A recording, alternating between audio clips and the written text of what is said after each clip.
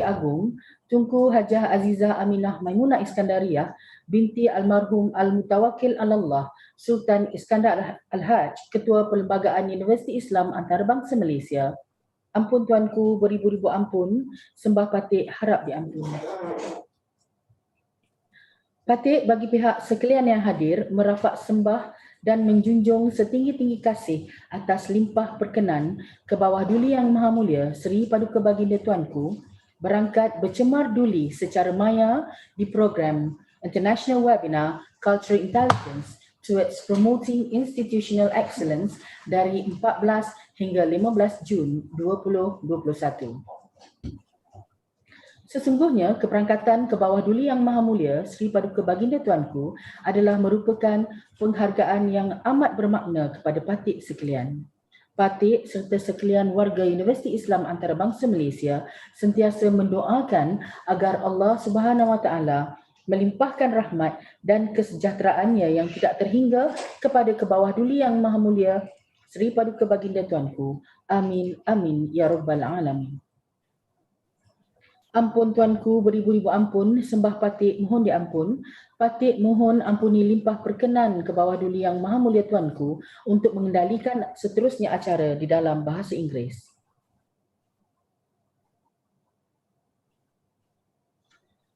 Honorable Professor Emeritus Tan Sri Datuk Zulkifli Abdul Razak, Rector of the International Islamic University Malaysia, Associate Professor Dr. Yazrina Yahya, Deputy Director Higher Education Leadership Academy, AKEPT Malaysia, honorable guests, distinguished speakers and moderators, participants, ladies and gentlemen, Assalamualaikum warahmatullahi ta'ala wabarakatuh and a very good morning.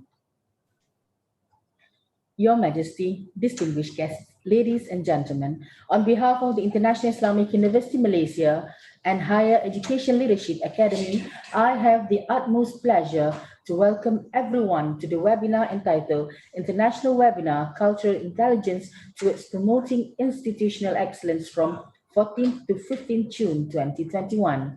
Distinguished guests, ladies and gentlemen, cultural intelligence, also known as CQ, plays an important role in bridging diverse and knowledge gaps in an organization. Educating the staff and students about different cultures, transferring knowledge between different groups, helping to build interpersonal connections and smooth the interpersonal processes in a multicultural workforce. Higher education ecosystem is experiencing a major transformation and it is crucial to adapt to the changing landscape. It is important to ensure that these institutions are flexible and resilient enough to adapt and thrive in an unpredictable world such as the situation the whole world is facing right now, but no thanks to COVID-19 pandemic. In that light, ladies and gentlemen, in coping with the new norm, the understanding of CQ should be inculcated for HEIS, higher education institutions, to build a strong international focus where the leaders are having the interest and readiness to interact with others from different cultures. IIUM has therefore put together a dynamic team consisting of members from various backgrounds, ranging from students up to the rector himself. This webinar is bringing experts in the field of CQ to share their knowledge and experience with us today. We are also proud to introduce all of you to the CQ team members of IIUM. Besides Professor Emeritus Tan Sri Datuk Sri Zulkifli Abdul Razak himself, we have Associate Professor Dr. Faizah Idros as the team leader, Professor Dr. Ahmad Faris Ismail, Dr. Zurina Abdul Ghani, and Brother Ahmad Ashari Alias, with the help of a group of lively and zestful students. Ladies and gentlemen, we shall now move on to the next agenda. Your Majesty, distinguished guests, ladies and gentlemen, without further ado, please allow me to invite Ustaz Ramadan Subki Latif from the Sultan Haji Ahmad Shah Mosque, IIUM, to recite the dua. Fatafadhal mashkura.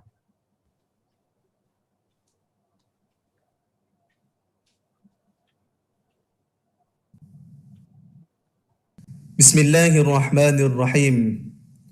Alhamdulillahi Rabbil Alamin. والصلاة والسلام على أشرف الأنبياء والمرسلين وعلى آله وصحبه أجمعين. اللهم إنا نسألك رضاك والجنة ونعوذ بك من سخطك والنار. اللهم إنك عفو كريم تحب العفو فاعف عنا وعن والدينا وعن جميع المسلمين والمسلمات والمؤمنين والمؤمنات برحمتك يا أرحم الراحمين. Merciful Allah, all praise is due to you. In your possession is all the creations. In your hands lie all the governments. We beseech you, begging for forgiveness and blessings in all of our action and deeds. Ya Allah, we pray to you, our Lord, to always bless and protect your servant and our King, ke bawah duli yang maha mulia, Seri Paduka Baginda yang di-Pertuan Agong, Al-Sultan Abdullah Riayatuddin Al-Mustafa Billah Shah, Ibni Al-Marhum Sultan Haji Ahmad Shah Al-Musta'in Billah. Our Queen, ke bawah duli yang maha mulia, Seri Paduka Baginda Raja Permaisuri Agong, Tunku Hajjah Azizah Aminah Maimunah Iskandariyah, binti Al-Marhum Al-Mutawakkil ala Allah Sultan Iskandar Al-Hajj, with all their princes and princesses, all their royal family members, and all the people of this nation, that they would always be in continuous faith, obedience, guidance, and in good health. O Allah, the most merciful, the most compassionate, bless all of us today in this webinar. Make it a stage for further prosperity and progress, and be of great benefit and contribution to the development of our people in Malaysia and the whole of the Ummah. O Allah, we plead that you shower tawfiq upon us for us to continue to do good deeds that receive your pleasure and a harmonious life that you bless. Allahumma ja'al jam'ana hadha jam'an marhuma wa tafarruqana min ba'dihi tafarruqan ma'suma wa la taj'al fina shaqiyan wa la matruda wa la mahruma. Rabbana atina fid dunya hasanah wa fil akhirati hasanah wa qina adhaban nar. Wa sallallahu ala sayyidina Muhammad wa ala alihi wa sahbihi ajma'in. Subhana rabbika rabbil izzati amma yasifun. Wa salamun ala al-mursalin. Walhamdulillahi rabbil alamin. Taqabbalallahu minkum. Inna wa minkum taqabbalallahu ya karim. Shukran jazilan, Ustaz. Your Majesty, honored guests, ladies and gentlemen, we now have the distinct honor and privilege to invite Her Majesty Sri Paduka Baginda di Raja Permaisuri Agong Tunku Hajjah Azizah Aminah Maimunah Iskandariyah binti Almarhum Al-Mutawakkil Allah Sultan Iskandar Al-Hajj, the constitutional head of UIAM, to deliver her royal address.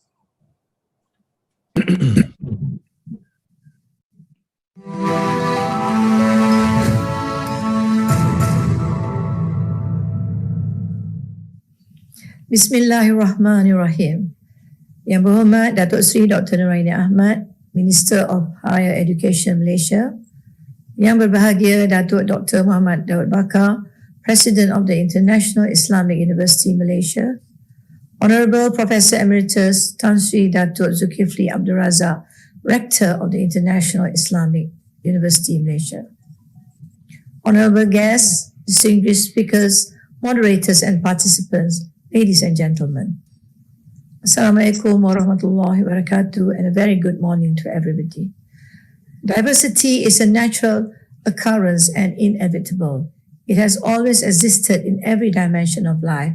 It's a blueprint of the world, from our genetic sequence to the citizens of the universe. In the International Islamic University, for example, the composition of staff and students is dynamic. Originating from more than 150 countries, it is a great exemplar for diversity, specifically cultural diversity. Each culture has its own way of dealing with concepts, matters, and daily affairs. However, differences can sometimes become a source of conflict in this diverse community. Nonetheless, this conflict can be overcome by acquiring sufficient cultural knowledge or an intelligence which is termed cultural quotient or CQ. This is the crux of the 2-day webinar that is currently in session. Cultural values, beliefs, and behavior can be manifested in every individual naturally. Even in these unprecedented times of global pandemic, we observe how cultural norms have helped nations contain the spread of the disease. Vietnam is a fine example where culture of surveillance, public obedience, and collective sense of responsibility has enabled aggressive testing and contact tracing, which help treat detected cases. Germany, whose citizens are rule-abiding community, along with a culture of science and common sense, have proven their success in curbing the spread of the disease, with a low incidence of death by their strict adherence to the Standard Operating Procedure or SOP provided by the government. On this note, the advantage of each culture has in dealing with real-life problems can be garnered to improve an organization.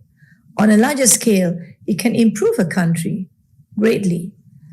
With regard to leadership, cultural cohesion can be the catalyst for such greatness for diversity. The ability to recognize cultural differences, having high level of tolerance and acceptance, as well as being capable in solving problems arising from the differences, will lead to a harmonious and conducive environment. Closer to home, our Malaysian society is indeed a melting pot of cultures. Thus, Malaysians need to be more culturally responsive towards one another. We have been taught the values of tolerance, respect, along with courtesy and the morality as inscribed in the Rukun Negara or the National Decree. It is time to fortify these practices with cultural intelligence so that we have a deeper understanding of our differences as well as similarities and behave in the most civilized manner upon conflict and resolve them with goodwill. Through cultural intelligence, our diversity can be our most vital quality.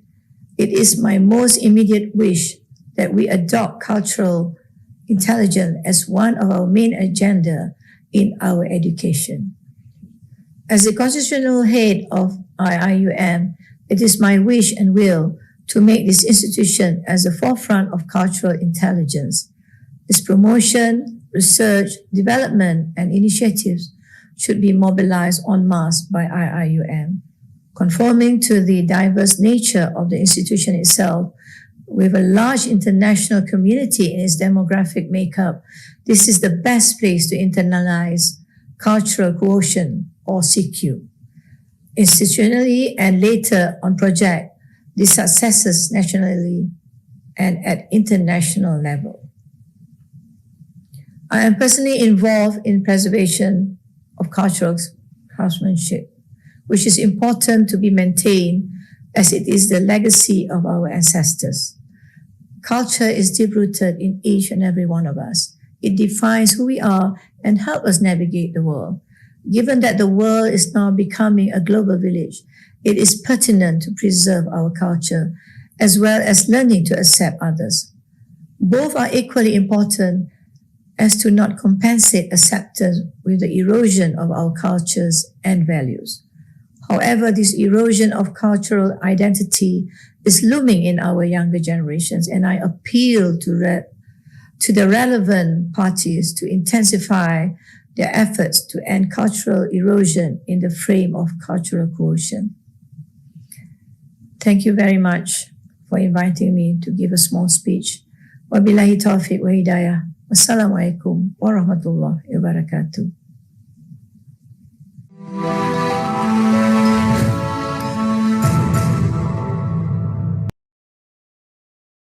Thank you. I'd like to express our utmost gratitude and appreciation for your willingness to grace the webinar this morning. Menjunjung kasih Tuanku. Your Majesty, please allow me to carry on with the event. Before we proceed with our first session, let us watch a video on the recent incident that highlighted the atrocity in Kamloops, Canada. Roll VT.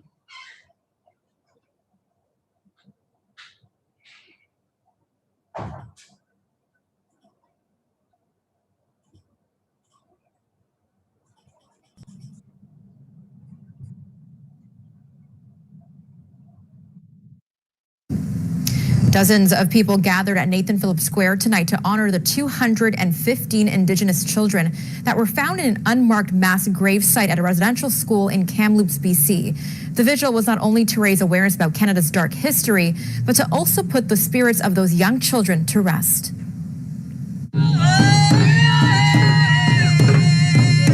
A circle of hundreds of mourners surrounding Nathan Phillips Square on the traditional territory of many nations, including the Mississaugas of the Credit, the Anishinaabeg, the Chippewa, the Haudenosaunee, and the Wendat people.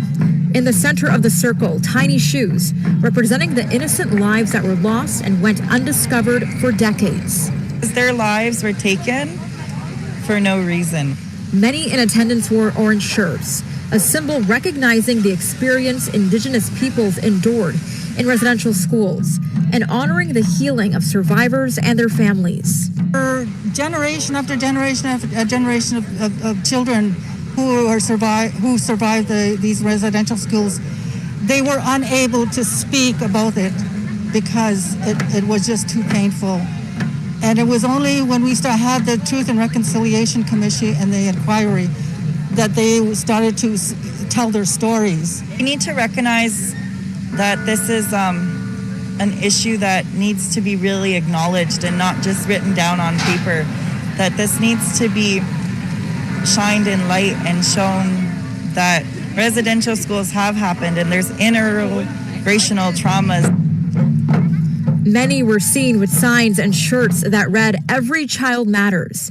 Those here say part of the vigil is to provide spiritual healing and closure through prayer, song, and dance for the community, the families, and for the 215 children. And we want to honor their families, and we want to be able to bring those children home again, because in a spiritual way, they don't go home unless, we honor them and acknowledge them.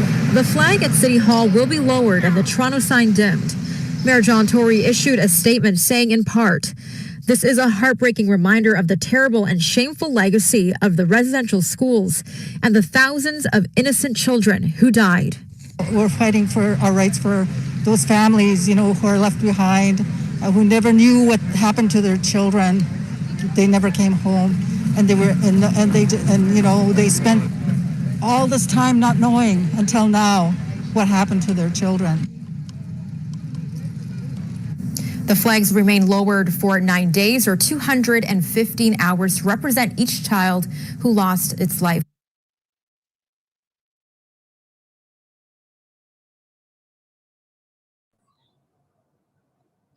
Our condolences to the family of the deceased.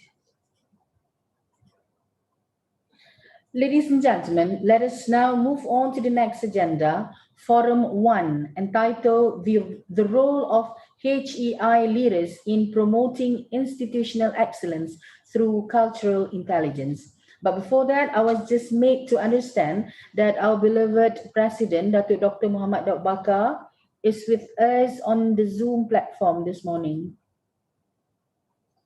How are you, Dato'? Thank you for being with us. Thank you very much. My pleasure. Ladies and gentlemen, please allow me to first of all give a short introduction to the moderator of the session, of our first forum session. Our moderator for this morning is Associate Professor Dr. Yazrina Yahya, the Deputy Director at AKEPT, Malaysia. Associate Professor Dr. Yazrina Yahya is currently the Deputy Director for Center Leadership Sustainability of Higher Education Leadership Academy, AKEPT. Her task at AKEPT requires her to establish global leadership programs that will assist the leaders and community of local academic institutions in managing their respective division or unit. She is also an associate professor at the Faculty of Economics and Management, National University of Malaysia, UKM.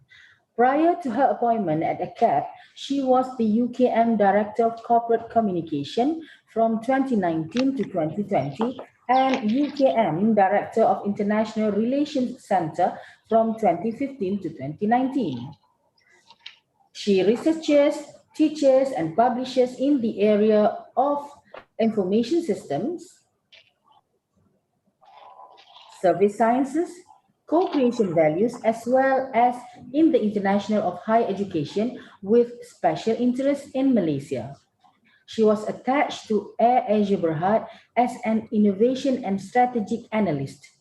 She has co-written a book entitled Internationalization of Higher Education, Insights from Malaysian Higher Education Institutions, and co-editor of the book Internationalization and Student Mobility for Higher Education Institutions in Malaysia.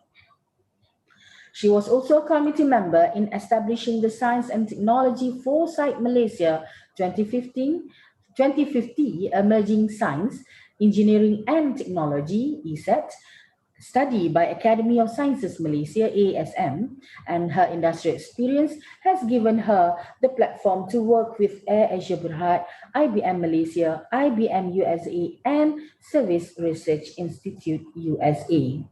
Now, ladies and gentlemen, I present to you now Associate Professor Dr. Yazrina Yahya. Dr. Yaz, over to you. Thank you, Madam Sharizat, for the introduction. Bismillahirrahmanirrahim. Menghadap ke bawah duli Yang Maha Mulia Seri Paduka Baginda Raja Permaisuri Agong, Tunku Haja Azizah Aminah Maimunah Iskandariah binti almarhum Al-Mutawakkil Allah Sultan Iskandar Al-Haj, Ketua Perlembagaan Universiti Islam Antarabangsa Malaysia. Ampun tuanku, beribu-ribu ampun, sembah patik harap diampun. Patik bagi pihak sekalian yang hadir merafak sembah dan menjunjung setinggi-tinggi kasih di atas perkenan ke bawah duli Yang Maha Mulia Seri Paduka Baginda Tuanku berangkat secara alam maya menyempurnakan pembukaan persidangan antarabangsa Cultural Intelligence towards Promoting Institutional Excellence. Keberangkatan ke bawah duli Yang Maha Mulia Seri Paduka Baginda Tuanku secara alam maya adalah merupakan penghargaan yang amat bermakna kepada patik-patik sekalian. Patik serta warga Akademi Kepimpinan Pendidikan Tinggi Malaysia sentiasa mendoakan agar Allah SWT melimpahkan rahmat dan kesejahteraannya yang tidak terhingga kepada ke bawah duli Yang Maha Mulia Seri Paduka Baginda Tuanku. Amin ya Rabbal Alamin. Ampun tuanku, beribu-ribu ampun, sembah patik mohon diampun. Patik mohon ampuni limpah perkenan ke bawah duli Yang Maha Mulia Tuanku untuk mengendalikan seterusnya acara di dalam bahasa Inggeris. Ampun Tuanku. Honorable President of UIAM, Datuk Dr. Muhammad Daud Bakar, Honorable Professor Emeritus Tan Sri Datuk Zulkifli Abdul Razak, Rector of the International Islamic University Malaysia, honorable guests, distinguished speakers and moderators, participants, ladies and gentlemen, peace be upon you. Good morning, good afternoon, good evening, and good day to wherever you are in this globe. Ladies and gentlemen, members of the audience, we have heard Her Majesty address, and we are indeed fortunate to have three renowned speakers for this session from various backgrounds from Canada, United Kingdom, and Malaysia.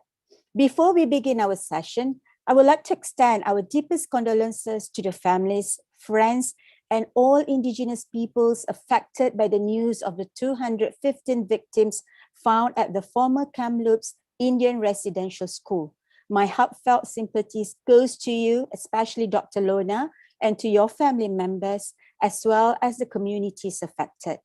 I believe such tragedy must not be forgotten as Canada continues its work towards truth and reconciliation. Let's take a minute's silence to pray for the 215 unnamed children discovered buried on the former grounds of the Kamloops Indian Residential School. Al-Fatiha.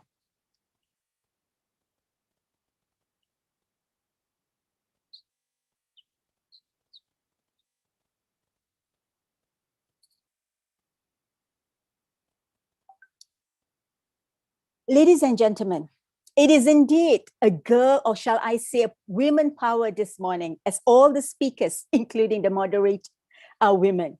We will be discussing on the role of higher education leaders in promoting institutional excellence through cultural intelligence. Therefore, allow me to introduce and read the biography of each panelist in this session. We have today this morning Dr. Lorna Williams, who is a Professor Emerita of Indigenous Education, Curriculum and Instruction at the University of Victoria and Canada Research Chair in Education and Linguistics. She has been living and breathing the calls to action on education and language since before the Truth and Reconciliation Commission was ever imagined. She built her career on the principle that quality education for Indigenous children must be characterized by strong cultural teachings alongside Euro-Western education. At the University of Victoria, Dr. Williams initiated and led the development of bachelor's and master's degrees in Indigenous language revitalization and a master's in counseling in Indigenous communities. She also initiated, designed, and implemented a mandatory course in Indigenous education for all teacher education students, leading to the requirement that all teacher education programs in British Columbia include an Indigenous education course. She co-edited with Gloria Snively a 2-book resource called Knowing Home, Braiding Indigenous Science with Western Science in 2016. Along with us as well, we have Ms. Julia Middleton, who is the founder, Common Purpose, and Women Emerging from Isolation, United Kingdom. She is the author of 2 best-selling books, Beyond Authority and Cultural Intelligence, in the autumn of Cultural Intelligence. In the autumn of 1989, she founded Common Purpose, which has grown to be one of the biggest leadership development organizations in the world. Julia stepped down from the position of Chief Executive in 2019. In April 2020, she launched Women Emerging from Isolation, which she now leads. Ms. Julia is also a member of the advisory groups of both Common Purpose in Pakistan and the Sky Blue Founders Group, and is a patron for Common Purpose of the Europe 101 initiative. She is on board on the chairs the investment committee of Al Fana, delivering venture philanthropy in the Arab world, and also is on the International Advisory Council for Fundação Dom Cabral, a business school in Brazil, and also a senior fellow of Babson College, a trustee of the RAND project supporting people with autoimmune conditions, and also a goodwill ambassador of the Aurora Forum, a global humanitarian initiative run out of Armenia. She was born in London and educated at French lycées around the world. She worked for the Industrial Society after receiving an economic degree from the London School of Economics. Now we have 2 great ladies, and another one on our platform this morning is Dr. Asma Abdullah, who is a cultural specialist of Wholesome Leaders Malaysia. Dr. Asma is a freelance consultant who has worked with both private and public sector organizations, professional associations, educational institutions, and non-profit organizations. She is familiar with the issues and challenges among foreign managers when they work across cultures, especially in the Asia-Pacific region. She conducts ongoing research on the influence and culture of managerial practices and shares her findings with managers and students in her seminars and workshops. She specializes in inter, and cross-cultural management, intercultural communication, organization development and change, corporate culture, and cultural relocation strategies for organizations and management executives. She has written more than 40 articles on culture, corporate culture, and women management. And for the past 20 years, Dr. Asma has designed, conducted, and facilitated management courses such as problem solving, consulting, negotiating, training and development, managing change, and team building in Malaysia organization. Now, ladies and gentlemen, we are very fortunate, three extremely expert ladies in their particular area this morning that we have on our platform.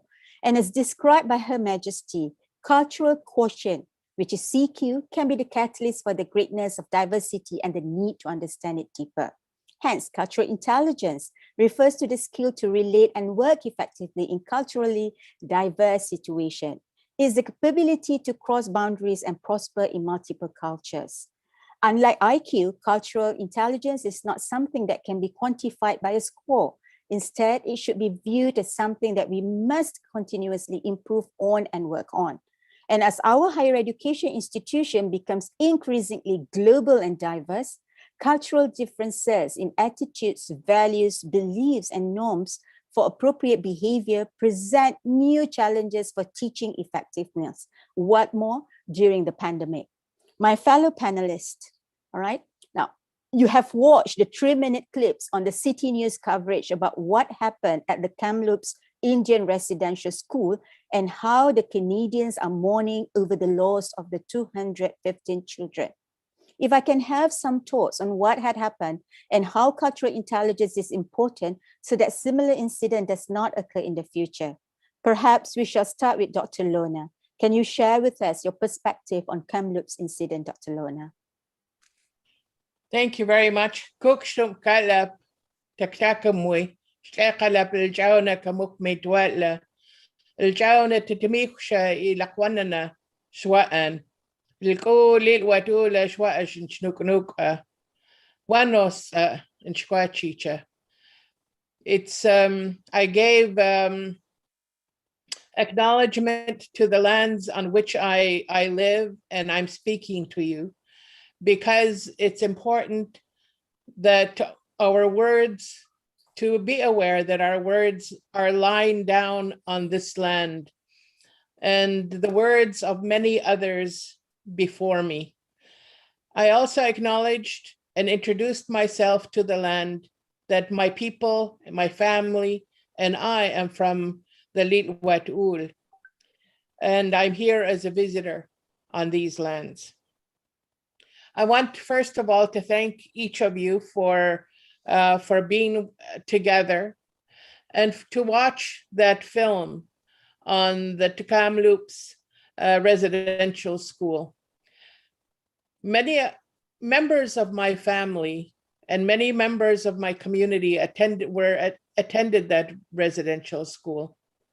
And what happened and what was uncovered and unearthed in Kamloops is only one place.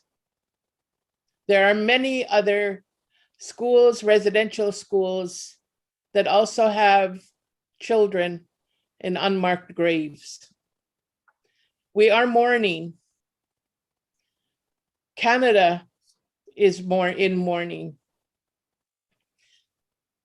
But Kamloops is not the only example of the racism that people who are different face in this country.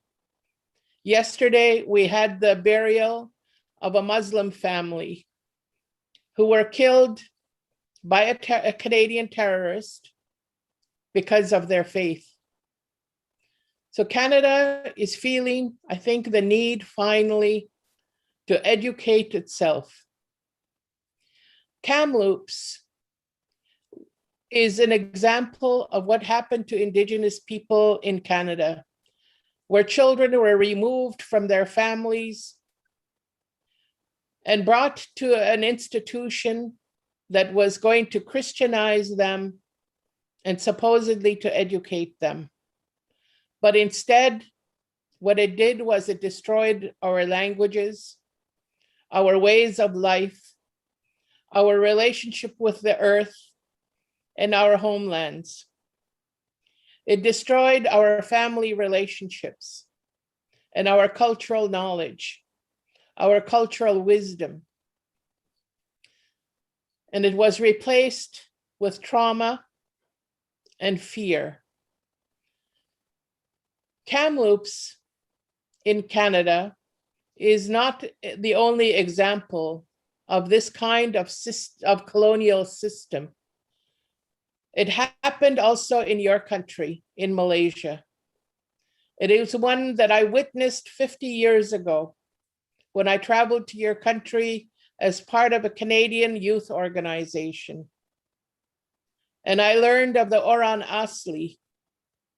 And what it did, what it taught me to learn of the Orang Asli of the peninsula of Malaysia was that the same thing was happening to them that happened to my grandparents.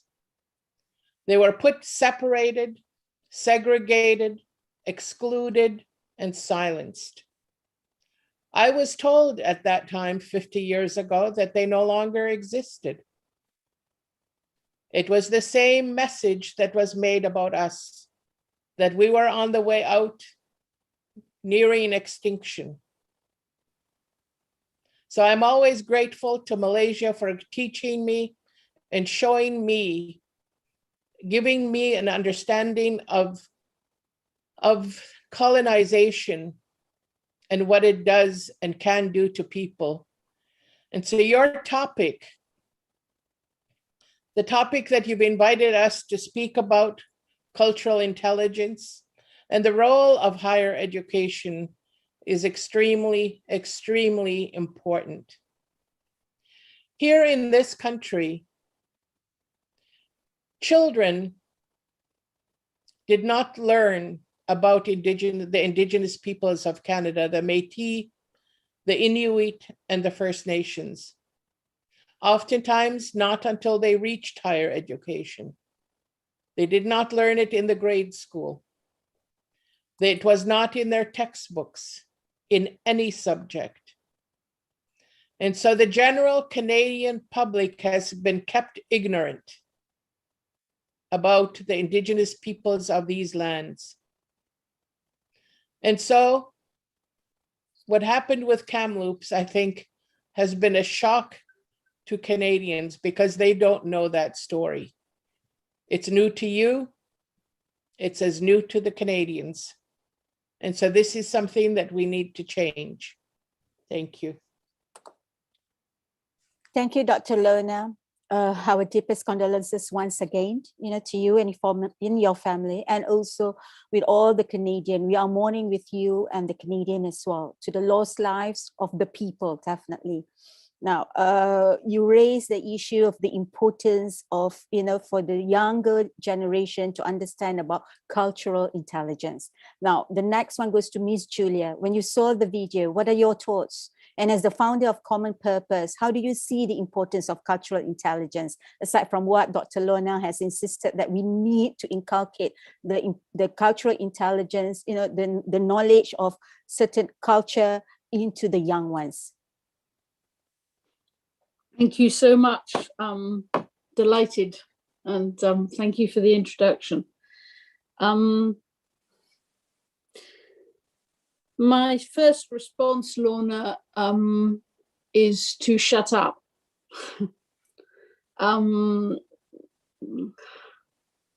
Is to shut up. There are some things on which you must admit that you personally know not enough. And I remember my father, and this shows how long a time ago this was, he used to say, there are moments when you have to switch the wireless from transmit to receive. And I think that somebody like me does not know what happened in Canada and can only listen and speculate. Such things, to my mind, so often happen because one culture begins to believe itself to be the benchmark culture. And I think that's the moment where you must be most frightened, when you begin to come across other cultures and you judge them not as different from you, but as against your own culture, which you have decided is the benchmark. So you approach another culture and you think, is it better or worse on this? Is it bigger or smaller on mine? And I think that so often cultures fall into the habit of regarding themselves as the benchmark. I'd like to propose that culture is quite a broad concept.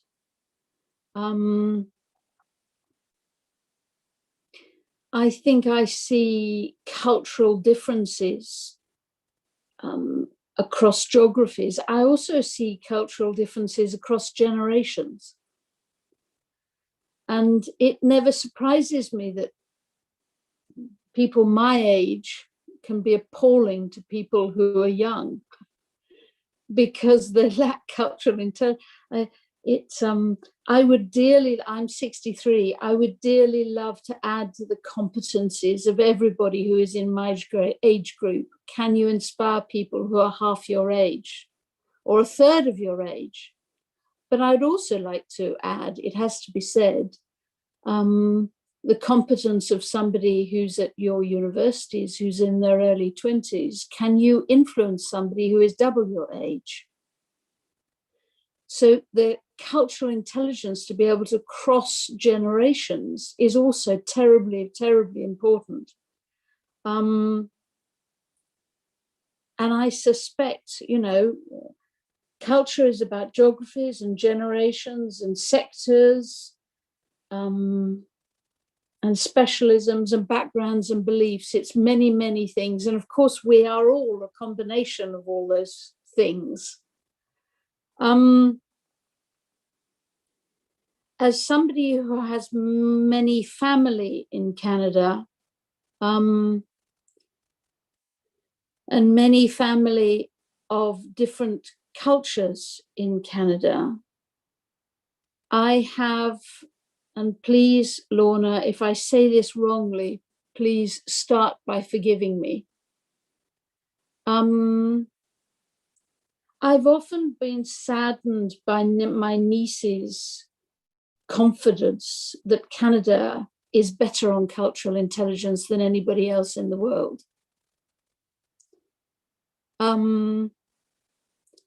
It's a beautiful belief, and it's lovely to see it in them, and particularly as they have quite dark skin.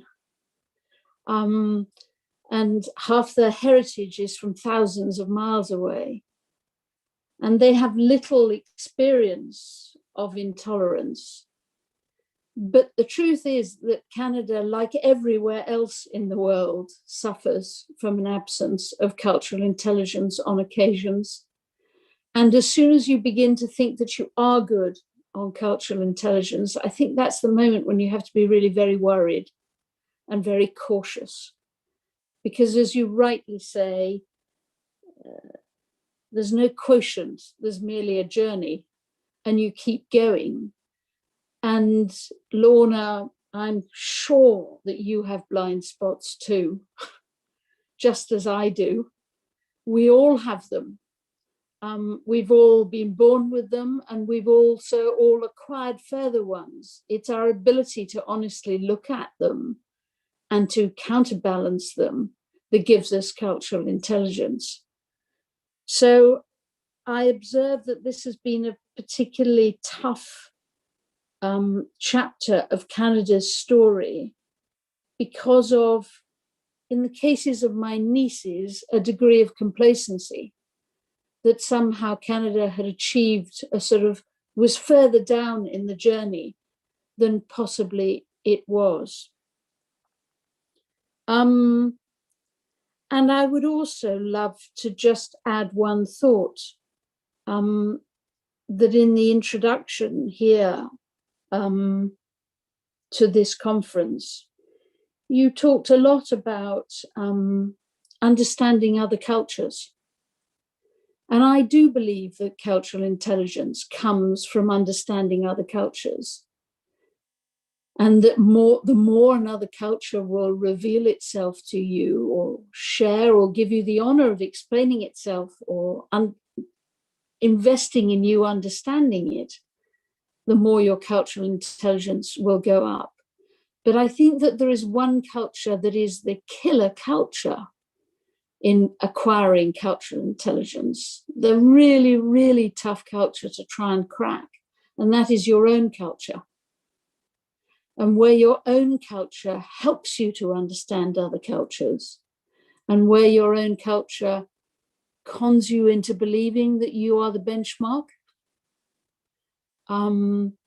or gets in the way of you understanding other cultures. So I think cultural intelligence is particularly difficult to acquire because it's a journey of understanding other people, but it's fundamentally a journey also of understanding yourself. Thank you. Thank you, Ms. Julia. Wow, that's quite heavy. But having said that, I do agree with you. Now, I'll get back to you, Dr. Lona. I will get the opinion of Dr. Asma first, and I'll get back to you because there are a few questions that I want to ask here, in which, like, Ms. Julia was mentioning about Canada. The Canadians were thinking that they are doing very well because of the diversity in Canada. All right. But then again, after what has happened in the Kamloops, apparently that is something that you guys need to sit back and look. So I would like to hear a comment from Dr. Lona on that.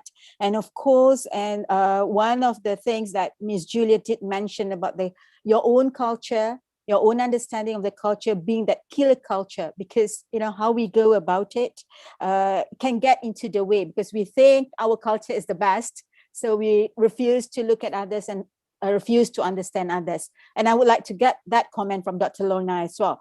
But having said that, now let's go to Dr. Asma because we are still looking into the 3-minute video just now. Dr. Asma, what had happened in Kamloops may not happen in Malaysia, right? But how can we get our community actually to be aware of this kind of issues? The importance of understanding other people's culture so that it will not happen in the future. Dr. Asma, you're muted. Thank you. Bismillahirrahmanirrahim. Thank you very much, Dr. Yasrina, for that question. I want to build on what Julia mentioned about understanding your own culture. And I think the journey towards becoming culturally literate is actually to understand your own culture first. Because if you don't understand your own culture, it'll be very difficult to understand others. And I think this is very important in trying to promote cultural intelligence, cultural literacy, and becoming culturally competent. I am just shocked to see the video. I hope that instances like that will not happen to us or to any other cultures in the world. So I feel that when we are talking about culture, it is important to understand the key elements of our own culture.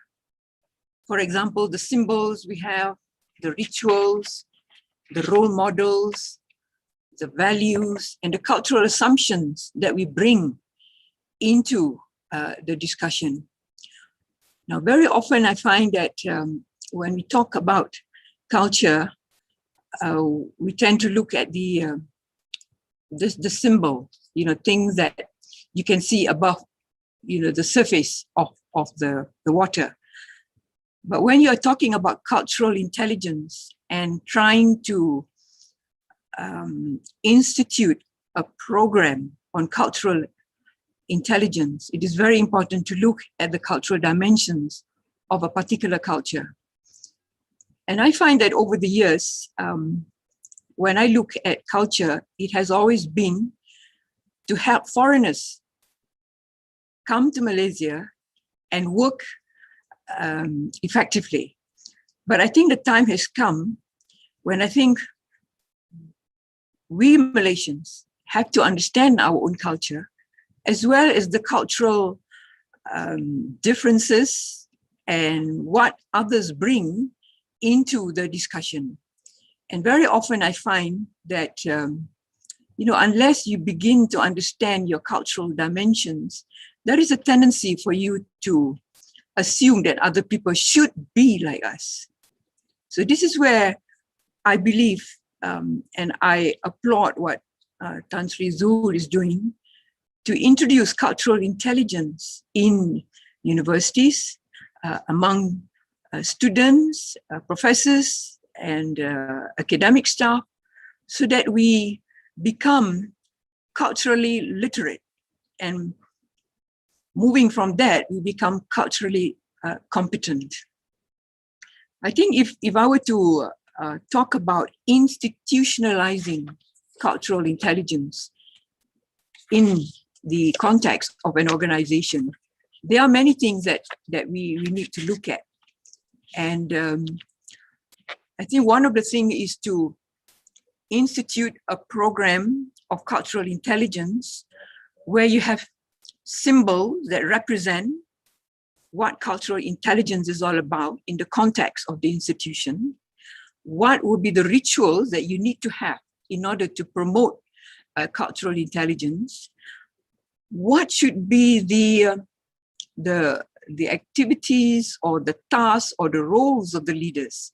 What should they model in terms of their behaviors if they are talking about promoting the institution as a culturally intelligent academy?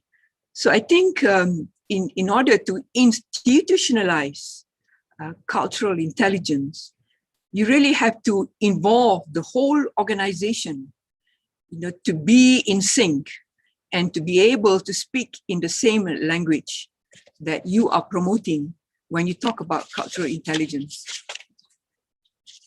So my question to you is, in the context of educational institution, what are leaders doing in the organization to promote cultural intelligence?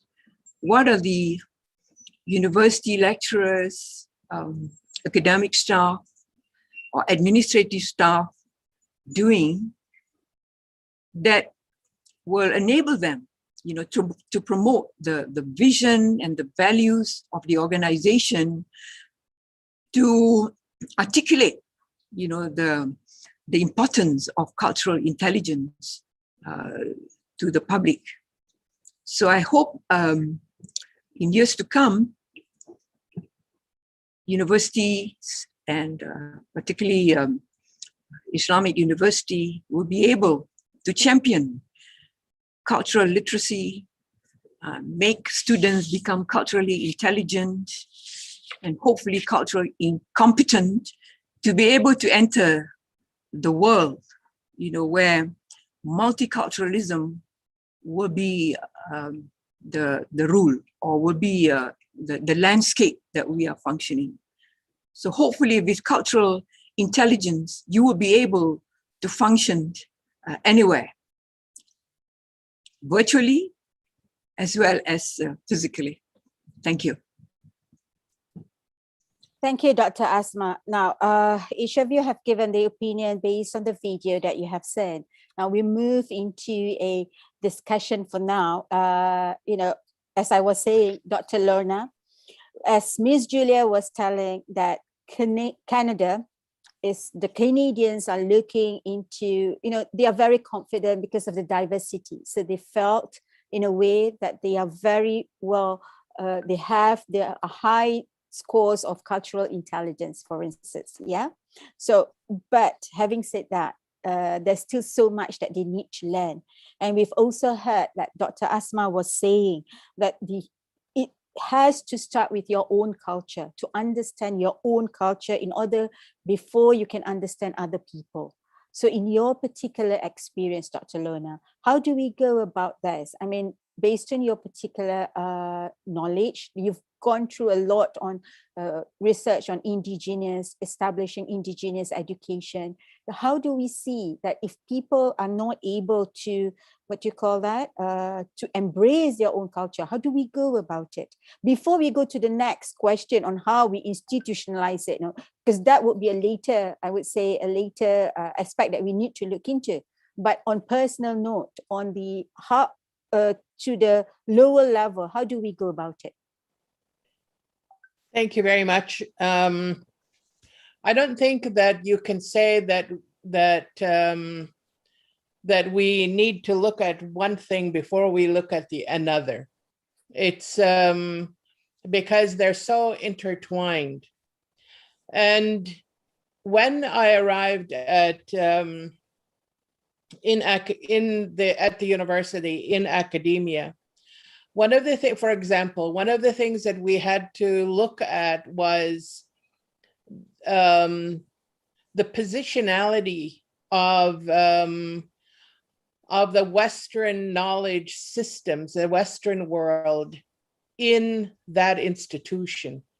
because it's that sense of superiority of one of the Western world, English, French, Spanish, etc., that imposed its reality on everything and on everybody, and continues to do that. And so that, for example, in research, there is very little that is written from the point of view of indigenous people or culturally different people. Most of what we know comes from the point of view of the Western world, and it's designed that way. And so it's very challenging. It's very challenging for people who are culturally different, and I think especially indigenous people, to look at themselves today without also having to look at what you've become through colonization, because that mars and paints your identity. And so that people then, because you don't exist in the knowledge systems, because you cannot see yourself in what you learn in school as a child or as an adult, that you exclude yourself too. So you've been excluded, and then you begin to exclude yourself because you've never seen yourself in the world of academia. And so it's simple to say, know yourself, know your culture. Yes, we do. And so in the degrees that I developed, in the courses that I developed, that has been a major aspect. For example, I taught a course called Learning and Teaching in an Indigenous World. It was the first time, even in my own community, that we began to hear that we as Litwatul, we as Indigenous people, had a system of teaching and learning that was clear, that was sound, that befitted our way of life and our relationships. For example, there was mention and talk about the alienation between the generations. That's true, that happens. But you have to build in each culture opportunities and ways for people to be together. And so that in the Indigenous world, for example, elders have had a very important place. And I know that in the cultures that I saw when I was in Malaysia, I saw the same, that the older generation was held in esteem, but that the young people too were encouraged to be inventive, to be creative, and to be strong. And those are what we need to build to keep sight of within our cultures. And so there's, yes, we all have blind spots. And because of that, as Canadians, those blind spots have been constructed. And we need to realize that that's what we do. We normalize exclusion. We normalize not seeing certain people in the audience. And so it's really important that each of us builds into our way of learning, builds into our way of teaching, the opportunities to be able to see oneself, to self-reflect, and to be able to share what you learn, and to not feel ashamed or shy, to admit your blind spots, because that's how we can reach out to one another. I may have forgotten aspects of your question, And if I have, you can let me know. Thank you. It's okay. Dr. Lorna, just on another note as well, I've heard when you mentioned we need to be aware of the aspects, of the people, the surrounding around us. I've heard your keynote address as well at the Dalai Lama Center. You mentioned about the importance of learning to be calm, learning to be still, learning to be fully aware of the beings around us, not only the ones that we can see, but also the ones that we cannot see. But however, how do we inculcate that in the curriculum? You did mention about you designing the major aspect in your degree. How do we put that? So that the audience out there, the academics out there will be able to have some experience. I mean, if you come from the background of business, you come from the background of psychology or engineering for that matter, that they'll be able to inculcate these kind of elements in their curriculum. Well, thank you for mentioning those disciplines, because we need to look at what it is we're inculcating when we're teaching, when we're designing and teaching courses, and when we say that certain things are important. For example, one of the areas that is so important is that every individual who is learning is bringing to that learning community knowledge, experiences, wisdom that we need to be able to share and uncover and to use. But right now, oftentimes the way that we design courses is we're imposing one right way. And we don't provide opportunities for people to be able to bring their knowledge systems to that learning environment. And so a way to be able to, I think, share different people's point of view and cultural ways is to construct and to create opportunities in the learning environment for people to be able to do exactly that, and to bring their reality, their knowledge systems, and their wisdom to the learning community that is constructed. So to not think that there's one standard, one right way, because that's the way that we're going about things right now. I think I do agree with that, Dr. Lorna. It's particularly to look at the audience whenever we construct our module or our programs, to look at the audience, who are our audience, who are our students, and then to map that. But it's going to be a huge challenge when the class is in huge number. Having said that, a question from the audience, Ms. Julia. I will intertwine with my questions and also the audience question. To Ms. Julia, how do we incorporate cultural intelligence of indigenous people into mainstream society? It's a huge challenge as well, because in order, like you say, we need to understand our own culture before we can understand others. But having said that, again, how do we incorporate cultural intelligence of indigenous people into the main society? Thank you, and I'm writing as fast as I can all the beautiful things that you are saying. Before answering that, the concept of understanding your own culture first, before you go about understanding other cultures. I'd love to push back on that too a tiny bit myself. I may be slow and slower than most, but understanding your own culture seems to me to be almost a lifetime story.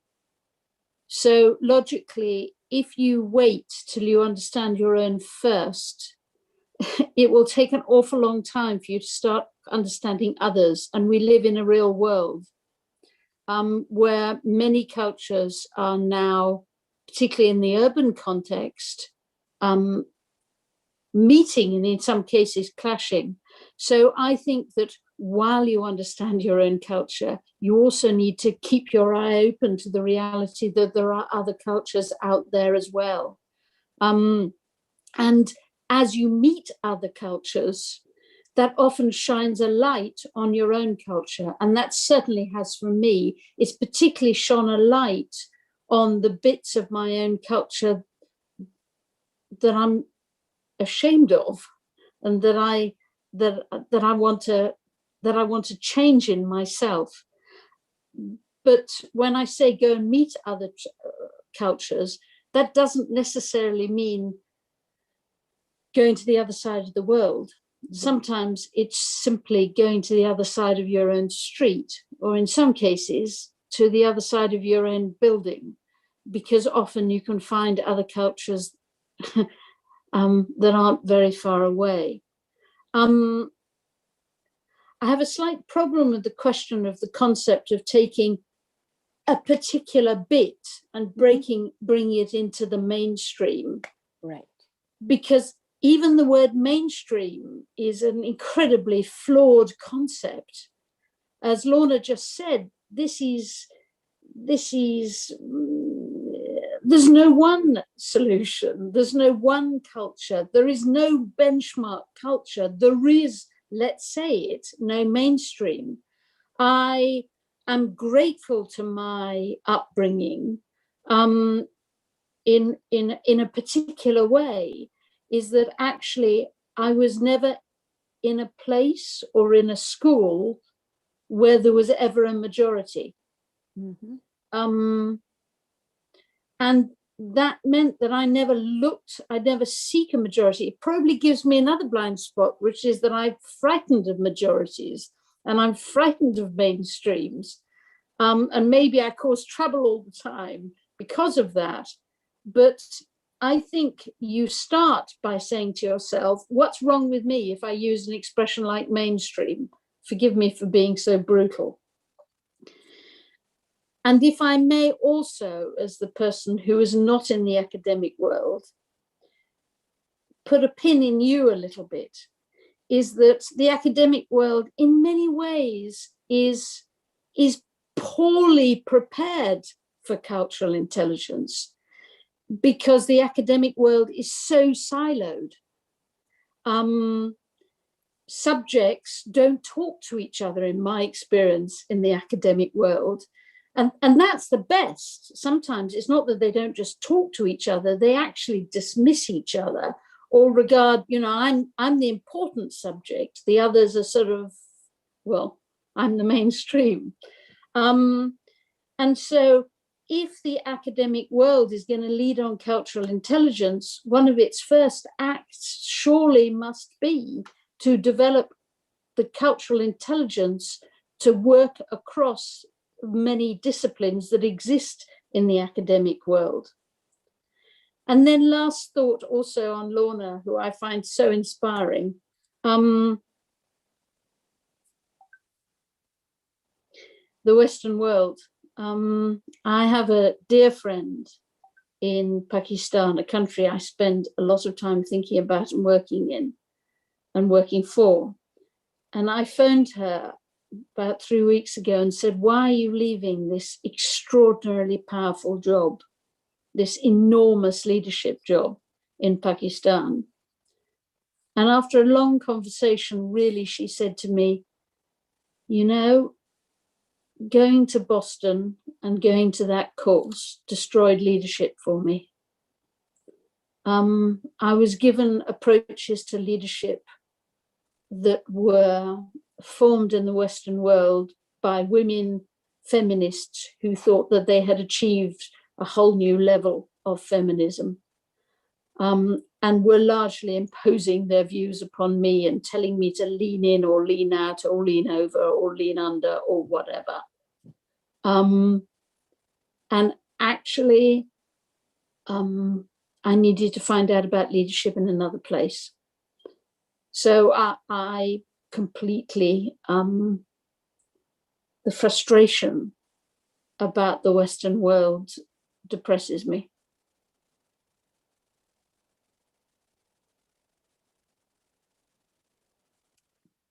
Okay. Well, I pick up a few things that Ms. Julia had mentioned. Number one is about the upbringing. All right, the importance of upbringing, the young ones particularly. For instance, with your background, when there was no majority, it can be, you can look at it as the two sides of the coin, right? One point, there's a positivity in that, so you'll be able more aware of other people's culture. On the other hand, yeah, you can be afraid when you go out there, when you see a majority of people who has a different way of, certain ways of doing things.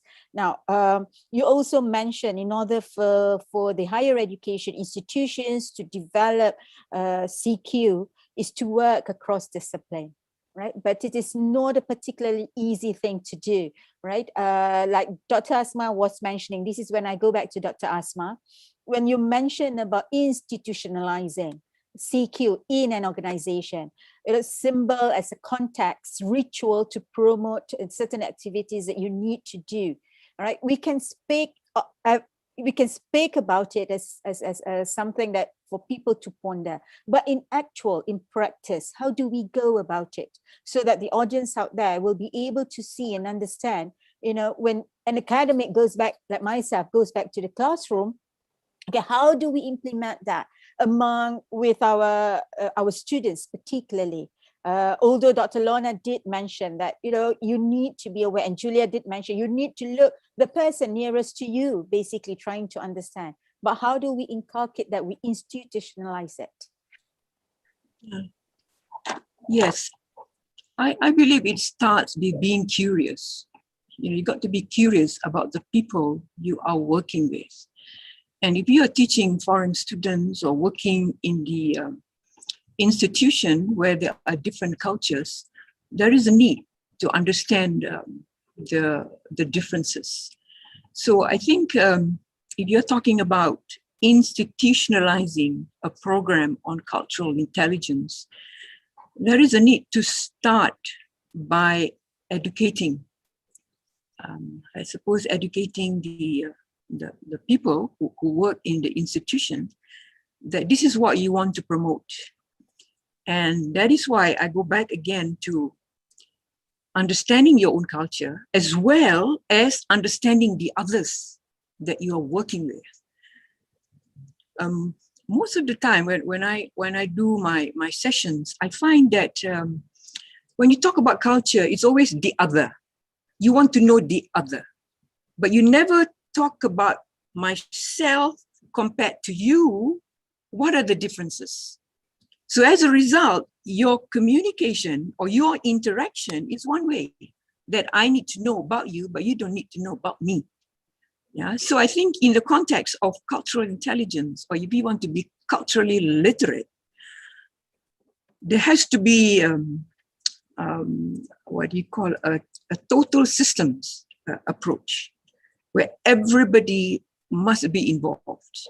And this is where I think you need to start by doing a survey, perhaps, trying to understand about the landscape, whether people are tuned in to cultural differences, or are they more interested to project their assumptions on others. And I think this is the challenge for people who want to work across cultures, the tendency to put your assumptions as the way to do things. This is where I just want to respond to Tan Sri Zul's question about colonialism or colonization. I think for many years, you know, in Malaysia, we have been using Western-oriented textbooks, right? When you look at management concepts in schools or in particularly at higher institutions, how much of the concepts have been localized, or the word tropicalized, you know, because most of the time it has been from an Anglo-Saxon perspective. I mean, you just look at the textbooks in all our universities, when you talk about management concepts, you know, they are coming from a culture which is more individual, and you transplant it into a culture which is more collectivistic, you will get tissue rejection. Sometimes you accept and sometimes you cannot use it. So this is where I find that the question about identifying our local constructs is very important. So part of the journey, to build our own cultural intelligence is to understand what are our strengths, or what are the things that we need to discard also, because not all aspects of our culture are positive. So we actually have to do cultural surgery on our own culture, before we can talk about cultural intelligence. So I think when you talk about cultural intelligence, it's the whole process of trying to analyze the landscape and see whether the situation we have is giving credence to the cultures that we have, in the environment. Otherwise, you'll be projecting our own, mold. Yeah. Thank you, Dr. Asma. Now, there is a remark by Tan Sri Zul, and I posed this to Dr. Lorna, which he mentioned about CQ is to be caught and not taught, right? What is your opinion on that? And of course, when you say to be caught, meaning that the audience or the people out there needs to actually get it, understand it, and it's not like literally you taught all the time. So it's a long process. So what's your opinion, Dr. Lorna? Well, I was having lunch with Suryani last week, and I was telling her about my experiences when I came to Malaysia 50 years ago. And I mentioned earlier that I traveled through your country, and 50 years later, when I look back, that is what I think happened, is that I lived my own culture. I was very blessed to live in a community where many people in my community had never been to school. And so they lived our ways, they lived our knowledge, but we also were in that stage of being buried in colonialism. And so there were so many things that I didn't understand. I didn't understand about my own culture as a culture because I was immersed in it. I didn't understand about colonization and what was happening to me because of that, because I was immersed in it. And it was by visiting and having this experience of coming to Malaysia and traveling through the different communities and being able to, and so I was able, what it did for me was I was able to see cultural developments, the different cultural difference, because in different parts of the country, people were very different and very different from Canadians and from Canadian experience. But I also so clearly saw what must have been happening to my grandparents' time and to my parents and to me. And I would say that that's what I did, was I caught that understanding. Nobody taught it to me.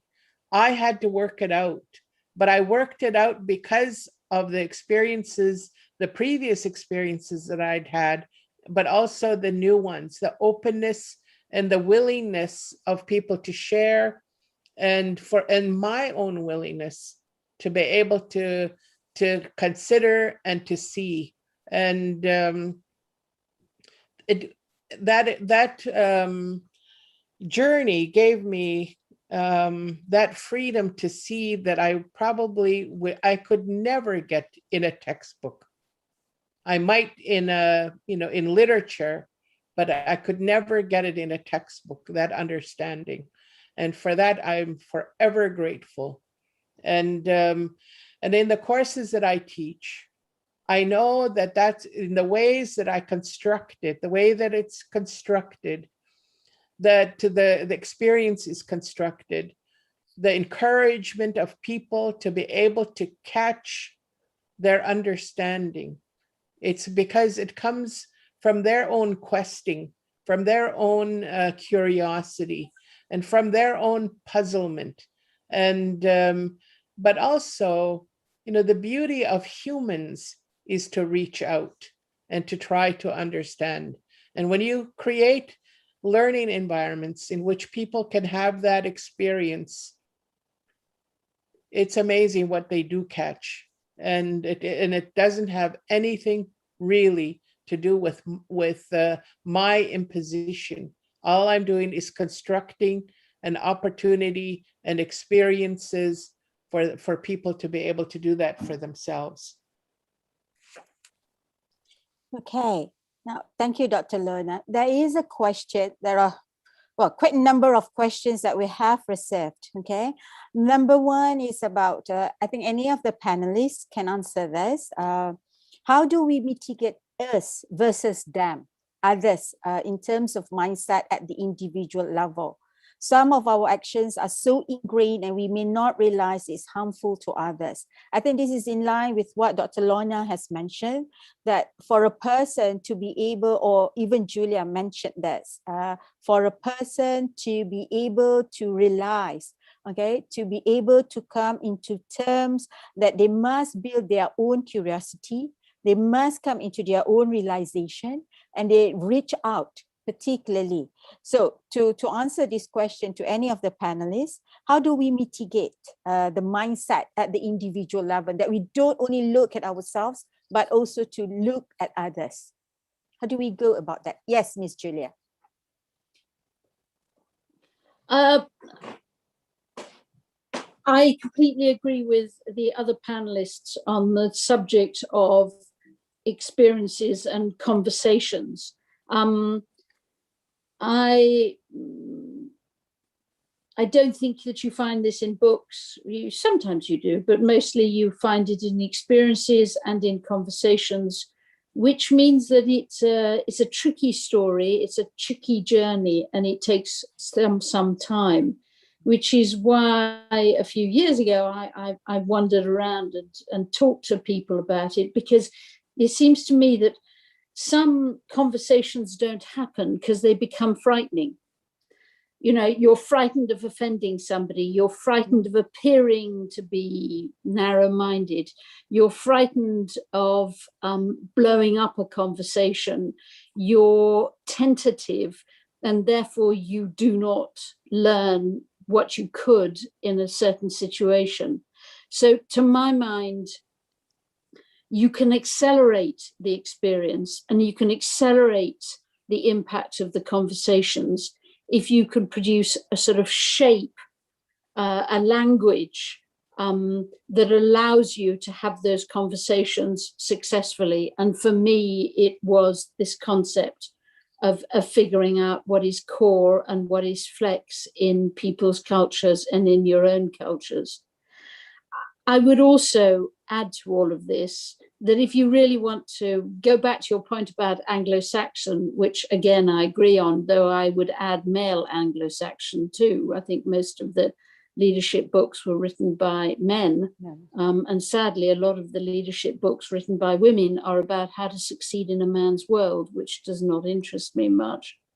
But I think that one of the sadnesses of Anglo-Saxon is that Anglo-Saxons very often only speak one language, which is English. And they have little experience of struggling and failing often to express yourself in somebody else's language, and become deeply intolerant of it and impatient.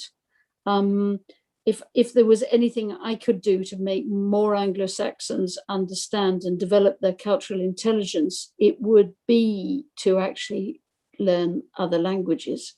And with that, the windows into other cultures. Okay, now you were saying, and Lorna was saying, when you want to learn is our ability to meet, to see people, right?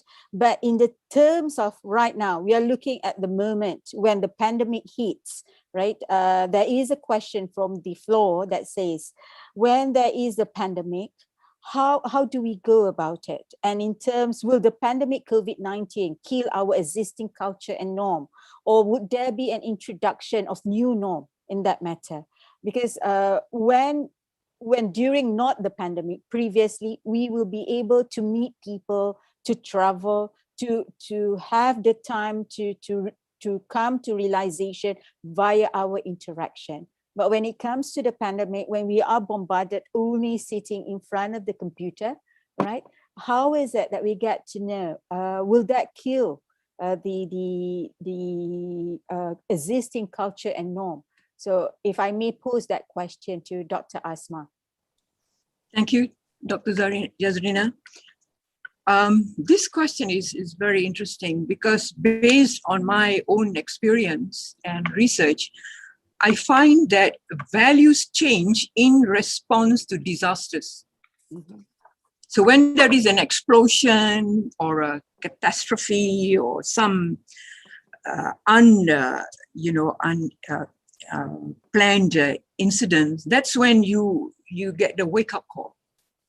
And this is where I find that with COVID-19, there will be new ways of doing things. There will be a new set of values that will be invented, in order to respond to what we are doing now. I mean, surely, like now we are doing conferences on virtually. We are not in physical contact, right? So that is a new value of relating across cultures. So I think definitely when we talk about the new workspace, you can't say about workplace now because it's going to be a virtual space. So there will be a new set of values that we need to internalize. And I find that it is very important to develop shared practices that will articulate these values of, I think, what we are hearing now in response to. Stopped it. I think that is لا another لا في voice لو في behind. عندك ابوك ما عندك. Okay, should I continue or? Yes, please, Dr. Asma. Okay. I think the secretary has blocked it. Yeah. Right. So in other words, when you talk about values, then organizations have to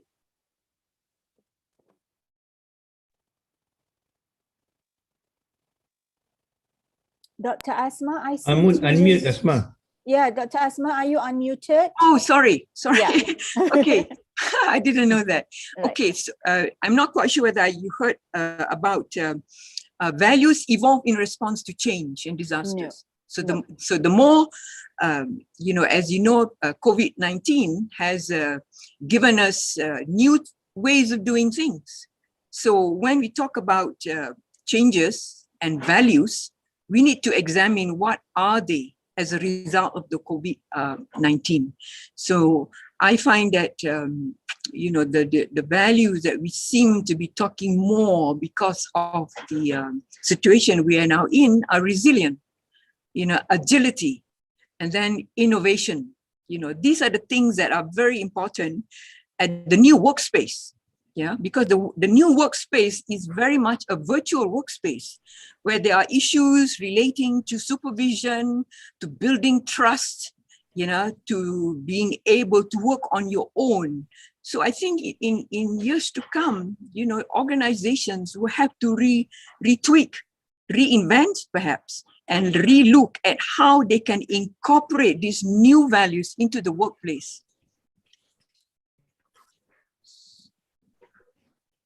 There was also a question. Is there a reduced cultural intelligence once a community becomes more urban? I pose that to any of the panelists who would like to answer in that manner. Because once we become more urban, more modern, would there be a reduction of cultural intelligence in that manner? Yeah, Absolutely not. No.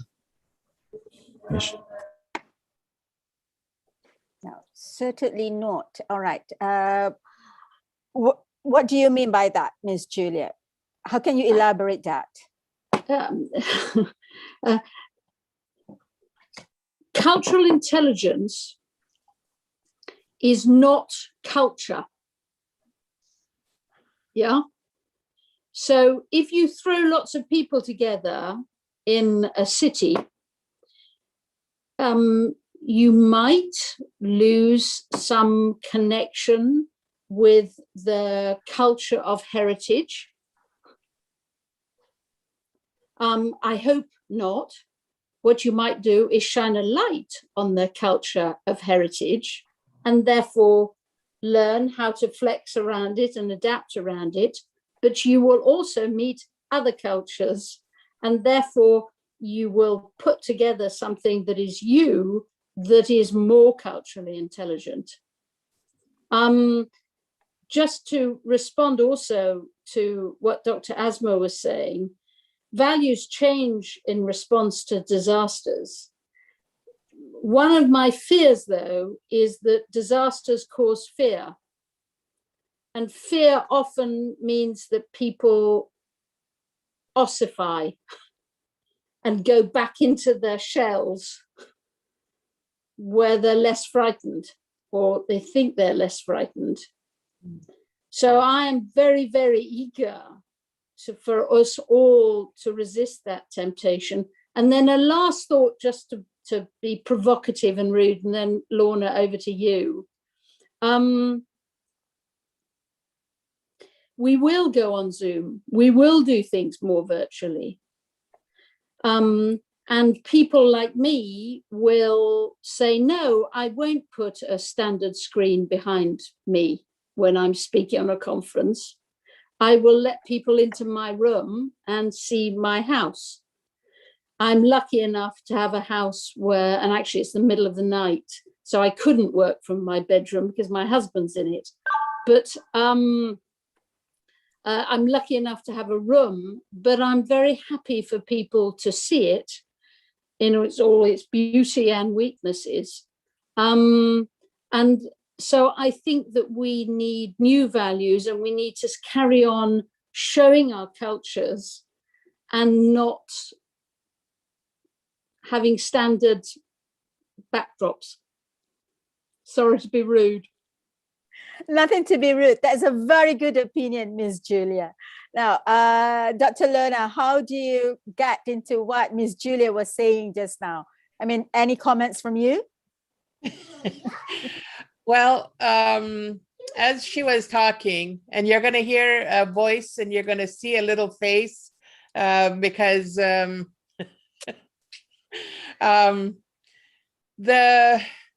we started the session with talking about Kamloops and that situation. And I mentioned the Muslim family that was killed here last week. And the Canadians and people around the world reacted to those stories, particularly to the story about Kamloops, in a very, very different way. And that story, the story of children lost at residential school, was in reports, in government reports. It was mentioned, it was talked about, there were commissions. It did not touch Canadians.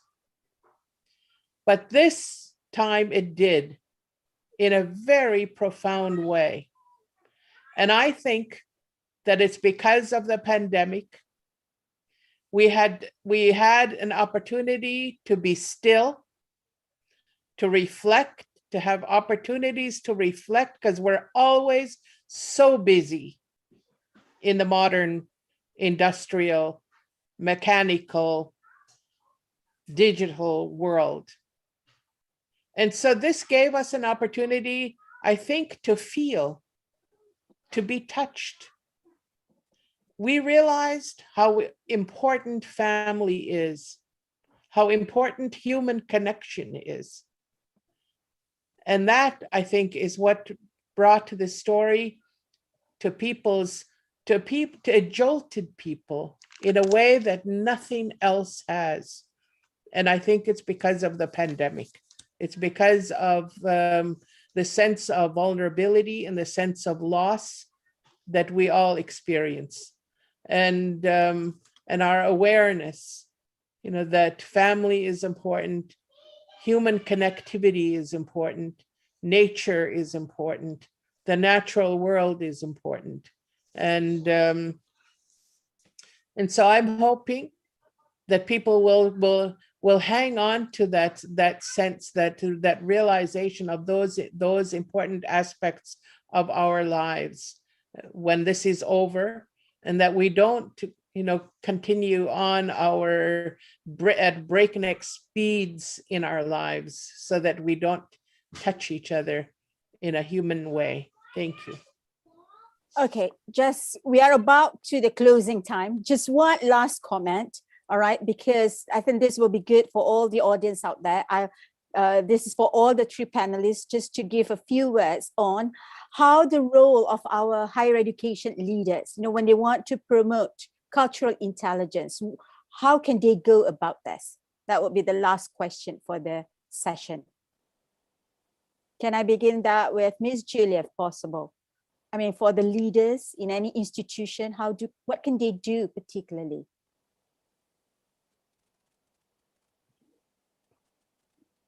In my culture, I was taught that fish go dead from the head.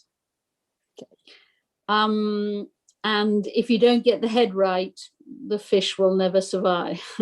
So the leaders of any organization, if they want to increase that organization's cultural intelligence, have to start increasing their own and not delegating it to other people. Finding their own blind spots, and there will be plenty of them, and dealing with things like silos between subjects, which everybody says, oh, it's so difficult, this is institutionalized problem.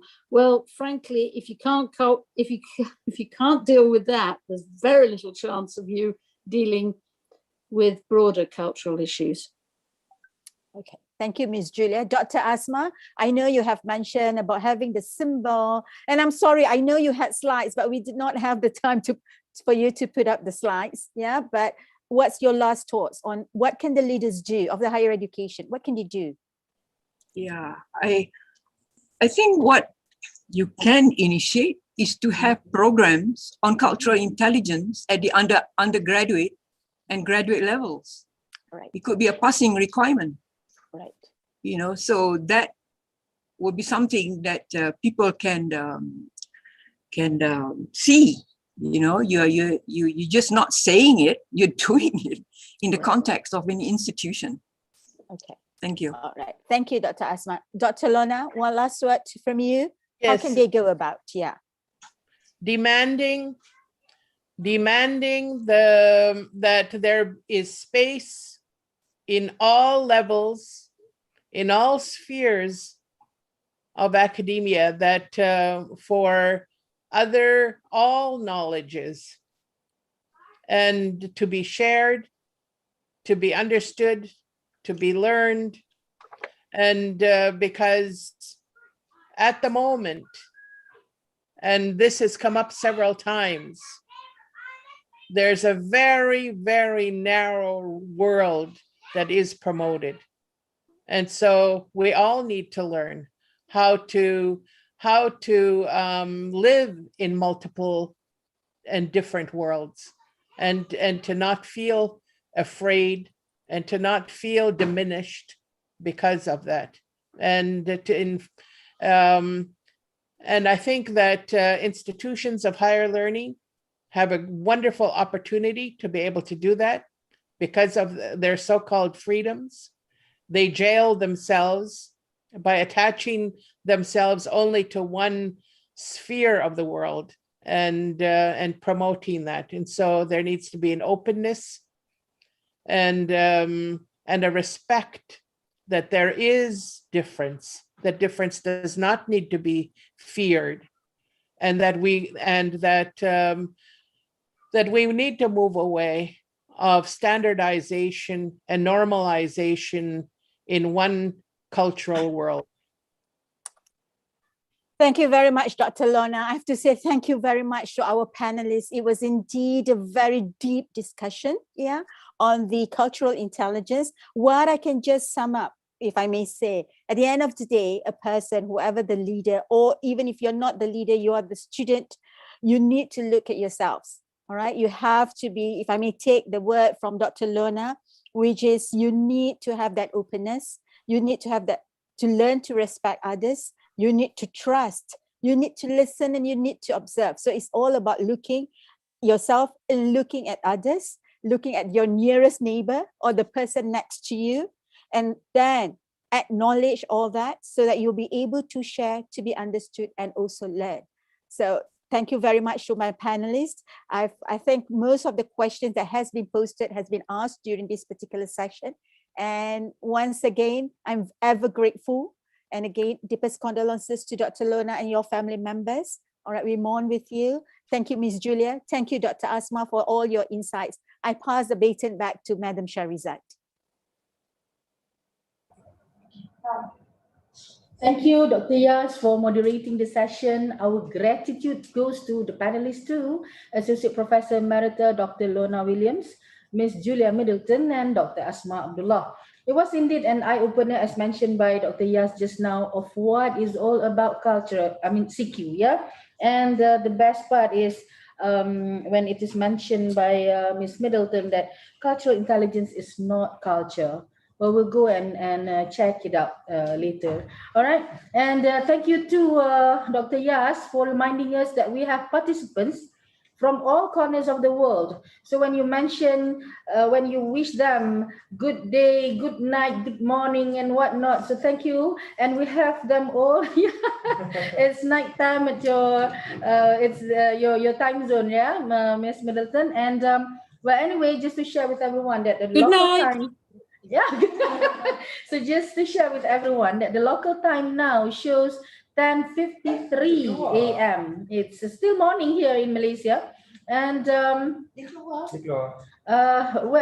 the way, but I know that our participant might now enjoying their lunch, maybe dinner. Some of them might need to wake up in the middle of the night to be with us. Thank you once again for your support. Thanks to the technology for making us borderless. All right. Okay. So now I think we shall now take a 5 minutes break. But to all the participants, just sit back, stay tuned, and we will be back at 11 a.m. local time. Yes, according to the Secretariat. So 11 a.m., 5 minutes rest. Be good, guys. Stay safe. Come back again.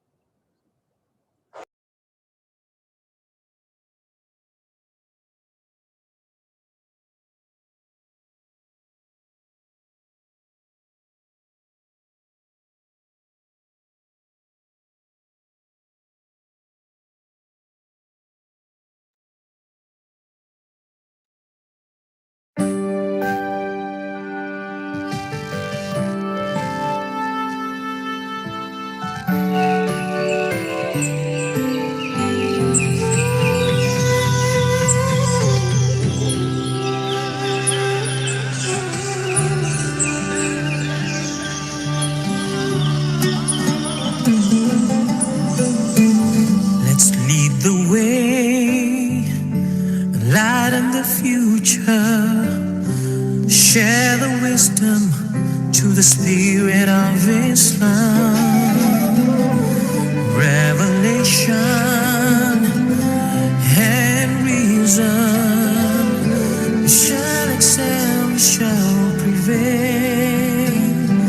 Merging faith and knowledge, we, the Khalifa, we will fulfill the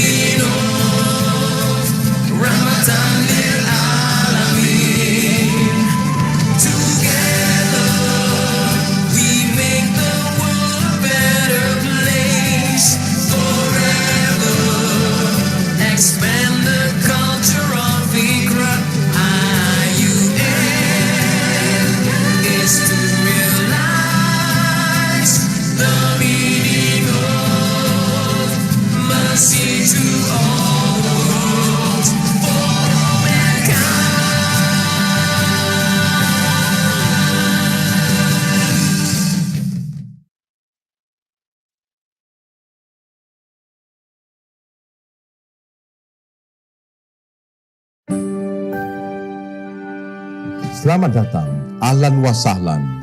Welcome to the International Islamic University Malaysia, or IIUM, your garden of knowledge and virtue.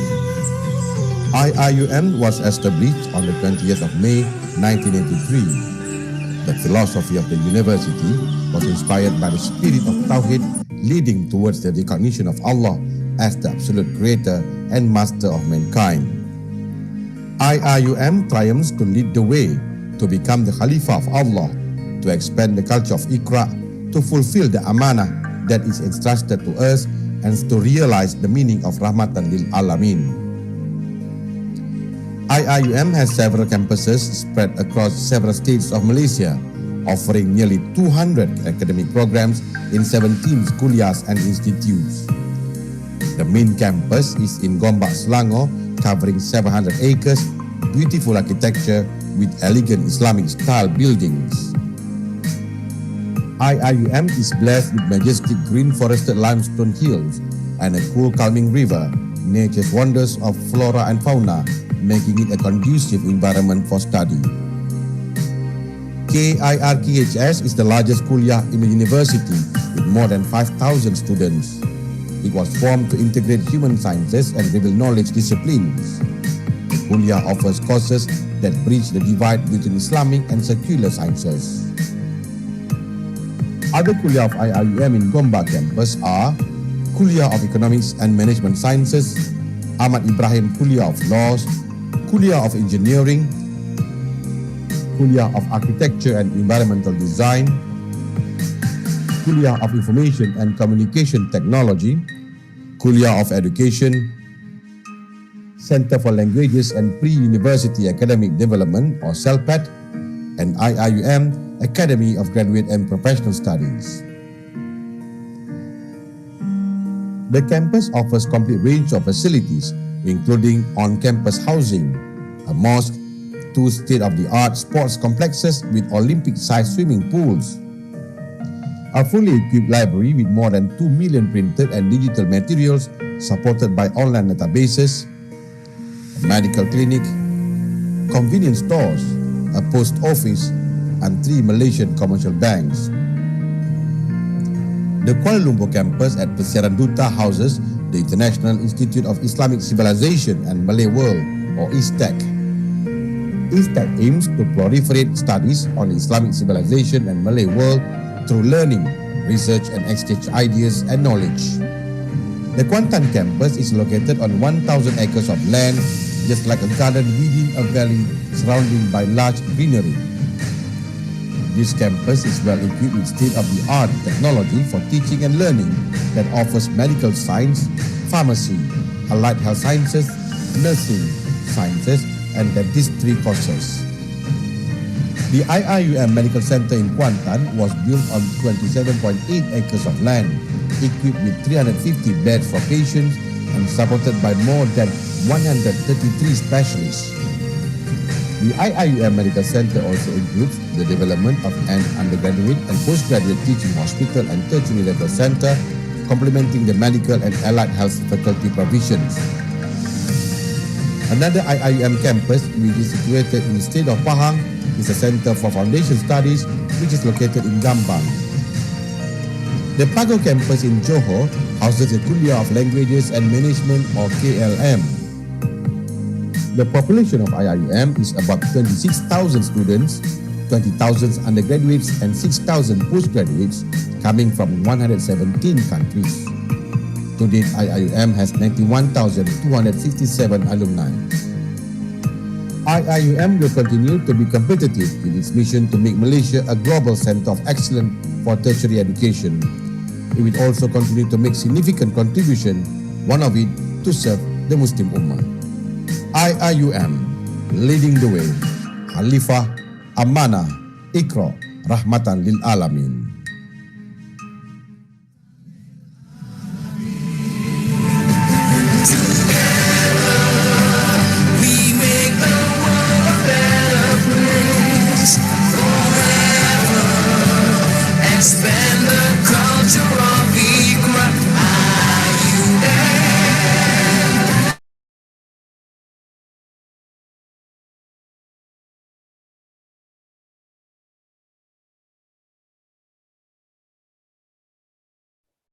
Right. Okay.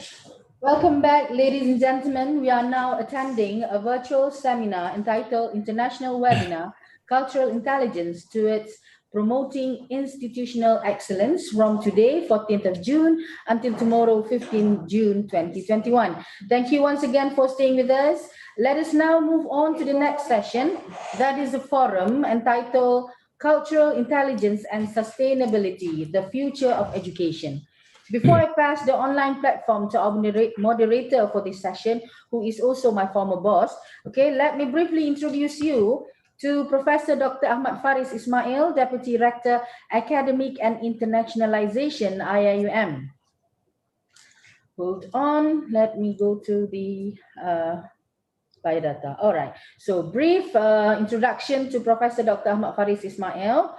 He is a professor of engineering at the International Islamic University Malaysia, IIUM, and he was the Deputy Rector, Research and Innovation from July 2009 until June 2013.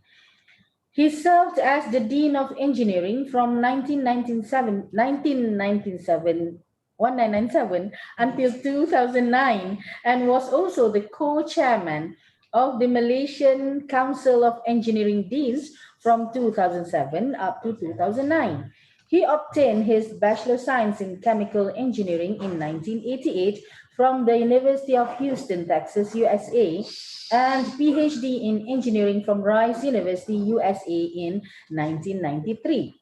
Prof. Ismail received the Federation of the Universities of the Islamic World's Tribute, personality having contributed to the development of Islamic university education in 2008. He was also a visiting academic at the University of Southern Queensland from January until June 2014, and he was a visiting scientist at the Graduate School of Engineering, Kyoto University, Japan in 2004. He has been serving as a member of the Evaluation Committee for the Fundamental Research Grant Scheme, FRGS, and the Science Fund since 2006.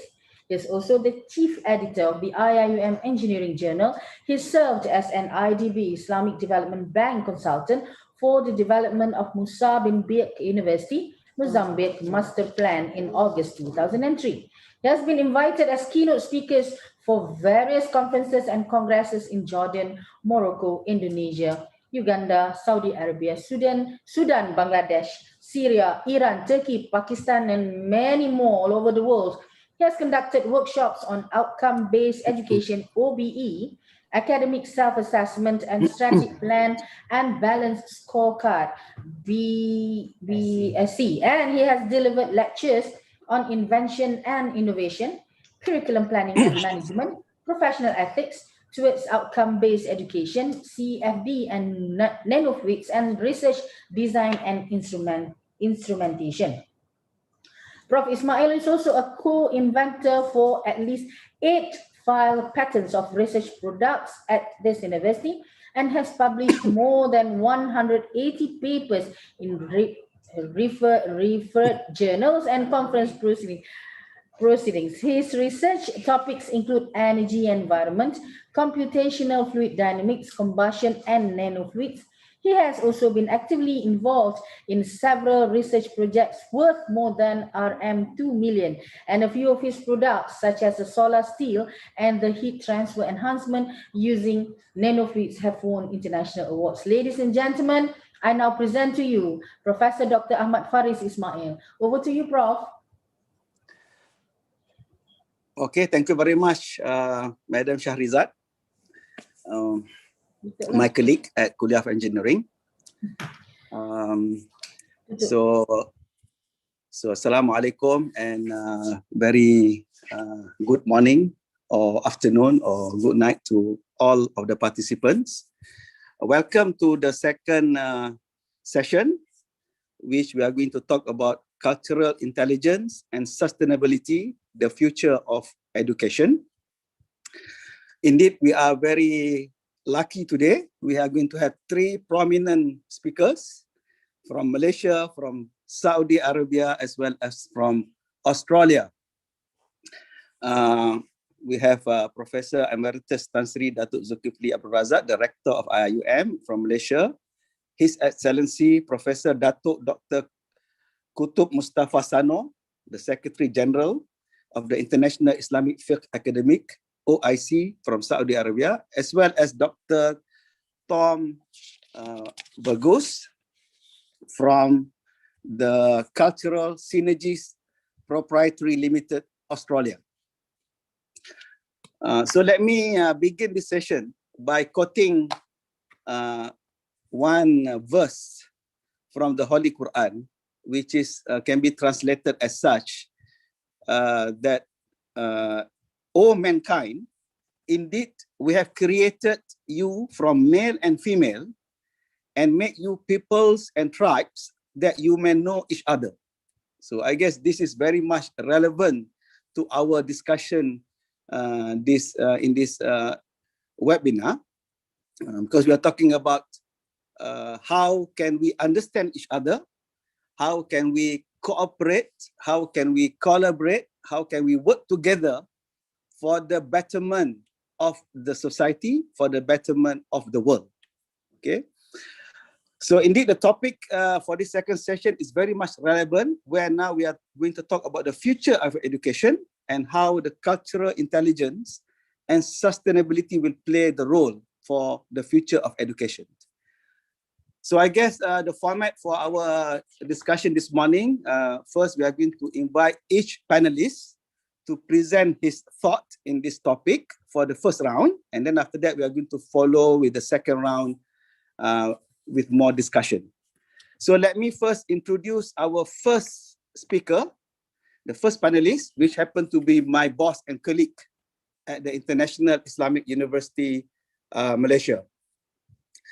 The first speaker is Tan Sri Professor Emeritus Datuk Zulkifli Abdul Razak, which is currently the rector of the International Islamic University, Malaysia. He was the Vice Chancellor of USM, University Science Malaysia, from 2000 to 2011 before. He is the immediate past president of the International Association of Universities, a UNESCO-affiliated organization based in Paris. He was the convener of the Regional Center of Expertise on Education for Sustainable Development, based in USM beginning 2005. Tan Sri Zul was awarded the prestigious 2017 Gilbert Medal by Universitas 21 in recognition of his long-term commitment to a sustainable approach to international higher education.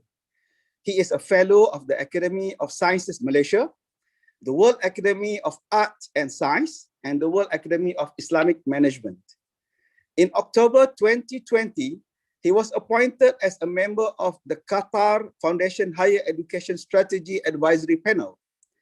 Besides that, Tan Sri Zul is also a member of the Academic Network for Development Dialogue, World Islamic Economic Forum, and National Digital Economy and Fourth Industrial Revolution Council, which is chaired by the Prime Minister of Malaysia. He was also invited to serve as an expert for the Futures of Higher Education project at UNESCO's Institute for Higher Education. Tan Sri Zul was awarded the 2017 Tokoh Akademik Negara, the National Academic Laureate, and recipient of number of honorary doctorates from various international universities. Locally, in October 2018, he was conferred Professor Emeritus by USM, whilst in 2019, University Science Islam Malaysia conferred him an honorary doctorate in recognition of his efforts in widening and dimensions of da'wah through various research and leadership while serving the university. In addition, the government of Japan, in recognition of his contribution to the academic collaboration and exchanges between the two nations, has conferred Tan Sri Zul the Order of the Rising Sun Gold Rails with neck ribbon in September 2019. So Tan Sri Zul, I think with all that credential, I think you are the most appropriate person to introduce this topic on cultural intelligence and sustainability, the future of education. So the floor is yours, Tan Sri. Thank you very much, Prof. Faris. Bismillahirrahmanirrahim. Assalamualaikum warahmatullahi ta'ala wabarakatuh. Greeting of peace, and good morning, good afternoon, good evening to all of you. And thanks also for Faris for giving that generous introduction. None of it actually matters because I am now going to talk about something which I'm not very familiar with. Being an uncultured scientist, we will try and attempt to do this topic. Plus, the panel before us was almost an all-female panel, done very well, and I think I'm very inundated with this. So happened that it is an all-male panel, Faris. I think we need to do slightly better than the previous panel, inshallah. Okay, I've been given this title, Cultural Intelligence and Sustainability, the Future of Education, and I want to talk about specifically a Sejahtera case, which is basically an indigenous local case as far as Malaysia is concerned.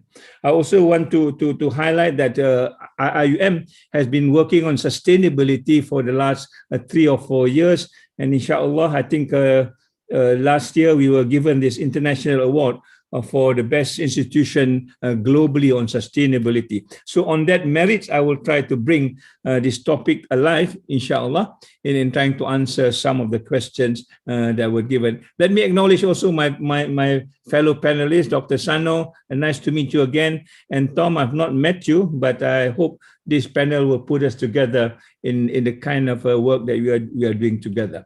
Now, I would like to begin by let's see.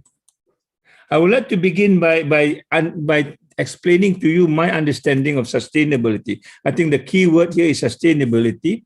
We have heard a lot of cultural intelligence from the various panel, a very distinguished and a very enlightening panel. But how do you fit in sustainability in this concept of cultural intelligence and indeed in concept of culture itself? Yeah.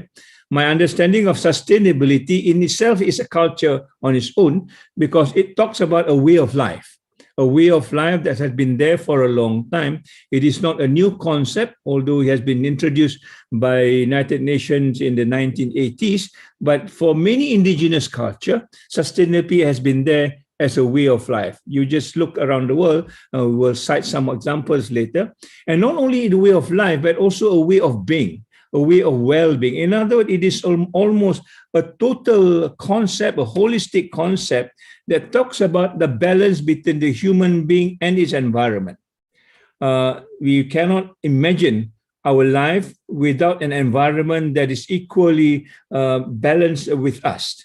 So this idea of us living with nature, being comfortable with nature, supporting one another, not owning each other, is something that I think this whole idea of sustainability is about.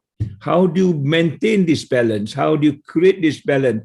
And how do you make sure that this balance is beneficial for both parties, be it a human being and be it nature itself, or including non-human lives around it? I think is the major question that we want to talk about. And this is where I think the culture dimension comes in as a way of life, as a way of well-being. So this balance is a word that I want to bring in when we talk about sustainability. Of course, sustainability are defined in many ways, but balance to me seems to be the key aspect. Yeah?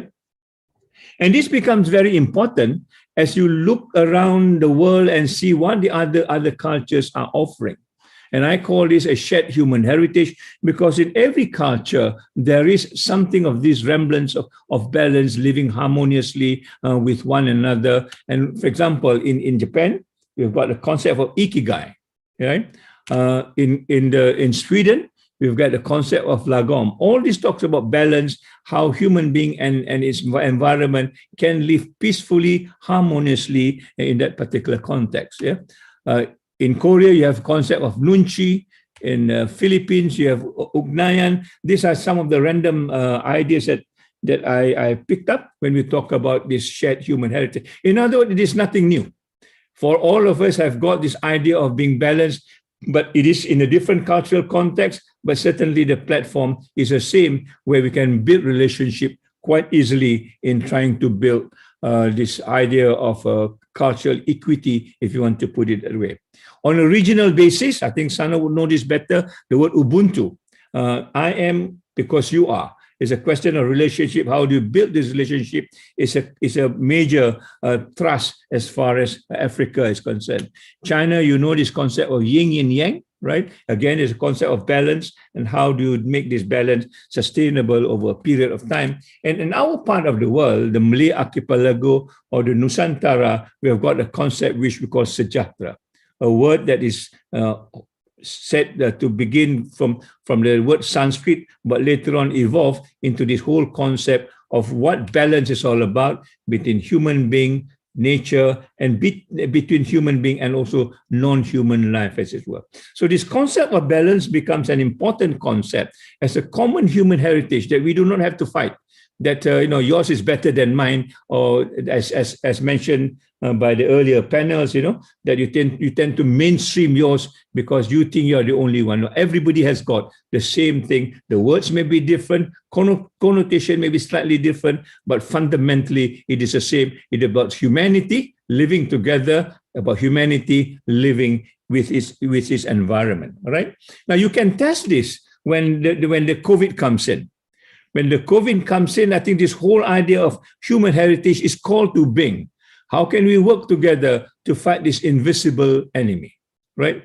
But unfortunately, this message is not called accepted by all. Yeah, when you look at vaccine, you talk about vaccine nationalism, a vaccine inequity, a vaccine appetite. Although there is human heritage, but somehow or other this has been somehow or other overshadowed by the human greed, as it were.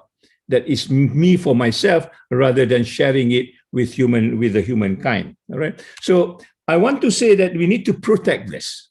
We need to protect this idea of human heritage that we share, same commonalities, same values, same fundamental culture, so that it becomes a kind of a protection for us against all sorts of other disruptions, be it bio disruption, be it technological disruption, because sustainability is a kind of a way of life and it is within our nature. And the moment you accept this, I think perhaps you can see how this cultural intelligence and sustainability can forge a new future as far as education is concerned. So there's the general framework, the general background to what I would want to talk about a little bit more on what education is all about. Now, in Malaysia, when we talk about education, fundamentally, we are talking about what we call the national education philosophy that was crafted in 1988, maybe 30 years ago, and that talks about how do we create a whole person.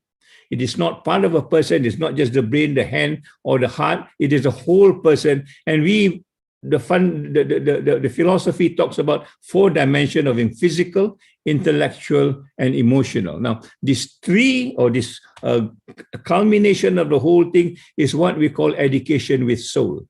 The soul is indeed the culture that we talk about, not the culture quotient as has been won by the previous panelists, but how do we take this as a way of living? At the end of the day, it shapes our behavior, it shapes our thinking, it shapes our collectiveness as far as education is concerned within the context of Malaysia. In other words, people who went through this education will be this whole person that we have developed, or the complete person, if you were to use the jargon of UNESCO. Right, but fortunately or unfortunately, our education system has been somehow or other been dismantled or segmented. Yeah, we talk about first of all the interaction between the physical and intellectual, and this is about learning from the outside.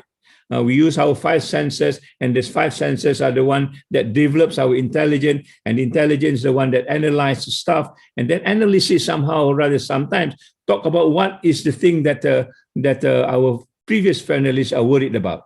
Once we have this intelligence that analyzes, and then we begin to analyze that ours is better than theirs. And this analysis is the one that creates the paralysis of people working together, because the intellectual level of understanding of culture may not be as high as we think it should be. There is another segment that we talk about how do the brain interact with the emotion, and these are the low-level emotion, the emotion that talks about survival, and that is often shaped by a reptilian sort of a metaphor. right? Crocodiles, snakes, and all those other reptiles. They have got brains, but their brains are only meant to make sure that they survive. Other components, and that is not important. And the survival instinct is the one I think now is destroying culture all over the world, because everybody is talking about themselves. And it is what Dr. Asma was saying in the academia. We all talk about ourselves, and we want to make sure that we survive. And sometimes we use this animalistic, the reptilian instinct to make sure that other people vanquish, so that we can move on and survive and become, quote unquote, to use Darwin's phrase, a survival of the fittest, as it were. Right now, you see this. I like Lorna's last word to talk about a system that is actually mechanical, industrial, and also digital. And these are all about to survive a world that is, quote unquote, economically framed. And we've got an acronym for that. We call it WEIRD. WEIRD is W is westernized in the sense that the Industrial Revolution took place in the West, especially in UK and Europe. Right? And what it is all about, it is all about economic centricity. It is all about being industrial-led. Right? Now it becomes reputational obsessed. We need to have that number one. We need to be ranked. Yeah? At the end of the day, it becomes a very dehumanizing kind of a system that demolishes what we call this whole person concept. All right? And this has been the education system that we have adopted until the last century, 21st century, and this has been the domain that actually, from my point of view, diminishes the importance of culture, let alone being intercultural in that sense, right? So then we move into what we call education with soul and with education without soul. You probably remember the work of Harry Lewis in Harvard that talks about excellence without soul. It is about just the same thing, but ours is more encompassing in that particular aspect. Okay? So as we move on, we are fortunate to understand that there is another dimension, the higher emotions and spirituality. There is another life-saving sort of dimension that has not been developed many times, because the word spirituality sometimes is not well accepted in the modern sort of understanding of what spirituality is all about. Yeah? But fortunately or unfortunately, as we move into the 21st century, particularly in the context of the COVID, we begin to find that we are in need of certain elements of values that is actually culturally associated. The question of sympathy, for example, how do people connect with one another? This relationship that we built about, although we are in a very distant land, but we can still appreciate what happens in Kamlut, for example. Here we can appreciate it, although we are not there. Right? But moving on, we can develop another set of values from sympathy to empathy. In other words, you go there to be with them, to experience it. And this is what we talked earlier about experiencing it rather than just reading textbook stuff. To understand poverty, you need to be with the poor rather than staying in an aircon library and read books about poverty and think you understand that. Yeah. And finally, it develops this whole person concept of you being compassionate. And I think that's the ultimate, when we talk about the Quranic verse that was read by Prof. Faris, it is about how do you become compassionate and create this whole idea of community living together despite the differentiation. Yeah? No less, when COVID comes in, all these values, there are many, but I'm just going to take three: sympathy, empathy, compassion, are very fundamental if the human being wants to stay alive. But if they do want to stay alive, and I think they want to still segment themselves, then you'll find that at the end of the day, they will be distracted by this whole idea of pandemic. Yeah, and we see this. I cannot help but to relate to the G7 sort of communique on the use of vaccines. Yeah. There's so much of what you call discrepancies and divide, and sometimes hypocritical sort of statements that we want to help humanity, but we need to help ourselves first. And this is a kind of values that is missing when we talk about those kind of a statement, right? But these values will then remove this whole idea of being inundated with just small dimension of being reptilian or animalistic. Right? We need to remove that, but we still talk about survival. The survival that we talk is based on different values, and that values is basically the encompassing values of everything coming together. And this is where my own definition of cultural sort of intelligence. It's a combination of many things, and that's why the question that I asked earlier, it has to be caught rather than being taught. You need to demonstrate, you need to experience, you need to role model so that the student will understand, rather than teaching them having exams and they got a good A, but they're still not the human person that we talk about. For that, I think we need to reconstruct this whole idea of competition into collaboration, putting in the intelligence of physical, intellectual, emotional, and spirituality. Hopefully, the whole person concept will come into being. Okay, and these, I think, what is the post-COVID, the futures of education will be when once we can integrate and make things happen and build more trust, build more sharing, and build more sort of assistance and support with one another into what I call now the WISER model. The WISER model is just an acronym so that we understand this.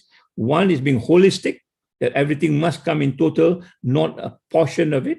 One is to be inclusive, everybody counts. All life matters, not just a particular life matters. It has to be sustainable, the way I've described it. It has to be equitable. This is where the vaccine model failed from the G7 sort of idea. And finally, it has to be resilient. In other words, we have a coping mechanism to sustain it once we are met with challenges like the COVID-19. How do we then build the internal strength that we can then still remain and survive as a human person rather than being transformed into different kind of a thing? So the enculturation, how do you make it into a culture that is now being pervasive into higher education as a kind of, not a hard-wired curriculum, but a curriculum that people learn and share and experience at the same time, so that then it can be part and parcel of the whole institution. From the whole person, we move into the whole institution, and that is where I think the word sejahtera comes in. The word sejahtera is basically taking everything into a picture, and we've got the word spices here. It's basically talking about the various aspects of spirituality, being physical, being intellectual, and the C there is from being cultural. E is being emotional, and S being societal at the same time. These are the 10 dimensions, which I have no time to go through, but indeed, these are the values that needs to be put in, so that at the end of the day, we will have what we call a wiser world that sustains so-called the shared human heritage within one another, so that we can understand each other plainly, because we have got that inbuilt within us rather than coming from external. Yeah. So in our university, based on this idea, we have now created what we call the Sejahtera academic framework, humanizing education to make better human beings rather than a better professional. That can come second. You might be better human being first, then you can become better professional. Right now, we make them a better professional, but they're a lousy human being. I think that's not the way to go. And for our purpose, Rahmatan lil Alamin is an Arabic word which means to talk about mercy to all. It addresses everybody, regardless of grade, religion, geographical location, and so on and so forth, which is now the post-COVID sort of framework for us. So this has been now used in the university. We are trying to implement it, hopefully within this the cultural dimension, the mentioned campaign. Yeah.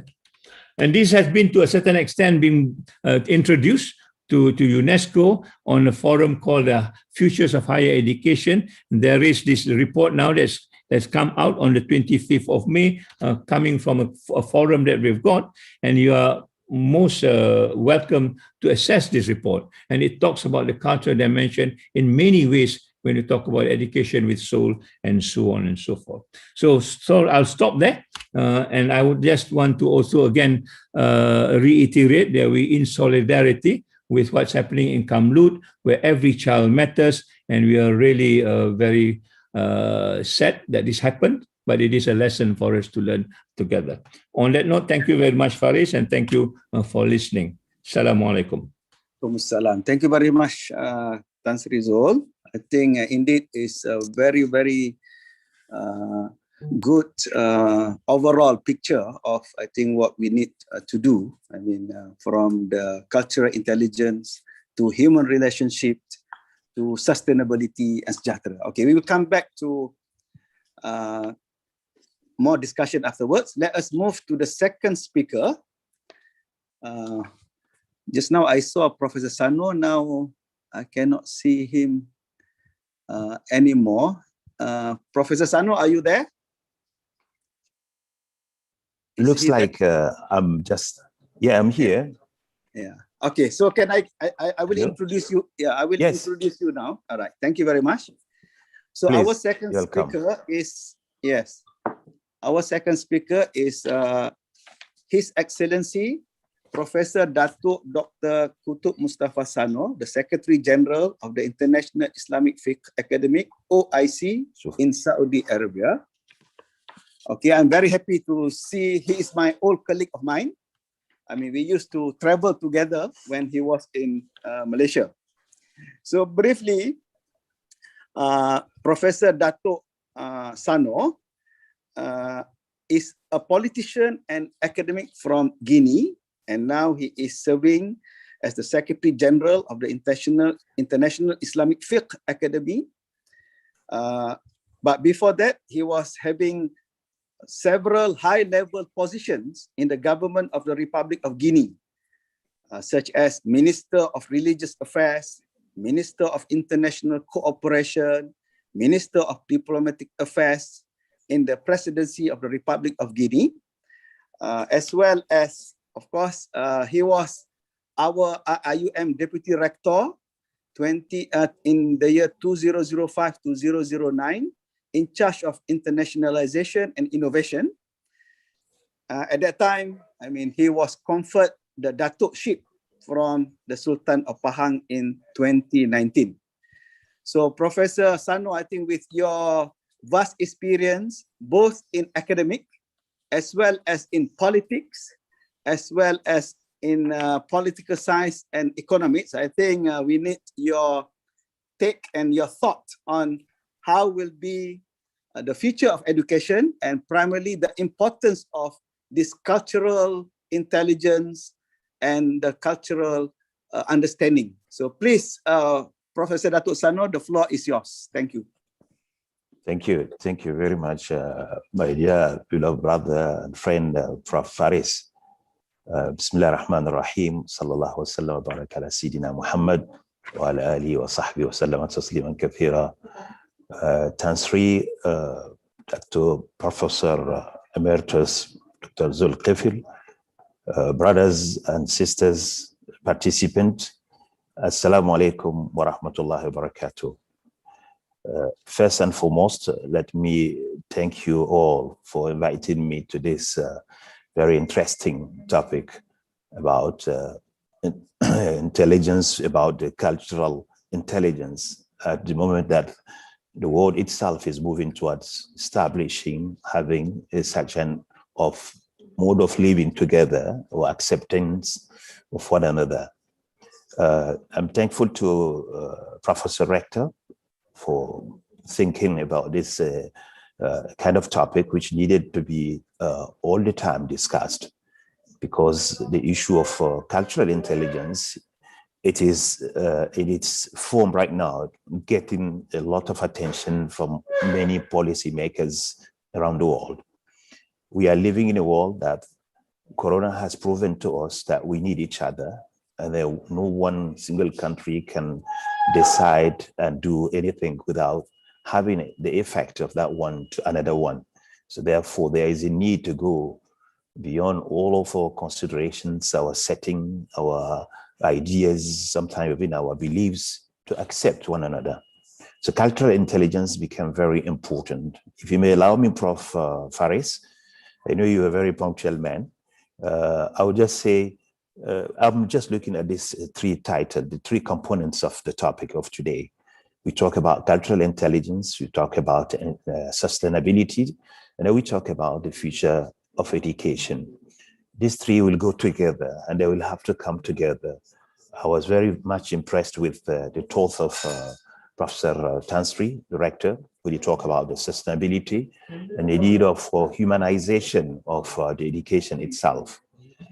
It doesn't make that much sense for the humanity once the education itself is not being humanized. So if we talk about cultural intelligence, we are talking about ability of the person to live or to accept effectively and have understanding of others. And from Faris, you have started your talk by talking about the Quran, the verse from the Quran. يا أيها الناس إنا خلقناكم من ذكر وأنثى وجعلناكم شعوبا وقبائل لتعارفوا. This is one of the topics. It would be the basic. We could move on it to establish our own perspective of this cultural intelligence. God created all of us from male and female, and then he created us and put us into tribes, nations. What is the main objective of that one? Lita'arafu. There you could know each other, you could accept each other, you could live with each other. You could not just be accepting that way, because ta'aruf, this cultural intelligence supposedly wants us to know first. You know, we cannot appreciate any culture without knowing it. We cannot reject any culture without knowing it. We cannot accuse any culture without knowing it. You start by ta'arufu. Ta'aruf would start by knowing each other. When you know the culture, then you will appreciate. When you will appreciate, then you will know how to handle it and how to work and how to live with it. So what is happening in most of the places, we do not know many of these cultures. We tend to accuse, sometimes to reject, because we look at our culture as being the reference to other cultures. And the opposite is supposed to be that we should be accepting all cultures. We should be respectful to all cultures, because no culture is above our culture. No culture is better than a culture. So therefore, Quran was very right by saying, لِتَعَارَفُوا. Al-irf, al-ma'rifah should be, the appreciation will never come if you do not know. If you never know, we never come if you do not appreciate, we do not get to know exactly what the culture is about it.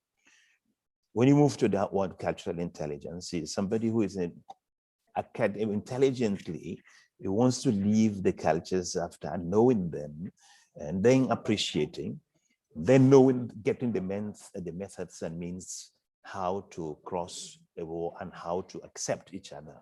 As the Prophet Muhammad Sallallahu Alaihi Wasallam, as a model to all Muslims, you will see him, how he was so much appreciative to the culture. You may know the culture could differ from even the people living in the same state. They could have people in the upper setting, the people are here, you could have a different process. So each culture setting has its own culture. But if you want to get in this, never ever go for making any kind of judgment before knowing, and that knowledge will enable you to make your own a better judgment. And never take it just from the beginning, a culture as a reference, and any culture does not go along with this one, it is not the good one. When you move to this sustainability, I don't want to start there. Prof.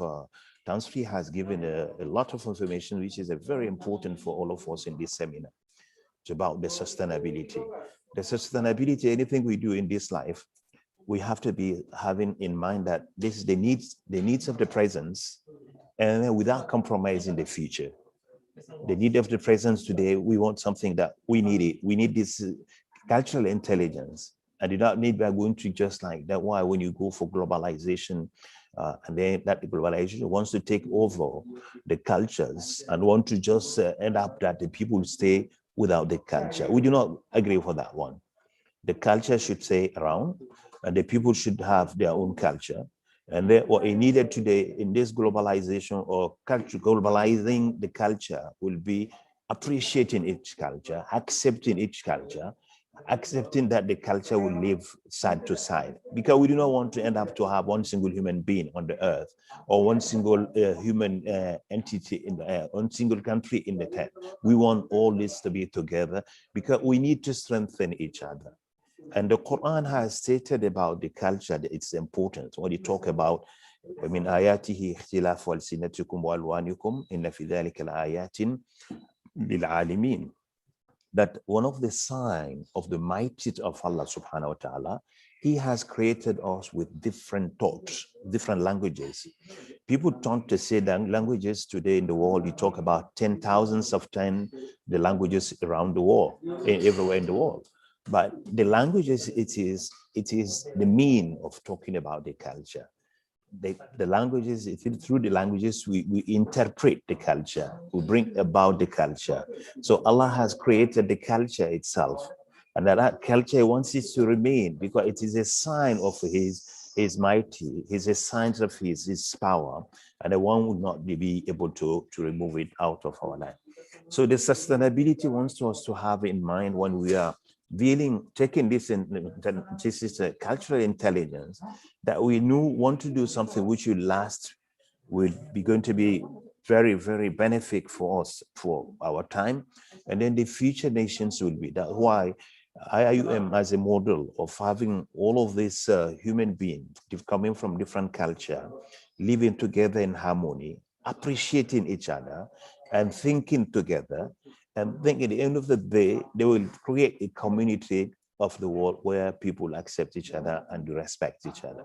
The whole problem we are having today in the world is that disrespect towards one another.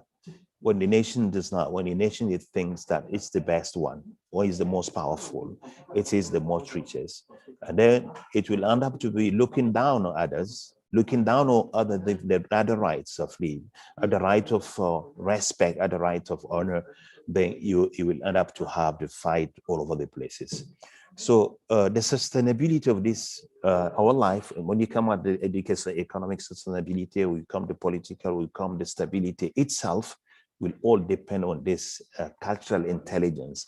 More is strengthened in any nations, in any culture, in any places, sustainable will be the economy itself. Even you talk the diversity in the economy, you will not have it if you do not have this intelligence, which is enabling the people to work in a different conditions, in a different environment, making the progress out of these things. So our sustainability would depend mainly on this cultural intelligence.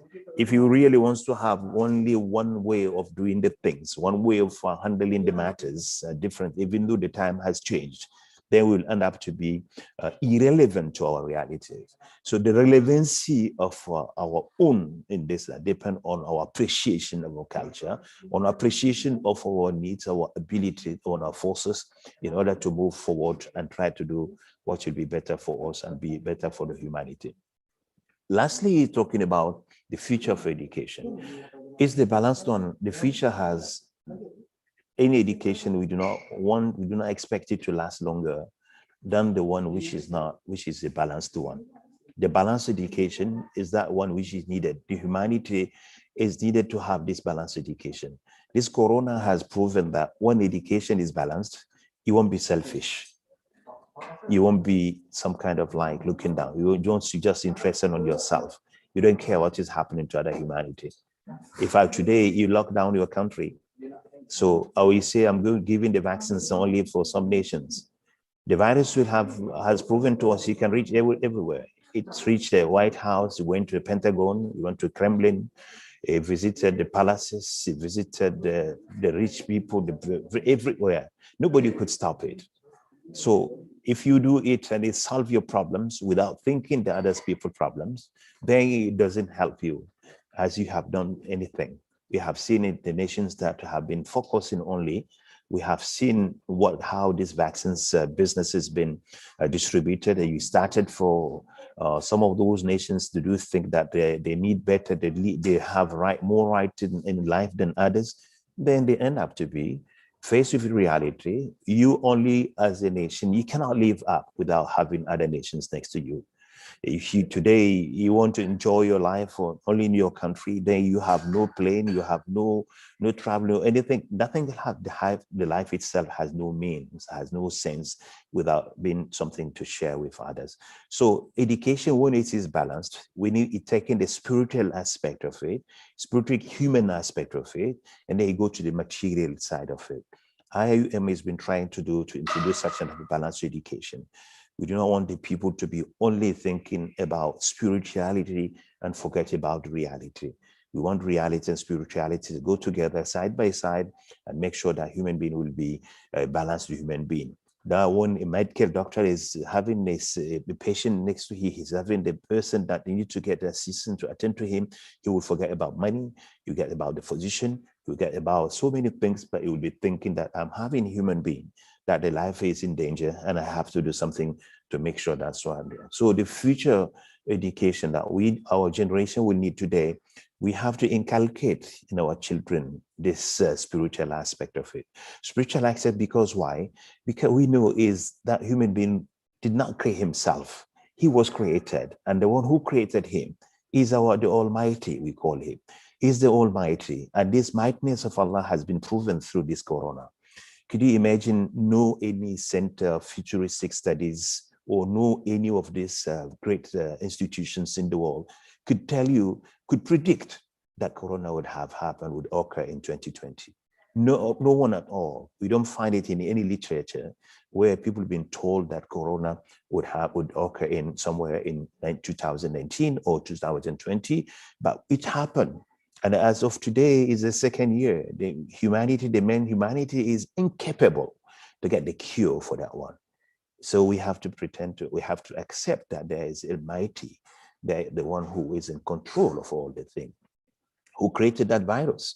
We talk about its sources is coming from here and there. Forget about it and get for us the cure that the sick people will be really treated to recover their health, and then you protect the other humanity. We have vaccines, the vaccines just to protect the people before having the corona. But what do people who have had it already, what to do with them?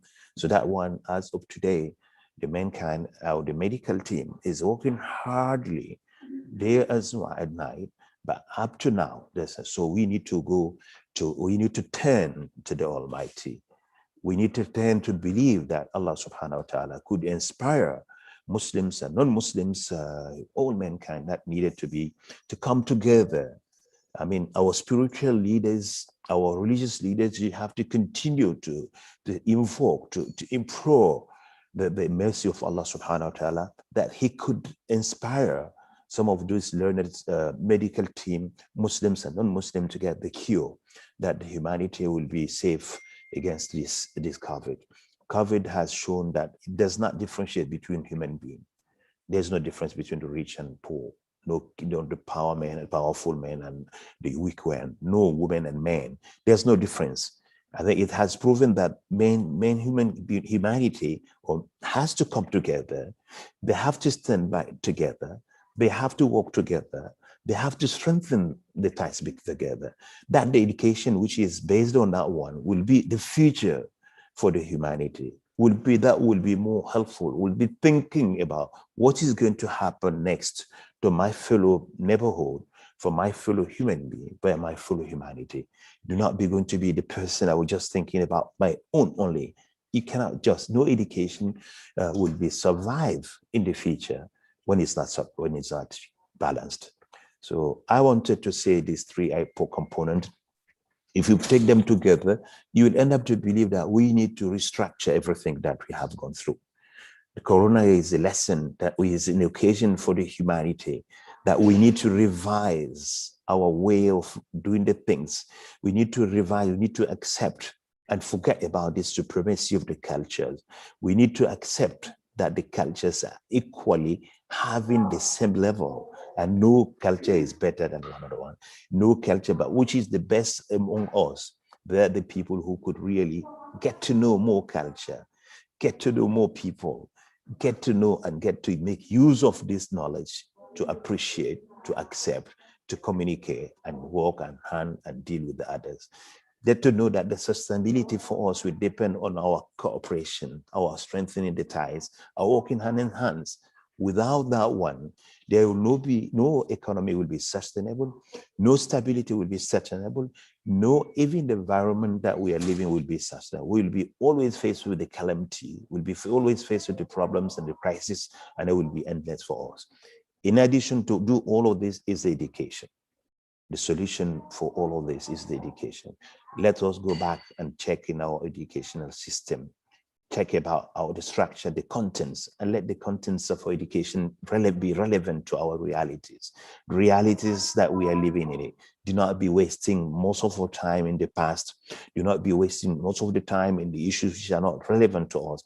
And then thinking about the future. Our presence need to be addressed in the way that will be successful and will make our sense. We'll be producing graduates will be a real agent of change, real agent of this is the real balanced human being. They have not only mainly focus on their own life, but they know there is a life, there is life hereafter, and that's hereafter we'll have to be working for that one. You know, we are all in the transit. This world is a transit for Muslims, for all believers, Muslims and Christians and Jews. All of us, we believe that this life is a transit, and then we'll have to work for the other one. That in order to work for the other one, let us make sure that our education will inculcate these values, the values of trustworthiness, the values of pity, mercifulness, the values of kindness, the values of love of one another, the values of respect, the values of acceptance of each one another. The values on you, just inculcate this one in our education. The values to say that we are all eminently equal. Allah subhanahu wa ta'ala has created equally. We are coming from the same way, and I will be going from the same way. There's no way difference. Nobody is born different from other one. Nobody will be dying different. Nobody will be going. We'll all come out. We've been given up, and then there will be time. We will be going back in the same way. No matter how will be our status, but we'll end up to have the same. So let us be acceptable and acceptive for one another, and working on the things and make sure that our education. I would like to congratulate UIAM because of leading such view of this is the holistic view of educations. And that's why everywhere in the world right now, in the West and the East and the North and the South, we do end up to believe that we need to have a balanced education. We have to have more morality. We have to be those people who will be working, those who are having the vaccines today, they should allow all mankind to have access to these vaccines. They should make it possible. Because without it being available for all, there will not be end for this virus. Believe me, you take the G7, G20, G77, all of these settings, they know clearly without having the vaccine for more than 190 or 96 countries, and without having the vaccine for the 7 billion mankind here, there will not be safety, there will not be progress. All economics or all human beings, they're interrelated. So there's no need to be selfish in terms when it comes to distribution. Why in terms of making it, could you just, the science need to be to share. This knowledge need to be available, to be allow others there. You may gain the money, you get more if you really share it. That why we'll end up by saying 3 things in our life. If you want to enjoy them, you must share them. If you don't share them, you will never ever enjoy them.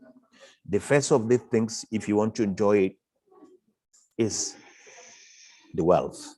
If it happened, you become a wealthy, and living around you, all of them, this is the poor people. You don't share with them. You don't take care about them. You don't look at them. Believe me, that's every day you've been cursed. Every day you've been all anything that you will never enjoy, because you won't see the beauty that you want to enjoy. You will see the joyness of this when you see others also enjoying it. So you will not make it to that. The second thing that you need to share with others in order to benefit and then to enjoy it is the power. When you talk about the dictatorship, you are talking about the dictator is nobody, he does not want to share. He wants everything in his hand, and he wants to do everything, and nobody else will have to be there to get anything. So when you want to enjoy, you have seen it that the people say a portion of the power need to be shared, need to be, even in your own house. Imagine that if you want to be Mr. One, Mr. Everything, and then there is no power. I mean, the madam has to have its own power, her own authority, her own power. But if you end up to have all in your hand, you will be really cursed everywhere, and it will not go anywhere. The third one, the last one, is the science, is the knowledge. The knowledge is a good one if it is shared. One is not shared, it will just live at your level, and there's no impact on it for you. So that's why our beloved brothers and sisters who are having this knowledge now, we have access to the science, they should allow it to be shared. They should give it to more mankind. They will have more peace. But you couldn't be a knowledgeable person within the ignorant people. You couldn't be only the one, the scientists enjoying this one. And then to say you think you're enjoying, but in reality, you're not enjoying anything. Because you won't see that happiness in the face of others. You won't see the greatness, the joyness that the others should have it. So let us make sure that our knowledge is being shared, our understanding of the things, our sciences that we begin, our discoveries that have been allowed to others to have access. You should not, there's no need for you to monopolize. There's no need for you to keep it on your level and make others suffer. At the end of the day, you will have to leave one day and leave all of these things behind you here. Nobody will bring it along with him. No wealth will be brought along with you. No power will be there. Definitely the knowledge you will have. The only one that you will leave here will be stay here, that the knowledge will be. We talk about ancient time today. We talk about Frederick. We talk about all of these knowledgeable people because they accepted to share their knowledge. Could you imagine if they did not want to other people to just say that, what was going to happen to them? Nobody will be there to remember them today. We remember them because they made it available and they allow others to have access to it. They could have just kept it with themselves and there would not be any sharing for this one. I hope that this cultural intelligence will be an occasion for us to revise our way of doing the things. And then the corona has come to confirm to us that humanity, mankind, they have to live together. They have to accept each other. They have to appreciate the culture of one another. With this one, the education will be the means to achieve it. And without the education, which is balanced one, we will not be able to reach that level. So thank you very much, Prof. And I just go back to you. God bless you and bless you all the participants. And let us see the new paradigms, the new shifting, the shifting for our way of doing the things. And make sure that Corona will be for us an occasion. It is a challenge. We must turn it into opportunity for mankind, for our future, for our education. God bless you. Thank you very much. Thank you very much, Professor Datuk Sano. Okay, very nice to hear again your words of wisdoms. I think you have talked about acceptance, respect of each other. We do not want to see a globalized world with only one culture. We need to cooperate, and at the end, you're talking about the importance of balanced education, especially to integrate the spirituality and the reality, as well as the humanistic values in our education. Thank you very much, Professor Sano. Please stay there. We will have discussion afterwards. Now we move to our third speaker, which is Dr. Tom Vergoes. He is now an executive coach and the principal of cultural synergies in Australia. He has been an independent consultant for the last 30 years, specializing in the fields of diversity and inclusion, global leadership, and cultural intelligence. He works globally in a diverse range of industries. Some of the clients he has worked with include Royal Dutch Shell, Disney, Honda, Autoliv, Hewlett-Packard, ANZ Bank, Sara Lee, Monash University, Cadbury, M-Bank, BP, Microsoft, Oracle, and Rio Tinto. So very vast experience in talking to the industry. He is the author of at least 4 publications, as well as a regular blogger and podcaster, contributing to developing high-performing, effective, and ethical leaders. A passionate educator, he brings a broad perspective of East and West to life, as well as a refreshing quality of honesty and truth to his client interactions. Of Indian origin, born and raised in Perak, Malaysia, Dr. Tom went to Australia as a foreign student. He currently resides in Melbourne with his English-born wife, with 2 children, as well as a dog and a cat. So, Dr. Tom, I guess with your very much good experience with the various industry, I think we would like to hear from you how is the cultural intelligence and sustainability will be important in the future of education and training. The floor is yours, Dr. Tom. Very good. Thank you very much, Professor Faris. Hello, everybody. It's a great pleasure to be here with you today. I'm actually going to focus on cultural intelligence and sustainability, but look at it from the concept of leadership. Because leadership, I come from the world of business, and I've been an independent consultant now for 30 years. So therefore, business and leadership is what I'm familiar with, but the field of cultural intelligence is definitely something that I'm very passionate about. So as Professor Faris said in the introduction, I was born and brought up in Malaysia. I was actually born in Kota Baru, Kelantan, on the East Coast, and then moved over to Batu Gajah, Perak, when I was 6 years old. I came to Australia as a student to study many, many, many years ago.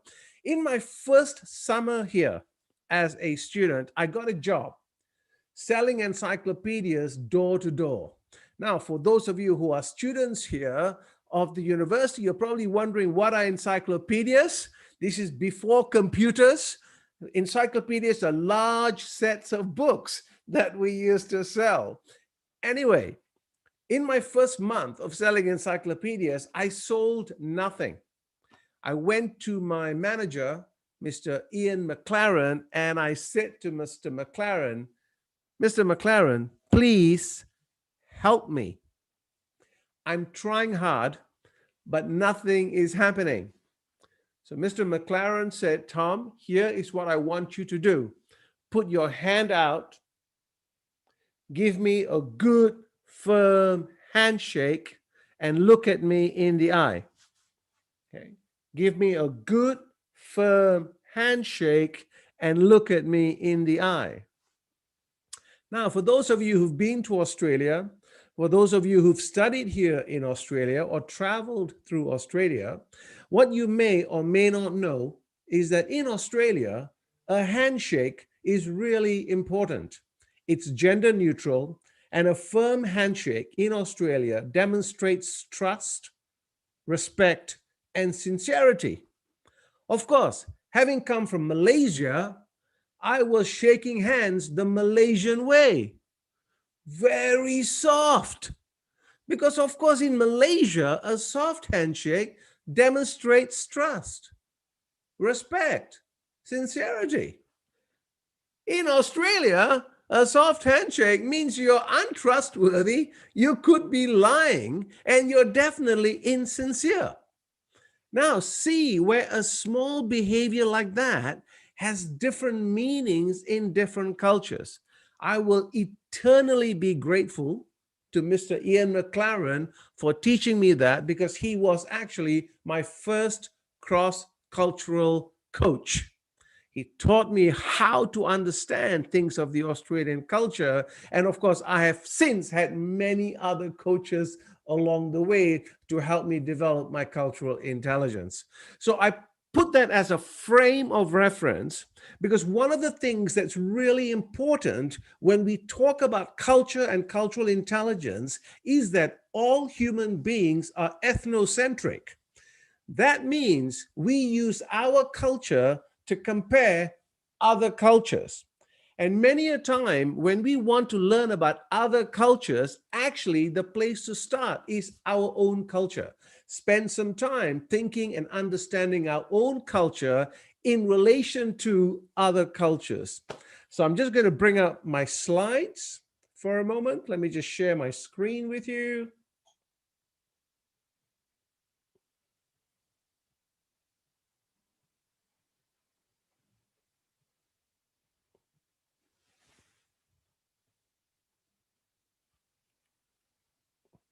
All right, can I just check to see you can see that?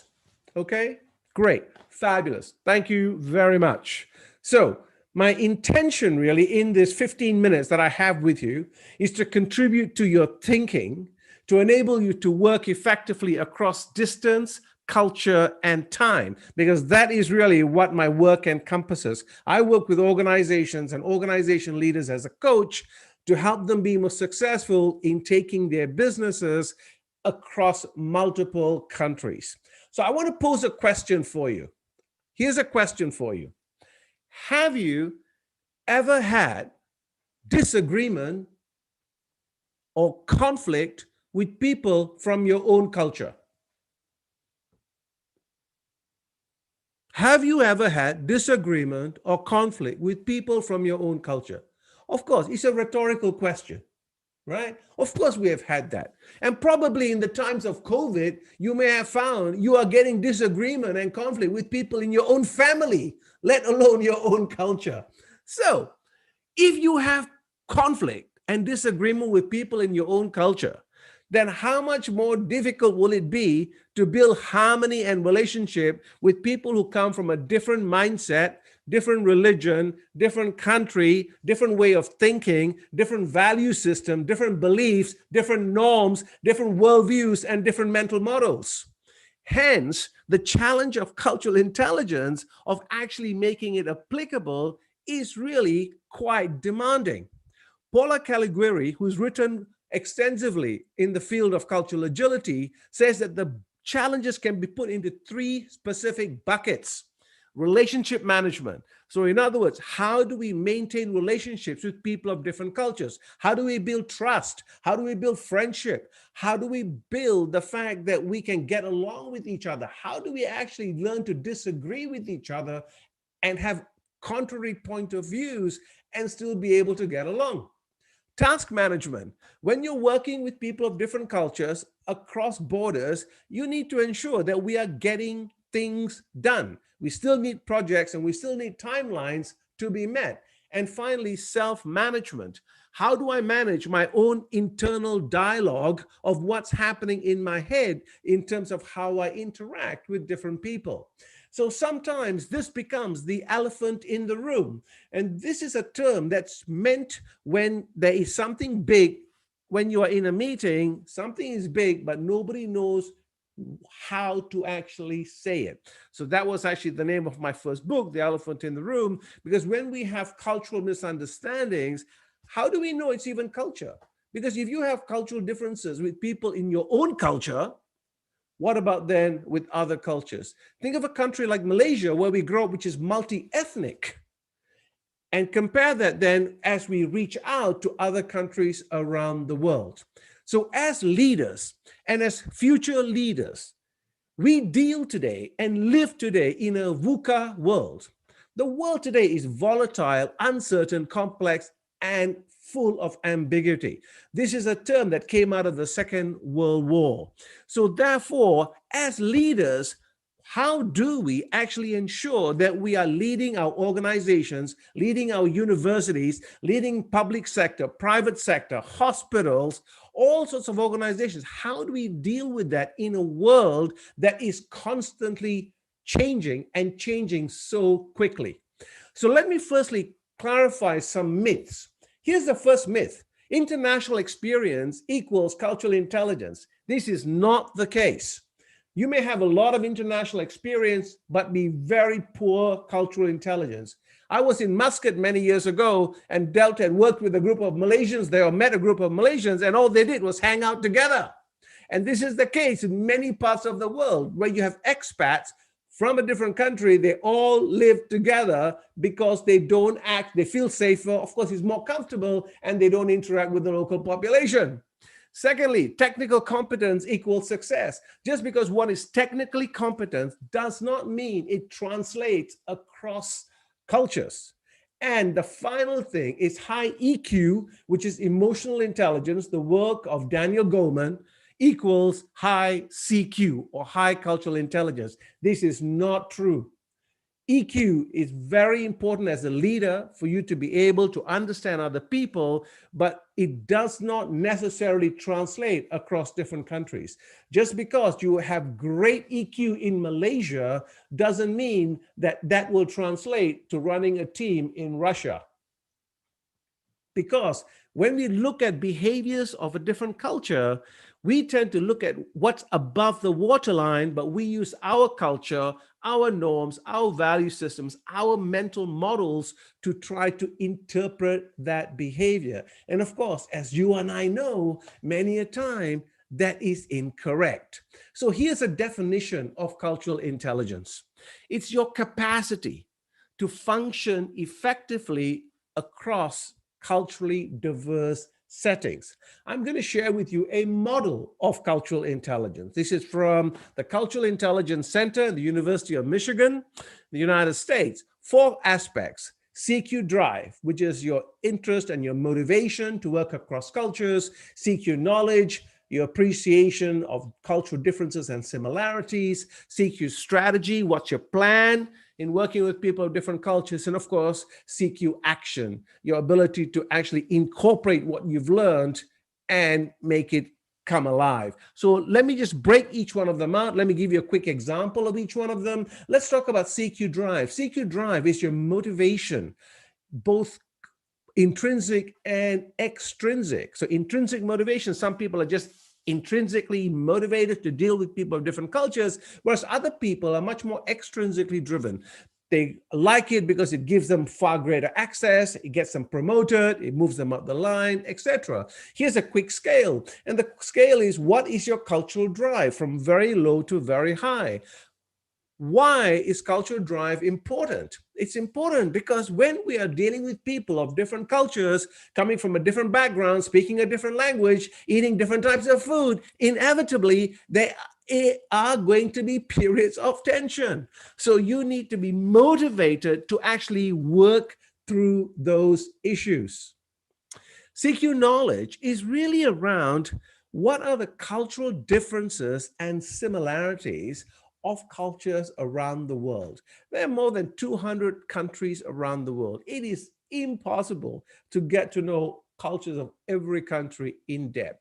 But there are clusters of countries and there are commonalities that you can spend time looking at. Well, if I'm going to deal with people from the Middle East, what are some commonalities? If I'm going to deal with people from Eastern Europe, what are some of those commonalities? And what are some of the differences? These are called cultural dimensions. And there's lots of literature you can read about that. In fact, one of the earlier panelists in the previous panel, Professor Azma Abdullah, wrote a book as well on that, of her cultural dimensions, and you may want to look that up.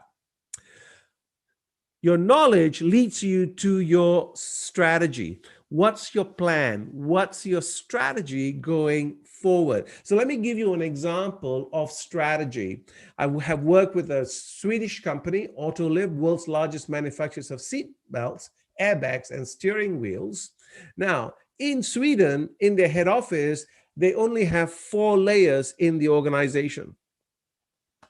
When they opened up their plant in India, because they understood that India is much more of a hierarchical culture and hierarchy is important, that same organization created, in fact, 8 different layers. So that is an example of an organization using CQ strategy to be successful. And finally, when we talk about CQ action, this is where we actually put all the knowledge and our strategy into play.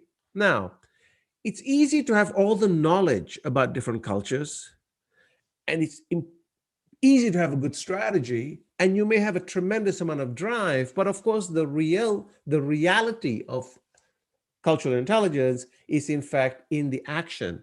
And this boils down to your verbal and non-verbal skills. So in other words, how do you learn to paraphrase? How do you learn to summarize? How do you learn to pause? How do you learn to have command of language? If you're going to be in the world of academia, if you're going to be in the world of business, English, unfortunately, is the lingua franca. So one of my clients tells me how he's American. After he finished university, he was sent to Germany because he was an engineering major. And he said, Tom, one of the key things I learned was that it's really difficult to appear smart when you do not have command of the language. And that has informed his practice ever since. So it's a real challenge. If we want to turn around and work across cultures, how do we in fact develop language ability? if we are in Malay, and of course, most Malaysians are multilingual, and if you're working across in Indonesia, sure, but if you're then working in other parts of the world, how do you then perhaps develop a broadness? And how do you then perhaps get better with languages that actually bind us together? So if you put all those things, the four components, CQ drive, your motivation, your ability to actually get energized in working across cultures, and both are important, being able to establish whether it's more intrinsic or extrinsic. Seek your knowledge. How do you actually increase your information that's available? And there's so much information available today, of course, in places like Google. The challenge is, how do I get that information and translate that to knowledge? How does that inform my strategy in how I put that across? And then finally, how do I put that all into action? Thank you very much for that. Okay, thank you very much, Dr. Tom. I guess you further elaborate the discussion that we have this afternoon, where you started by saying that even small behaviors, they have different meanings in different culture, which is very, very important. And then after that, I think we have to talk about how to build trust, how to manage relationship, tasks, and so on and so forth. Okay, so now let us move to the question and answer session. Let me start by maybe you can elaborate further, Dr. Tom, because one question is very much related to your myth just now. If someone is culturally intelligent, does he need to be academically intelligent? I think that is relevant to your myth. Okay, maybe you can elaborate a little bit on this issue, Dr. Tom. Of course, of course. Yeah. So if someone is culturally intelligent, do they need to be academically intelligent as well? So in response to that, is not necessarily so. Let me just flip it across for you. You can, in fact, find people who are academically highly intelligent, yet not culturally intelligent. So what do I mean by that? So sometimes when I'm working with organizations and we look at high potential candidates and trying to look at which do we send them out? Because one of the best ways actually to develop cultural intelligence is to go out and live in different parts of the world, even for short periods of time, because it gives you a whole different exposure. It broadens your thinking. It puts you on the ground, okay? So sometimes in the past, many companies would say, we want to send the people who are most technically competent because their technical competence, but their people skills may be poor. Whereas in other parts of the world, especially in what we call high relationship cultures, it's actually far more effective for an organization to send people who have far greater relationship building skills rather than technical skills. So it's being able to balance it. Okay, very good. Thank you very much. You're welcome. Okay, we move to, there is one question for Tan Sri Zul from the YouTube. The participant, I think this is from Prof. Aziz Barud. Thank you very much for the deep insight on cultural intelligence. But he needs, please advise us on some practical ways of this mind and attitudinal change, especially in institutions of higher education. Big question. Yeah, I think this has been spoken this morning when we look at what is the institution of higher education is all about. I think I resonate very well that our institution is almost like a factory. In other words, we are not producing human beings, we are producing goods. And therefore, all the elements of being human are technically missing. We don't build relationship. We talk about being silos. We don't build relationship. We don't work with one another for the common purpose. We work for ourselves, you know. We are supposed to vanquish the others so that I can be a better professor than you are. And the same thing with students. Sometimes we compete with our students. And that's why the relationship between us and students. So the whole makeup of what education is today, which to me is not education anymore.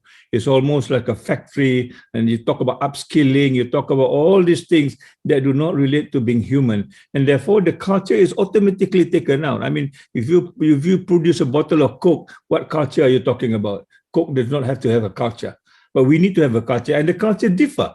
I mean, when Prof. Sano is in IUM, I'm sure his values as from person from a different culture, and my value is also different. But yet there is this turning, there is this what you call convergence that we need to make. Tom has survived in Australia. There's a kind of a convergence that we can make. What is this convergence? We don't talk about convergence. We don't talk about commonalities. We talk about differences all the time. And this is where the G7, I mean, this is a world leader when they talk about it, they talk about what happened in Northern Ireland. They don't even talk what happened in Palestine. They're equally responsible. What happened in Northern Ireland and what happened to Palestine, the Anglo-Saxons are equally responsible, but yet they can talk about their problems, but they cannot talk about the Palestinian problems. Trudeau was there. They didn't even acknowledge about Kamlut, the one that we talked about this morning. They just talk about their own perspective and they think they are great.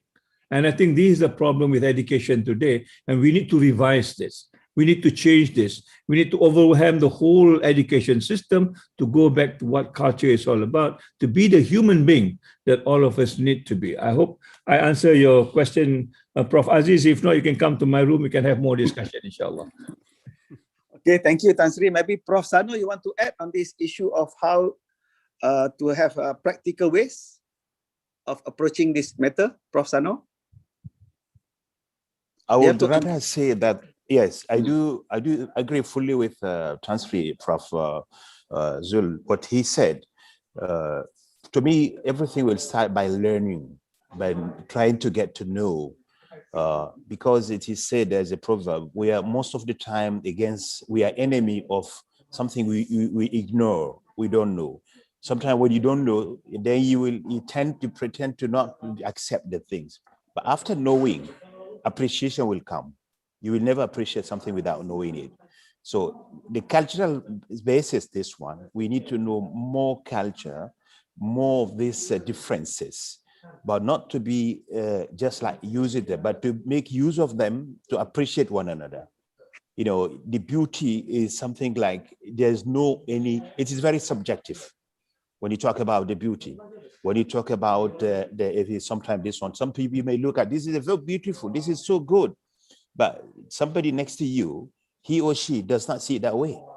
So you should accept that he or she has different way of looking at the thing, of appreciating. But when you get to know, this is a part of his being, this is a part of his setting, that you will have to accept. The acceptance is a principle of life. Acceptance of differences. There is a need for humanity to accept the differences.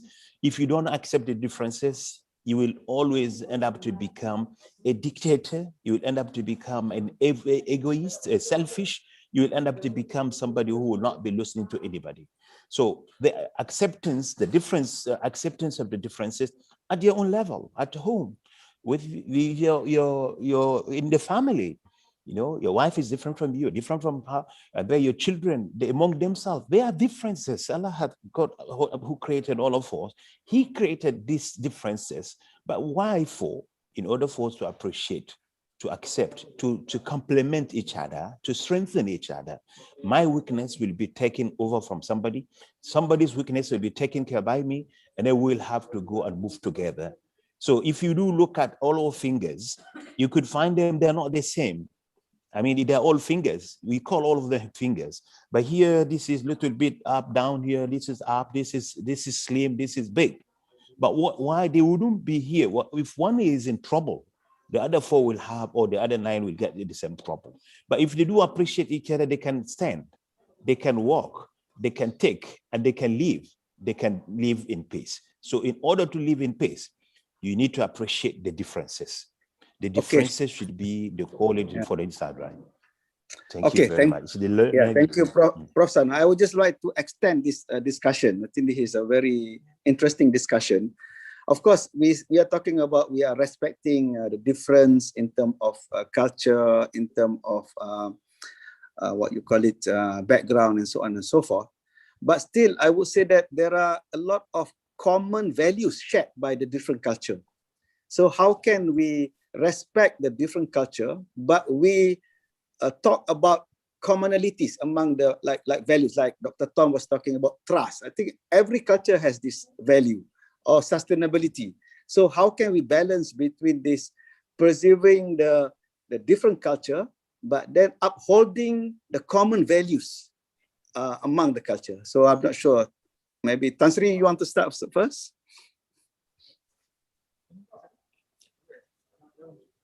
Unmute. Maybe I think let's Tom start. I'll come in later. Maybe. Okay, Tom, you want to start first? Sure, of course. Yeah. I have a perspective on that. I'm happy to share that. So let's use food as an example, right? Food. Since this is a Malaysian university, we are Malaysia, most of us here. Food is such an important aspect of Malaysian culture. But if you think about it globally, all cultures love food. So all human beings eat, right? Professor Sano talked about the fact 7.5 billion people on the planet, all human beings eat. The difference in culture is that what is considered delicious food in one culture may be considered repulsive in another. Durian. Right. Case in point. I rest my case. So the challenge is, how do we actually have an appreciation of, maybe it is like durian, for instance, saying, okay, that is not something that appeals to me. I don't understand it. But how do I say, okay, it's okay for other people to have it, rather than saying, oh, that is no good, right? That smells terrible. How can you eat that? See, because that becomes judgmental. So once we judge and our biases kick in, because that's all humans are biased, all of us have biases. Once we become judgmental, that then becomes challenging to appreciate differences. Yeah, let me try and attempt your question. I think we need to start off at the level of being human. I quite agree with Tom that all of us are ethnocentric or religious-centric. I think this whole idea of identity is the one that breaks things. Being a scientist, I think you would agree with me, we seem to compartmentalize things.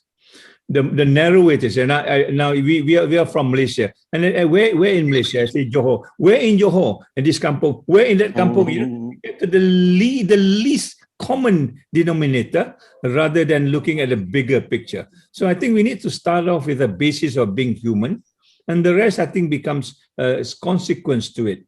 Now, once you get that platform, then I think it is easier to build trust over people. But if you come in with a notion that I am from this group and identity, and I think this is what the Muslim problem is all about. I mean, despite all the Quranic verses that you talked about, yeah, we are also being warned that we don't want to be segmented into small holes. And I think the preoccupation of the people who want to divide us will keep on reminding you that you are from this, you are from Africa, and from Africa is this village, from that village is this heritage. And we buy into this. And the moment we buy into this, I think this is where the whole element of trust that you talk about do not happen. And therefore, when we talk about that level, then gender doesn't become a problem. Whether it's male or female, they're human being first. And we respect each other from that notion. And also, it doesn't really matter when you talk about being judgmental or non-judgmental. I learned this from my cat. I've got a cat which just passed away a couple of weeks ago. But when I go to my cat, there's hardly any judgment. It doesn't matter, the cat will come to you, whether you're good or bad, on that day, but the cat will come.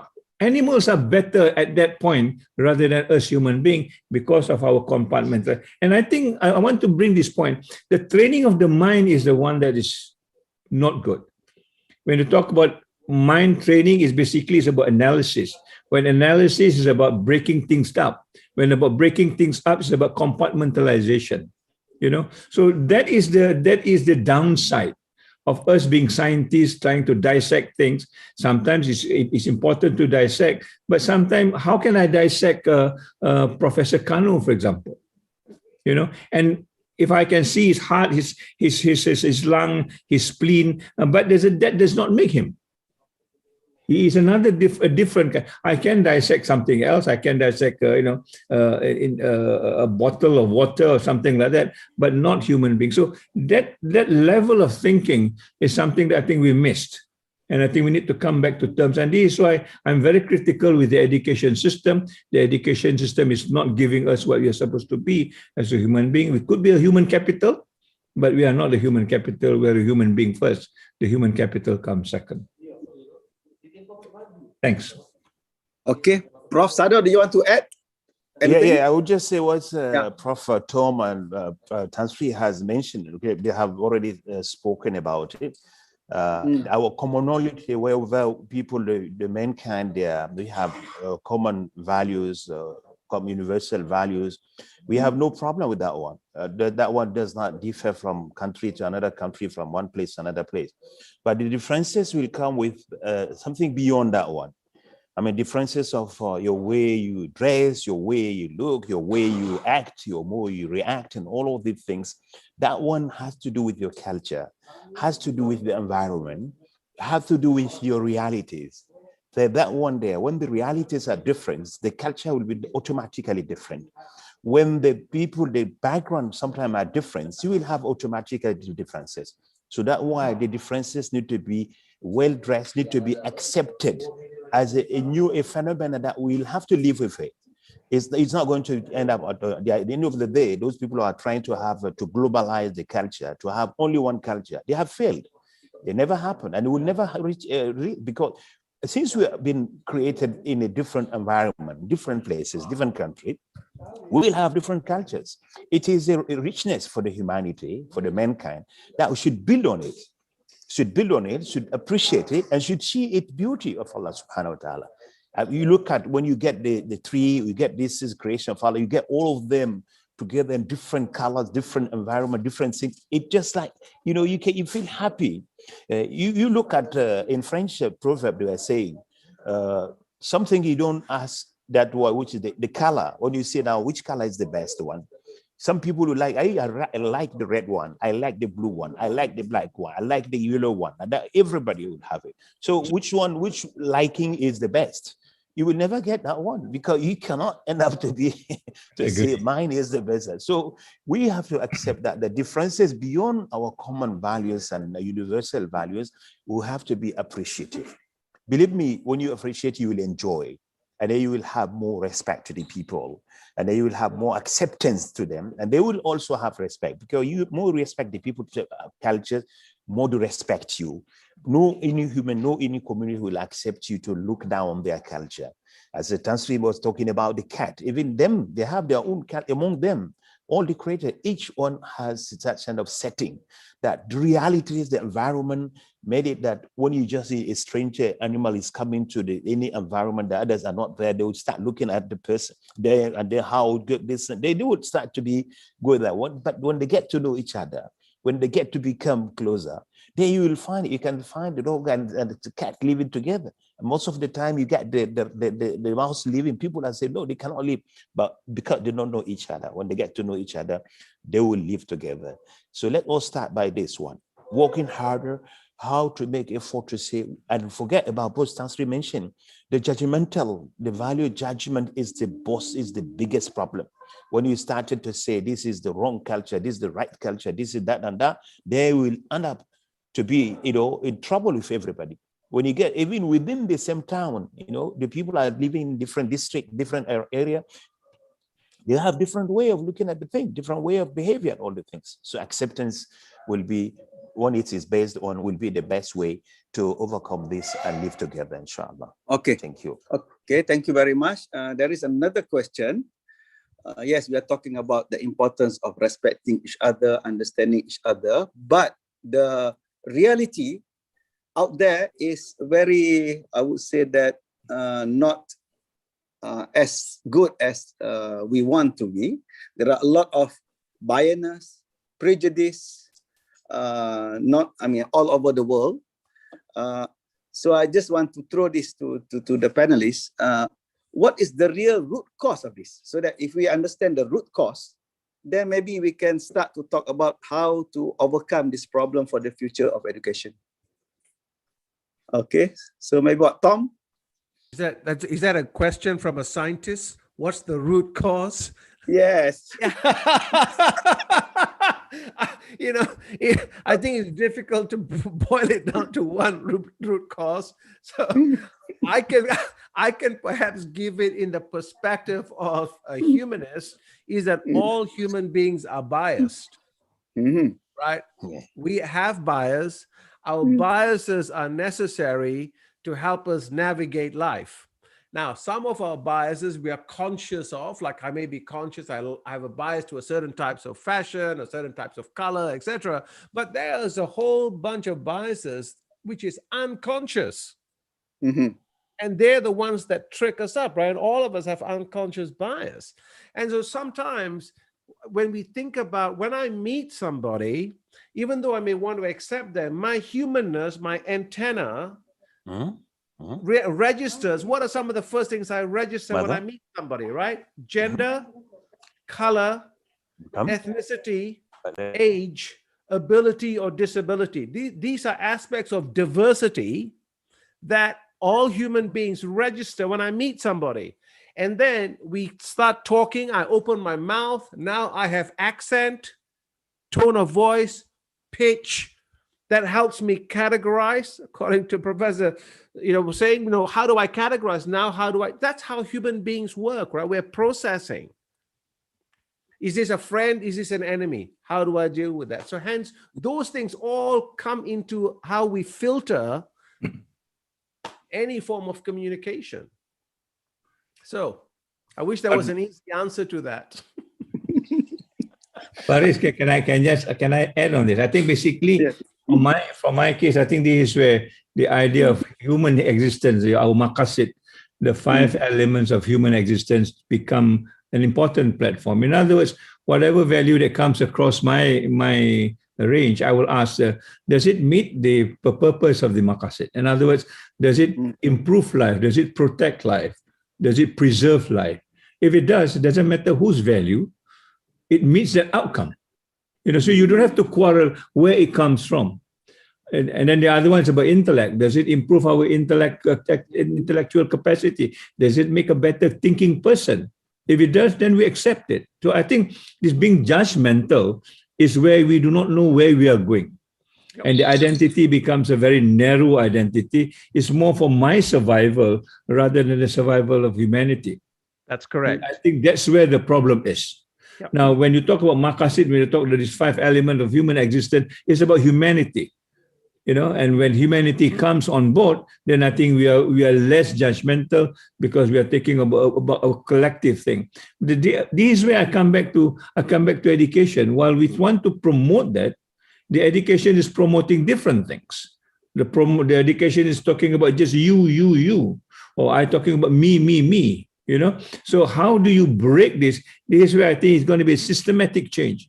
It has to be an evolution. After all, if you look at this university system now, it comes from the Industrial Revolution. It is a commercialized sort of system that we become now part and parcel of that, economic system, as we talked about. That needs to be broken now, because we have moved past the Industrial Revolution. We have gone into a very different kind of revolution, but the education system still remains the 19th century steam engine kind of a system that I think is already past its best by. So us need to do that by changing those concepts, by changing those understanding. And this is where I think the culture as a diverse sort of platform should come in, part of education, as it were. My thoughts. Thank you. Okay. Prof. Sano, do you want to add to that?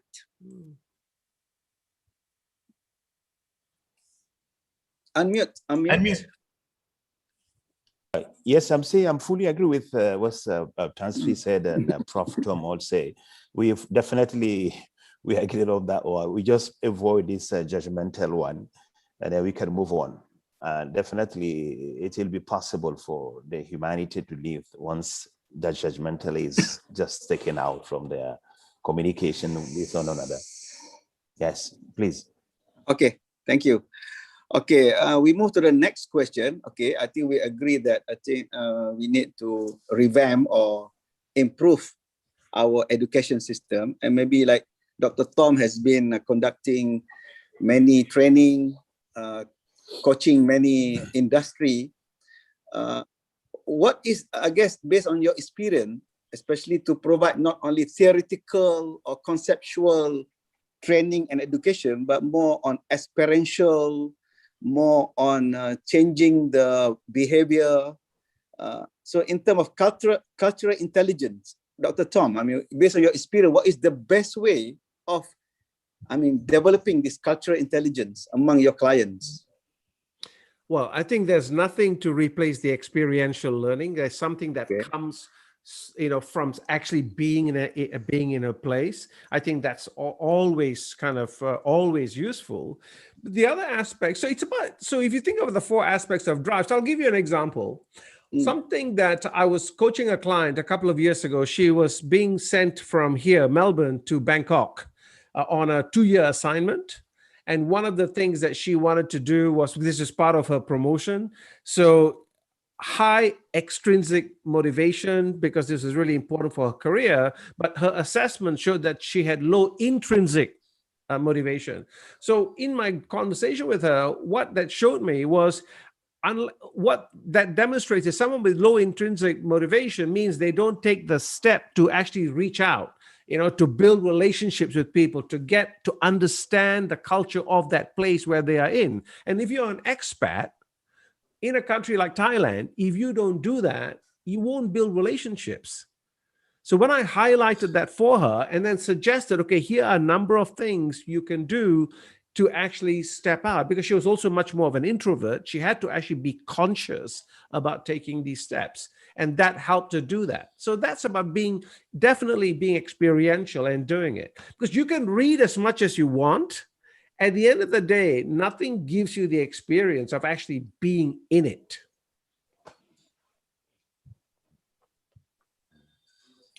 So meaning that, Tom, there is no shortcut, huh? I mean, this process there will is take no time. shortcut.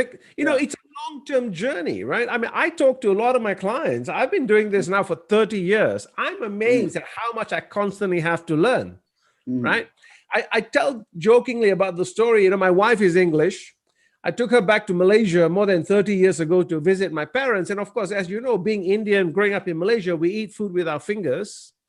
My wife said to me, okay, to demonstrate cultural sensitivity in your house, I'm going to eat food with my fingers. And I said, yeah, that's a good idea. So I want you to imagine, first meal, my parents, my brothers are there, my sister, we're into 5 minutes into the meal. My wife jabs me in the ribs. I said, what? She said, how do you stop the curry and the yogurt from running down your hands? Right? I said, I don't know. It wasn't happening to me, right? It was, of course, because I'd learned how to do it from a very young age, right? I had learned already how to do it. So, but whereas for her, she had never done that. So, of course, I've learned there's, whole science and art to eating with your fingers, right? So you got to do it properly. Yeah. But, those are just simple things we learn. So even if that's just food, right? So you think about how to use a knife and a fork and the judgment that comes with that. If you've grown up with it, it's easy. But if it's not, it's really kind of challenging. So things that we learn in our culture, how do we do simple things like food, but how do we deal with members of the opposite genders? How do we deal with hierarchy? How do we deal with people who are older than us, younger than us? How do we disagree? These are all unspoken. So whichever culture you're part of, culture is very tacit. You know it in your gut. But when you step out into a different culture, that's when it goes, unless you know which are the rules, I've broken the rules, how do I now recorrect? And here we're talking about national culture. Of course, there's organizational culture. All universities have a culture. Public sector have a culture. Hospitals have a culture. Private organizations have a culture. It's the way we do things around here, according to Edgar Schein, right? The person who wrote a lot about organizational culture. So experiential, no shortcuts, I'm afraid. Sorry. Okay, thank you, Tom. Maybe for Tan Sri Zul, Similar question, but more like, for example, how can we instill this cultural intelligence in our future graduates, future generations? I begin to think, Faris, we should start education with culture. To me, education is part of culture. Indonesia has got it right. Pendidikan dan kebudayaan. It resonates with one another. You teach and you learn, and culture is about learning. And I think this must go together, you know. But unfortunately, when you talk about culture, it becomes a tourist thing. It's about, you know, about earning incomes and stuff like that. And that's where you compromise, because you want to make money, right? Whatever is right, what it is wrong, it is right, because it brings more income. And I think we need to deconstruct this, so that we learn culture, and learning is part and parcel. That's why I feel quite uncomfortable if you separate this. Education is about being human. Being human is about being a cultural human being, be a civilized human being, you know. And this is where I think we need to find where our focus is. In Malaysia, we have got our own culture, which is not inferior to somebody else's culture. Doesn't mean if I don't wear a tie today that I am less of a quote unquote of a human being, particularly in a tropical climate. You still need to wear a tie and a three-piece suit. I don't think that culture is my culture. If I go to the UK, fine, I will do that. You know, but why do I need to take this culture in the hot sun and walk as though it is a winter?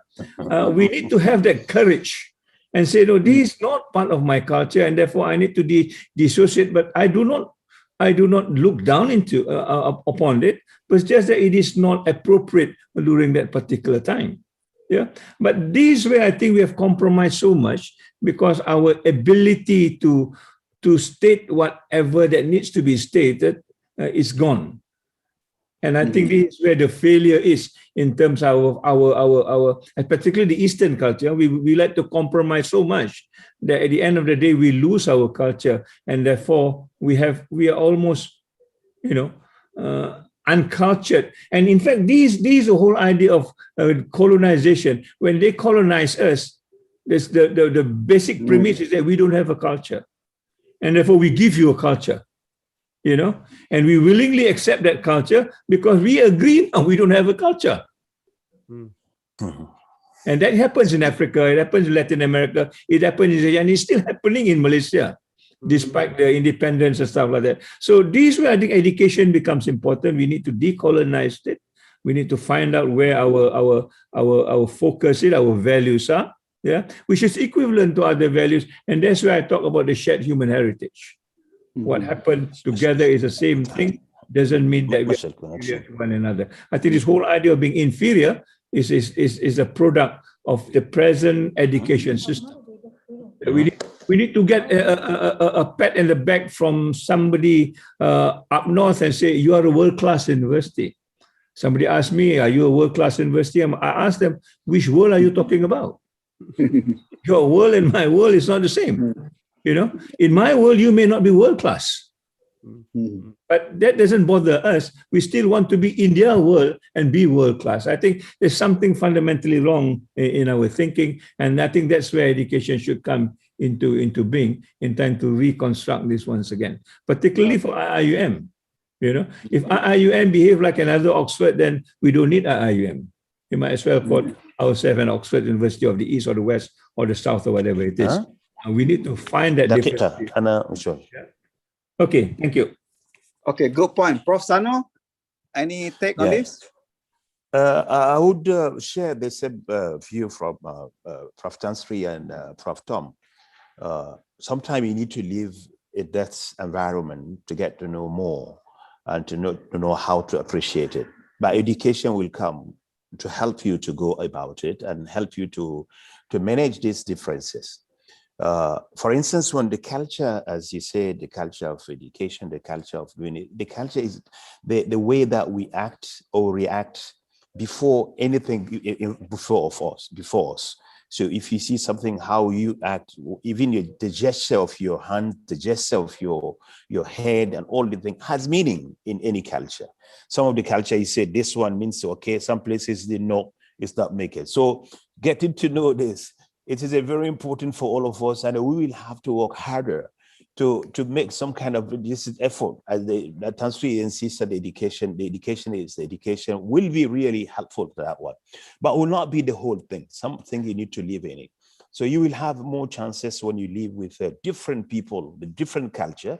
Will shorten the task for you. As the UIA, you have the Bosnian, you have Africans, you have American, you have some Asians. So when they live together, they get easily. Instead of going to Bosnia, I will get to know what are the culture of the Bosnian, what they do, their likes and unlikes. And sometimes you do not know, you could be offending somebody by a gesture that without knowing that this gesture is something which is not good to be. When you head, you move your head, it is somewhere, it has some different things there. So the sensitivity is there. Then the need of accepting and openness is also there. But that one will all have to do with what we do. So as much as we avoid judgmental, we'll be safer. I mean, when you started to make a judgment, we put ourselves as judges to say what is the best, as Dr. mentioned, Tan Sri mentioned it. When the colonial power came to these places, they have in mind that their culture is the best, and everybody will have to forget about their culture to follow their culture in terms of the dress code, in terms of the way of the eat, even the way we talk, the way they behave, everything. They want you really to accept that you have you have nothing, but you have to follow them. Once you end up to be this, then you will forget about your culture, you forget about your own identity. Then you became a follower to them, and then finally you will have no reference to you. While the cultures are meant to be reference to us. In Malay, what the Malay culture, when they meet the old man, when they meet the respectful person, how you greet them, how you greet your mom, you greet your dad, how you greet the lay people, and how you do even the Japanese way and all the things. But some of these colonial power, they came to you, they want you to change all of the things all of a sudden, without any reason. It's just because I'm powerful. I'm in control of what you do. So we'll have to get off these things there. But we believe that with Dr. Tam mentioned, sometimes it's not an easy job if you especially don't live in it. Most of the politicians, when they go to get to some of the places before they go to any country, we get to know, they read a lot about the culture, what they are liking, what they are not liking, what they should be, the way that they will have to behave themselves accordingly. It's not that you want to neglect your own culture when you accept to respect the others. Even in the religious point of view, when you know the sensitivities of some of the opinions, some of the ideas, we have been recommended to postpone it if it could going to create some kind of some kind of differences, some kind of the difficulties in terms of relationship with the people, among the people. So we'll have to have in mind that our culture, the budaya need to be respected, need to be appreciated. So your budaya, my budaya, your budaya will have to be accepted and will have to be respectful. Thank you very much. Yeah. Okay, thank you very much, Prof. Sano. Okay, so the discussion is very interesting, but the time is almost over. We have about like 5 more minutes. So maybe can I just give like 1 or 2 minutes for your conclusion? And maybe in your conclusion, you may say that what you see as success factors in order for us to change the mindset, to revamp the education. So maybe we can start with Dr. Tom, 1 or 2 minutes conclusion.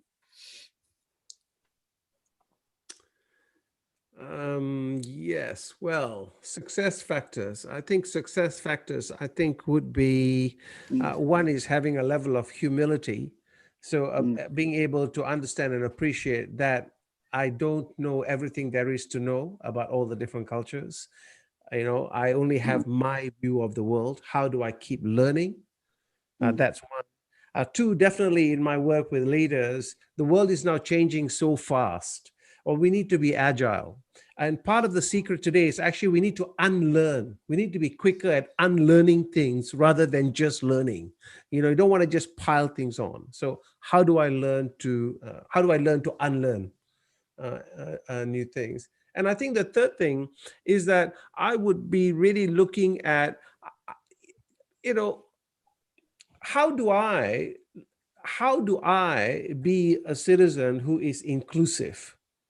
Because everything starts with me, right? Inclusion starts with I, the letter I. How can I be more inclusive? What are some things that I can do? How can I role model all the things I talk about?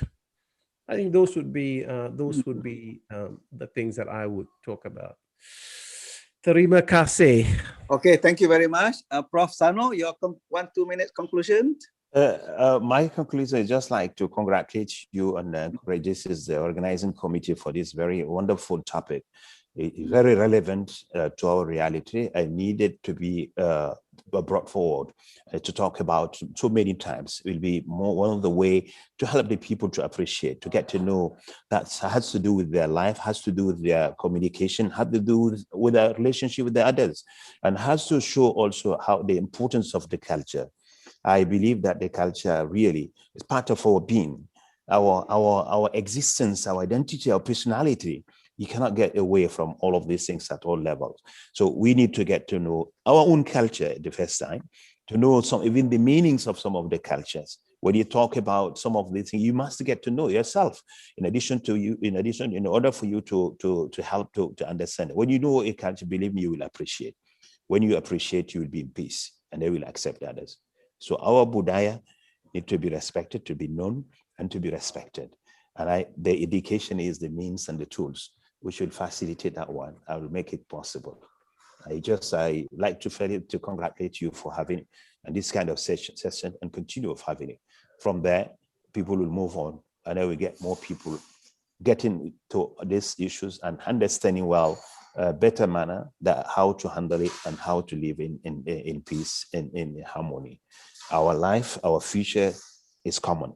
We have no reason, we have no other choice but to live together, to accept each other, to respect each other, to accept, to walk together, to walk hand in hand, to move forward. So terima kasih banyak, Tan Sri. Terima kasih to you, Prof. Faris. We miss you, all of you, and very, very happy to get to know Prof. Tom. Thank you very much. Salam to all of you. Okay. Thank you very much. Okay, thank you. Terima kasih. Bye. Thank you very much. Terima kasih. Sama-sama. Okay, now Tan Sri, your conclusion. My conclusion is simple. I think we think of this forum actually because when we look at our mission, UIAM mission, I think Prof. Sano will still remember. Mission number 6 talks about intercultural dialogue and understanding, right? And I think it's time for us to work on this. Because the many diversity that we talked about, until and unless we know how to dialogue and understand, then this mission will not take place. So this whole idea was basically to learn from people like Tom and the experts. Now, how do you do this in the best way so that we can actually create this rahmatan lil alamin that we talk about? I mean, these are words that have been bandied around, but has no meaning until we practiced it. You know, a mercy to all mankind is a fantastic concept. But if you can't work with your neighbors, you can't stay in the same room with your friend, forget about rahmatan lil alamin. You know, if you see a cat in the campus and you kick the cat, forget about rahmatan lil alamin. And these big words become nonsensical, become hypocritical for a Muslim Islamic university. This is not tolerable. You know, if you say something, you must act it, you must make it real, and you must make sure that it is the way of life that we are subscribing. So I think the university, just for your information, is trying to make this change. When it is siloed, how do you unsilo it? How do you work together? You know, if you think you are the best in the world, how can you be humble enough and say, let's share?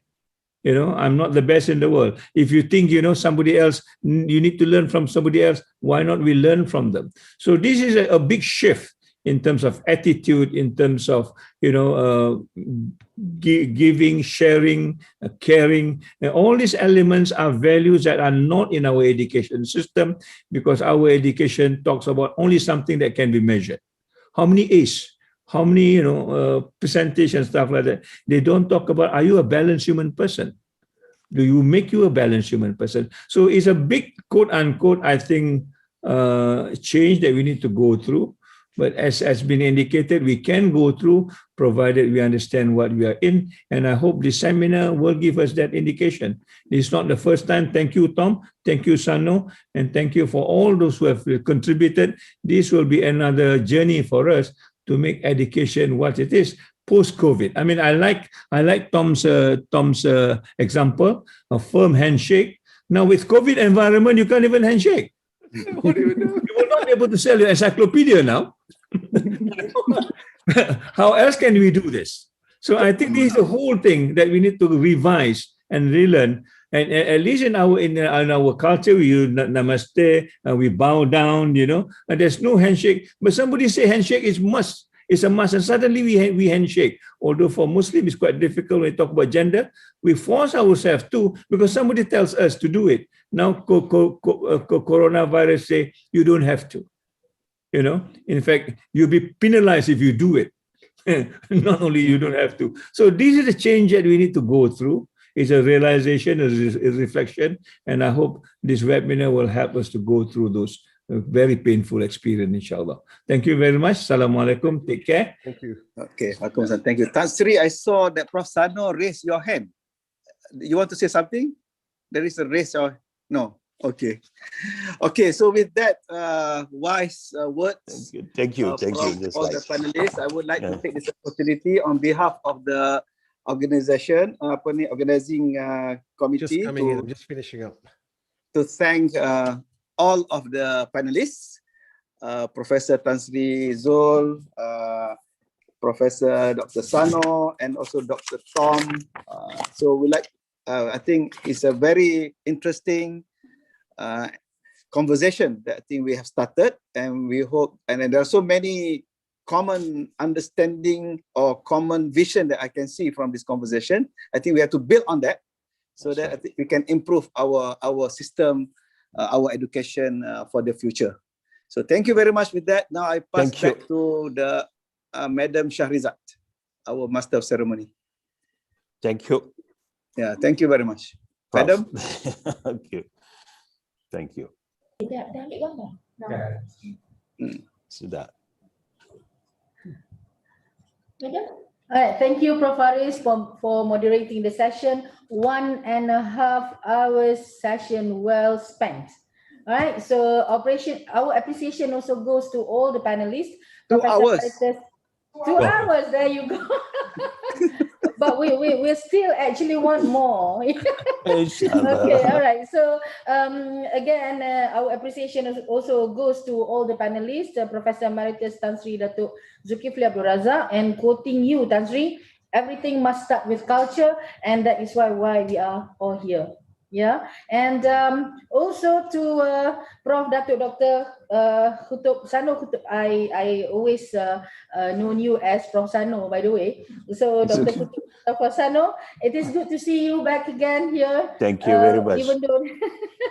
Even though that we are actually apart, yeah. And Dr. Tom Varghese, our Malaysian-born scholar in CQ. Okay. Well, Dr. Tom seems to have created his own fan here, but he's no more on the platform. By the way, well, we are all indeed honored to have all of you with us. All right, thank you very much. So it is a wrap for our morning session for the international webinar, Cultural Intelligence Towards Promoting Institutional Excellence. Ladies and gentlemen, our valued participants, we are going to have our lunch break, and we will be back at 2 p.m. local time, and it's about an hour from now. Yeah. So see you later. Inshallah. Assalamualaikum warahmatullahi wabarakatuh. Salam. Thank you. Okay. Thank you, Prof. Sano. Where are you today? I wanted to tell you, but you would have been. Hello. Do you hear me? Yeah. Okay. Yes. I left Jakarta yesterday night. Our flight was delayed. I am stuck in Qatar, Doha. Right. So I'm talking to you from this place without knowing that they would have. I thought I would be in Jeddah this morning, but our flight was delayed for 3 to 4 hours. So I'm in Doha right now. We're moving 5-6 hours to Jeddah, inshallah. Okay, safe trip.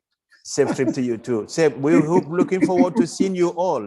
That's Tasri and Prof. Haris. Please, when you are in Jeddah, let me know. Yeah. Inshallah. Okay. So thank you so much. Thank you for everything. It's very successful. Have a nice flight. Thank you. Yeah. Thank you.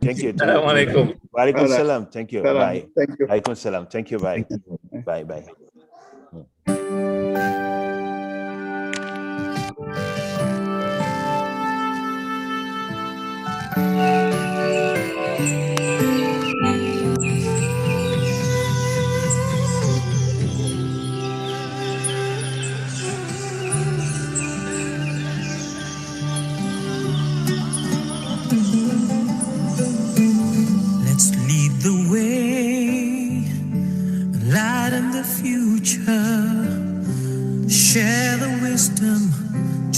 spirit of Islam.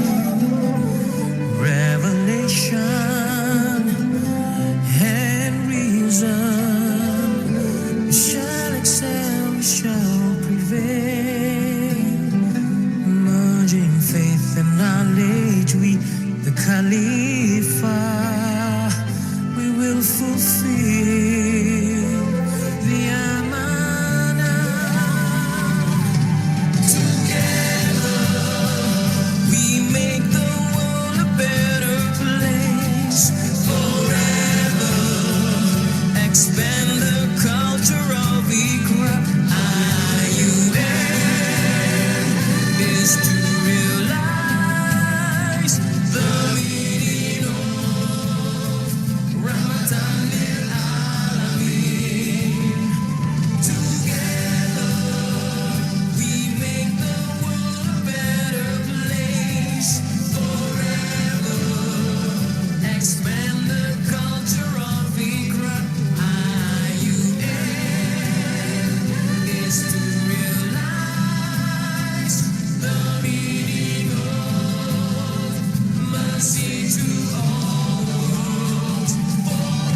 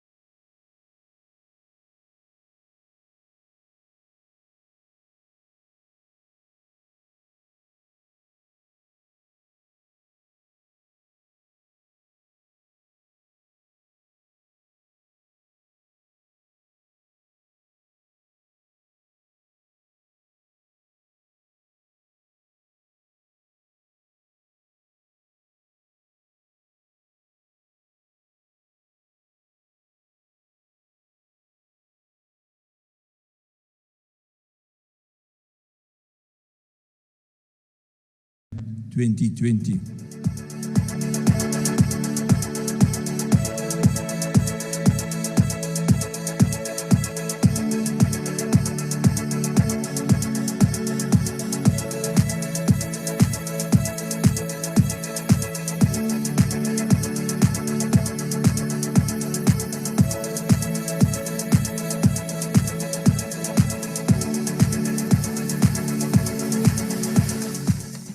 Hari ini, Perintah Kawalan Pergerakan dilaksana di seluruh negara bagi mengekang penularan COVID-19. Perintah Kawalan Pergerakan mulai 18 Mac 2020 iaitu lusa hingga 31 Mac 2020 di seluruh negara. Let me reassure you, as far as I am concerned, the situation in the university is well under control.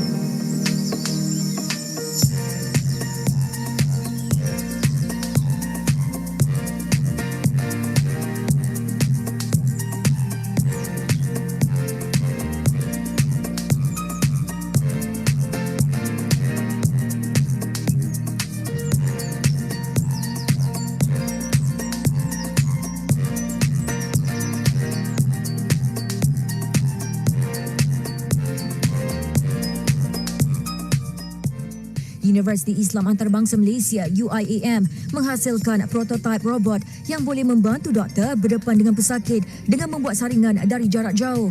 Robot yang diberi nama Medibot dibangunkan pakar robotik kuliah kejuruteraan dan kuliah teknologi maklumat komunikasi. Dilengkapi alat kawalan jauh bervisual, doktor berinteraksi dengan pesakit tanpa perlu bersemuka. Pasukan khas ini terdiri daripada pencarah, pentadbir dan pelajar yang tinggal dan menginap di kampus Gombak. PPE yang dihasilkan akan dihantar ke Pusat Perubatan UIAM di Kuantan Pahang dan lain-lain hospital yang akan dikenapasi oleh Malaysian Relief Agency MRA.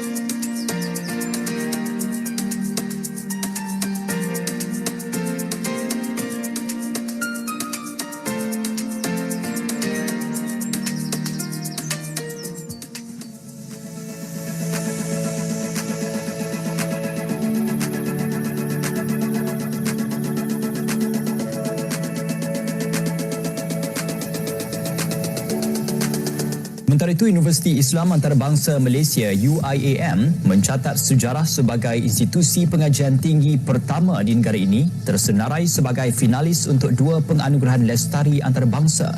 2 anugerah itu adalah anugerah Green Gown Antarabangsa dalam kategori institusi lestari terbaik dunia dan anugerah memanfaatkan masyarakat menerusi program Light.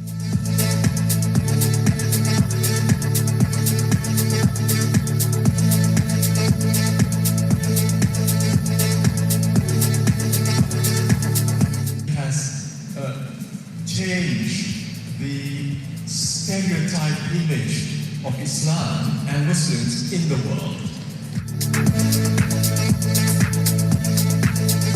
Anugerah ini merupakan pengiktirafan bagi universiti untuk membuat satu perubahan atas kepakaran yang telah diiktiraf oleh bangsa-bangsa bersatu dalam hal ini.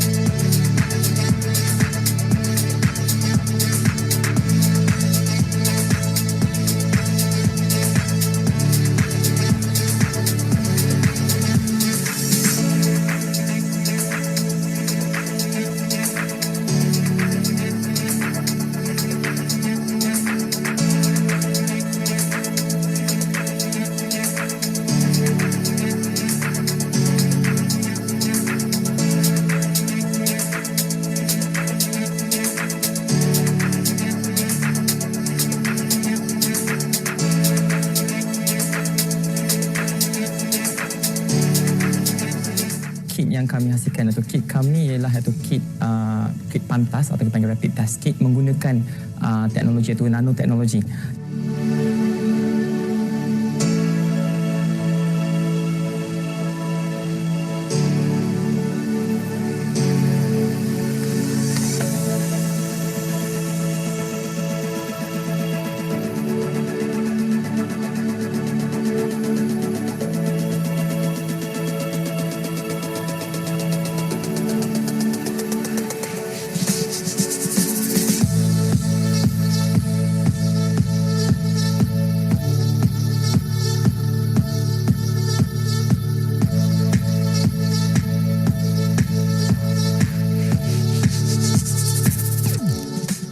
Thank you once again, and I look forward to working with you closely for the year 21, 22 and beyond, and I hope we can come together in a more cohesive way after this, when we start looking at the roadmap 2021 to 2022, and also taking other initiatives like the Sejahtera Academic Framework and other things that will come by as we move forward in trying to understand what the future will be like.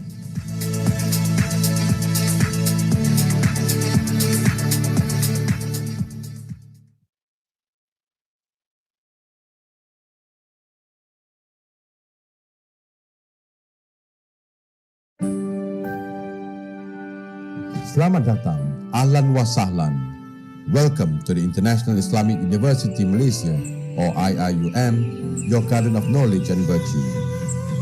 IIUM was established on the 20th of May 1983. The philosophy of the university was inspired by the spirit of Tawhid, leading towards the recognition of Allah as the absolute creator and master of mankind. IIUM triumphs to lead the way to become the Khalifah of Allah, to expand the culture of Iqra, to fulfill the amanah that is entrusted to us, and to realize the meaning of Rahmatan lil Alamin. IIUM has several campuses spread across several states of Malaysia, offering nearly 200 academic programs in 17 kuliahs and institutes. The main campus is in Gombak, Selangor, covering 700 acres, beautiful architecture with elegant Islamic style buildings. IIUM is blessed with majestic green forested limestone hills and a cool calming river, nature's wonders of flora and fauna, making it a conducive environment for study. KIRKHS is the largest kuliah in the university with more than 5,000 students. It was formed to integrate human sciences and reveal knowledge disciplines. The kuliah offers courses that bridge the divide between Islamic and secular sciences. Other kuliah of IIUM in Gombak campus are Kuliah of Economics and Management Sciences, Ahmad Ibrahim Kuliah of Laws, Kuliah of Engineering, Kuliah of Architecture and Environmental Design, Kuliah of Information and Communication Technology, Kuliah of Education, Center for Languages and Pre-University Academic Development, or CELPAD, and IIUM Academy of Graduate and Professional Studies. The campus offers complete range of facilities, including on-campus housing, a mosque, 2 state-of-the-art sports complexes with Olympic-sized swimming pools, a fully equipped library with more than 2 million printed and digital materials supported by online databases, a medical clinic, convenience stores, a post office, and 3 Malaysian commercial banks.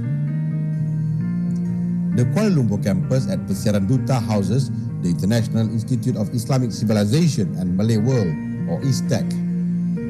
ISTAC aims to proliferate studies on Islamic civilization and Malay world through learning, research, and exchange ideas and knowledge. The Kuantan campus is located on 1,000 acres of land, just like a garden within a valley surrounded by large greenery. This campus is well equipped with state-of-the-art technology for teaching and learning that offers medical science, pharmacy, allied health sciences, nursing sciences, and dentistry courses. The IIUM Medical Center in Kuantan was built on 27.8 acres of land, equipped with 350 beds for patients and supported by more than 133 specialists.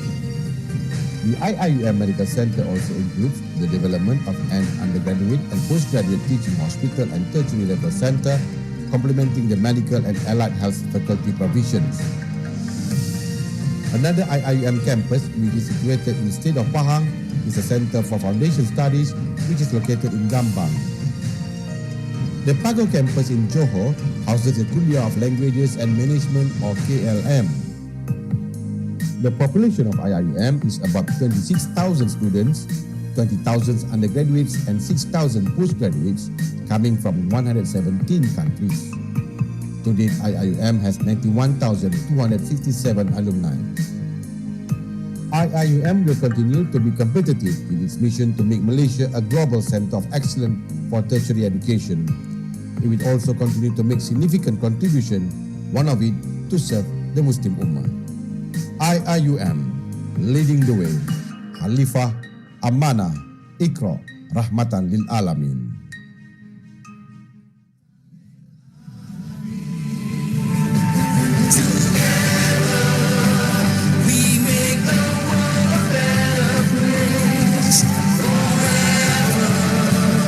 Expand the culture of Iqra.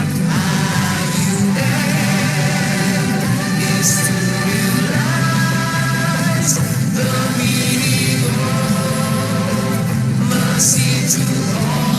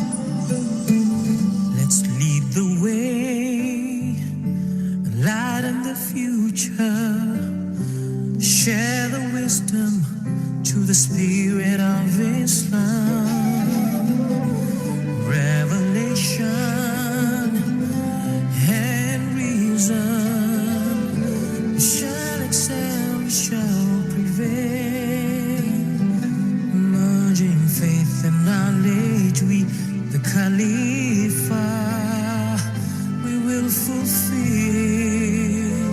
the amanah. Together, we make the world a better place. Forever, expand the culture of Iqra. IUN is to realize the meaning of Ramadan lil Alamin.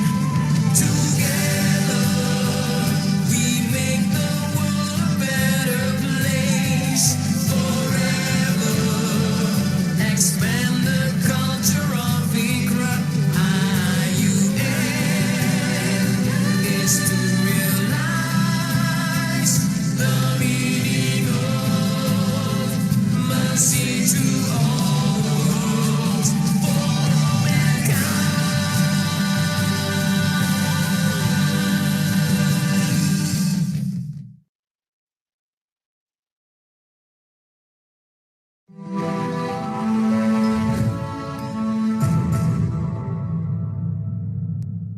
And I would like to contextualize this meeting today is what we call celebrating IIM 2020.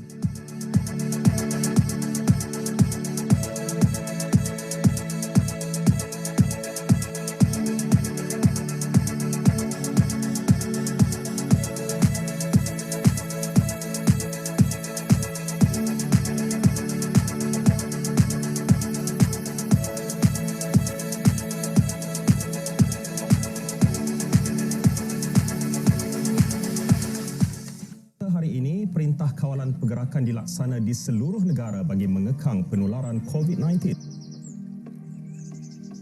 Perintah Kawalan Pergerakan mulai 18 Mac 2020 iaitu lusa hingga 31 Mac 2020 di seluruh negara. Let me reassure you, as far as I am concerned, the situation in the university is well under control.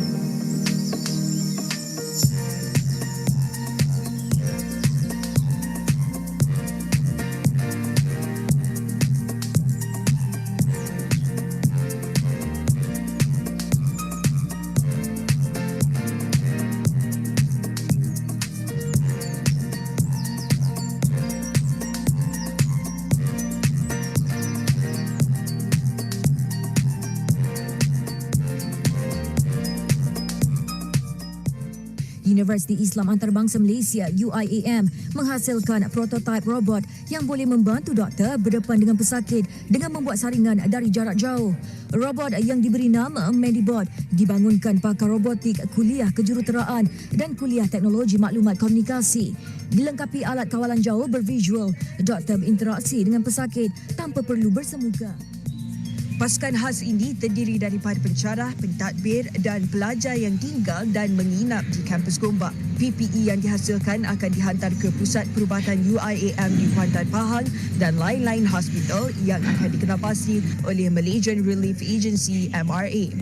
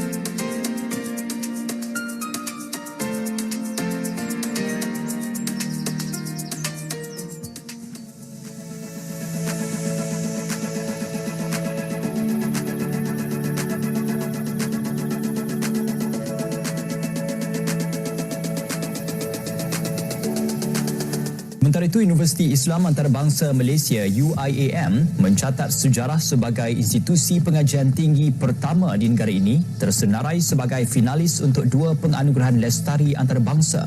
Dua anugerah itu adalah anugerah Green Gown Antarabangsa dalam kategori institusi lestari terbaik dunia dan anugerah memanfaatkan masyarakat menerusi program Light.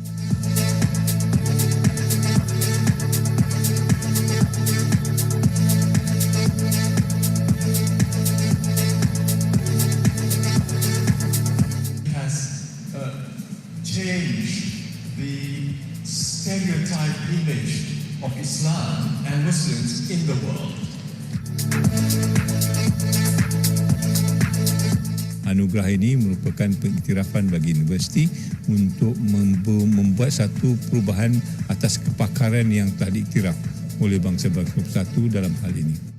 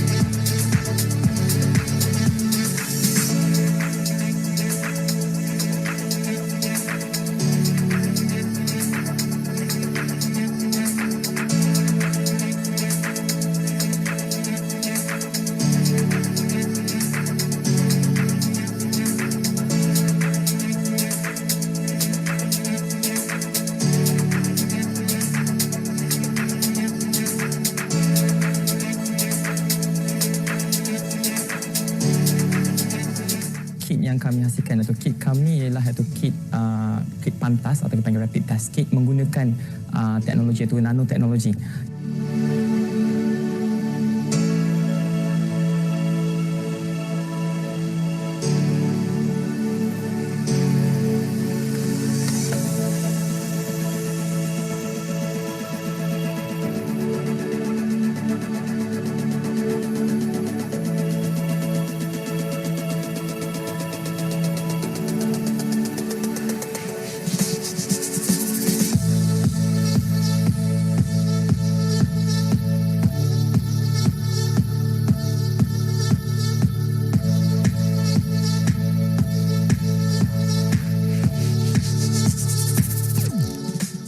Thank you once again, and I look forward to working with you closely for the year 21, 22 and beyond, and I hope we can come together in a more cohesive way after this when we start looking at the roadmap 2021 to 2022 and also taking other initiatives like the Sejahtera Academic Framework and other things that will come by as we move forward in trying to understand what the future will be like.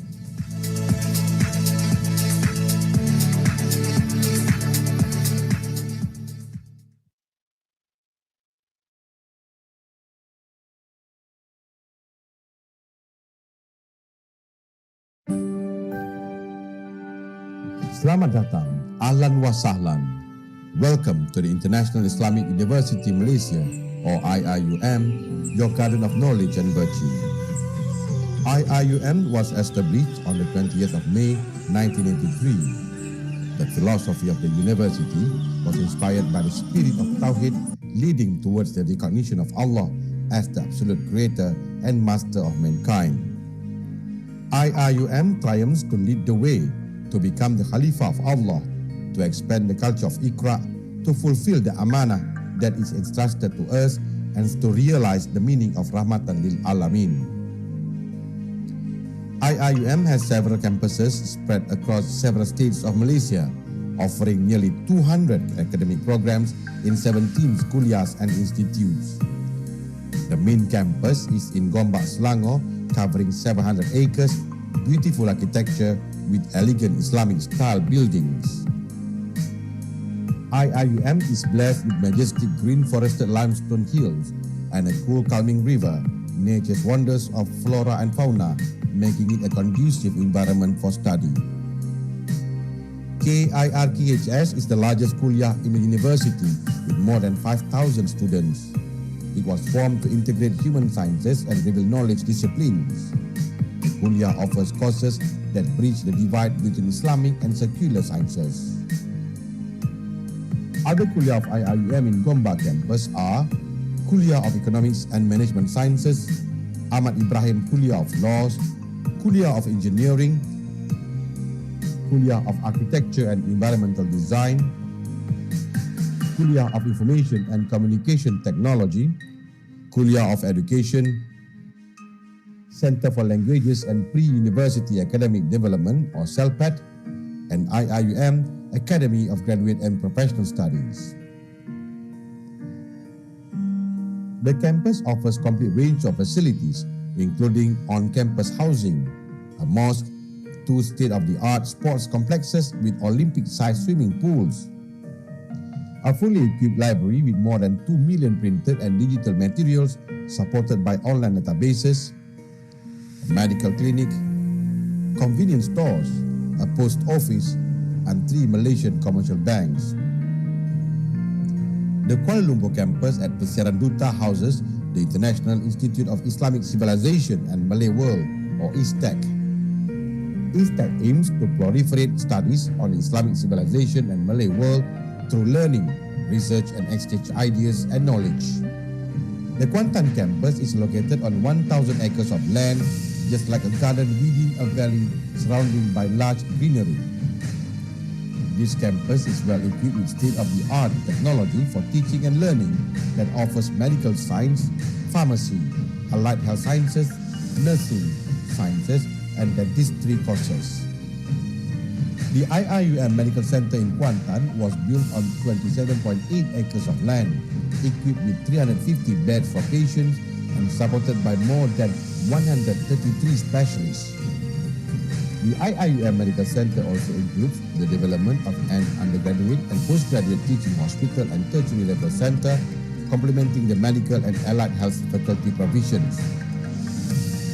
Another IIUM campus, which is situated in the state of Pahang, is a center for foundation studies, which is located in Gambang. The Pago campus in Johor houses the Kuliah of Languages and Management, or KLM. The population of IIUM is about 26,000 students, 20,000 undergraduates, and 6,000 postgraduates coming from 117 countries. To date, IIUM has 91,257 alumni. IIUM will continue to be competitive in its mission to make Malaysia a global center of excellence for tertiary education. It will also continue to make significant contribution, one of it to serve the Muslim Ummah. IIUM, leading the way. Khalifah, Amanah, Iqra, Rahmatan lil Alamin.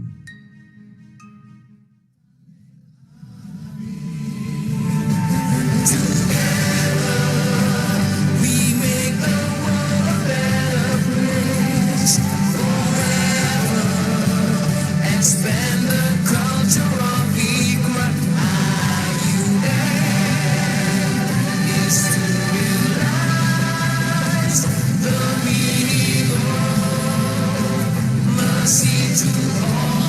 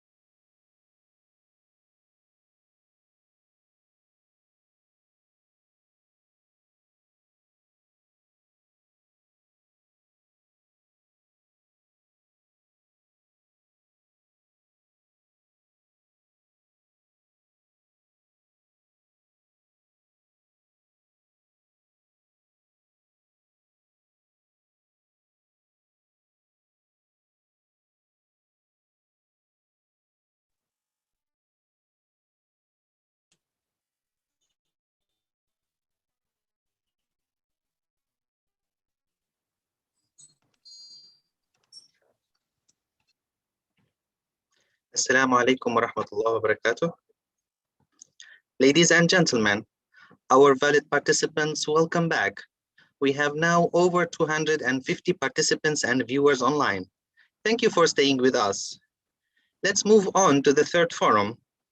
The forum entitled Effective Communication Through Cultural Intelligence.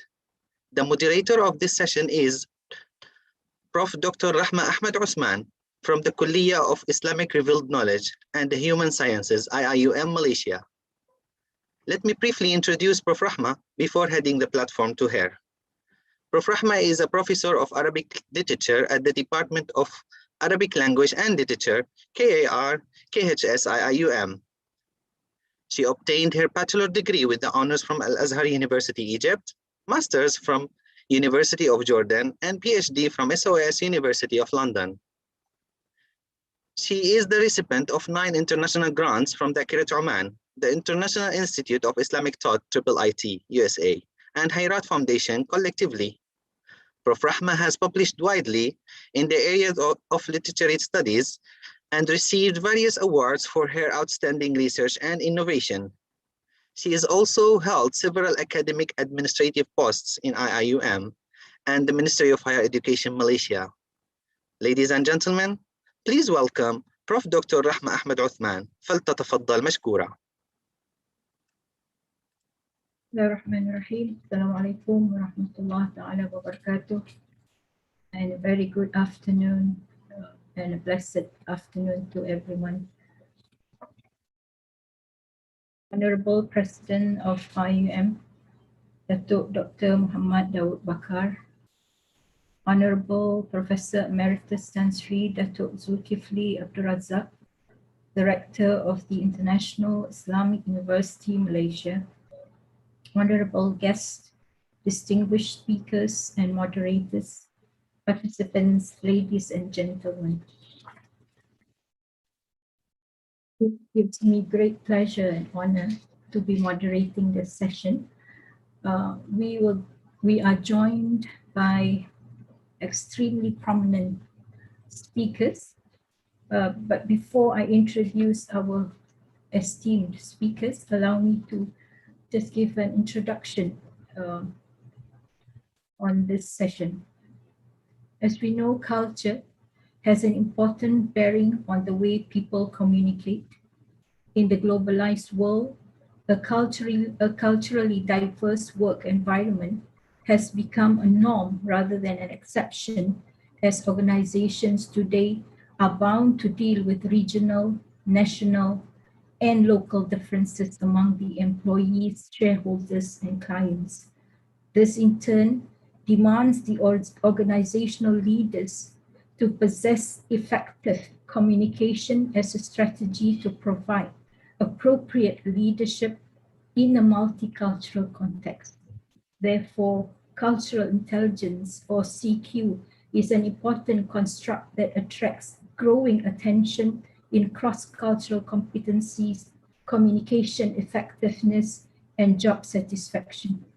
With CQ skills, organizational leaders demonstrate behavioral flexibility and motivation to engage with associates of different culture backgrounds.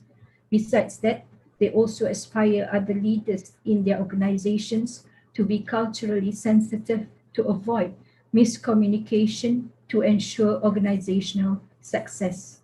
All in all, cultural intelligence plays a vital role in defining effective communication. We have 3 prominent scholars, as I mentioned earlier. Allow me to begin with our own Professor Datuk Sri Dr. Syed Arabi Aidid. Professor Datuk Sri Dr. Syed Arabi Aidid was our IUM's 4th rector from 2016 until 2011. He is a professor in the Department of Communication, Kuliya of Islamic Revealed Knowledge and Human Sciences. He is currently the holder of Ibn Khaldun Chair at the Kuliya of Islamic Revealed Knowledge and Human Sciences. Before holding the post of director, he was the Dean of the Research Management Center of IUM. And before joining IUM, Datuk Sri was at the Universiti Kebangsaan, Malaysia, UKM for 22 years. He was a reporter with Bernama from 1968 to 1971. At UKM, he was the head of Department of Communication and later became Deputy Dean of the Faculty of Humanities and Social Sciences. He was an adjunct professor at the School of Media and Communication Studies, Faculty of Social Sciences and Humanities, UKM from February 2013 until February 2015.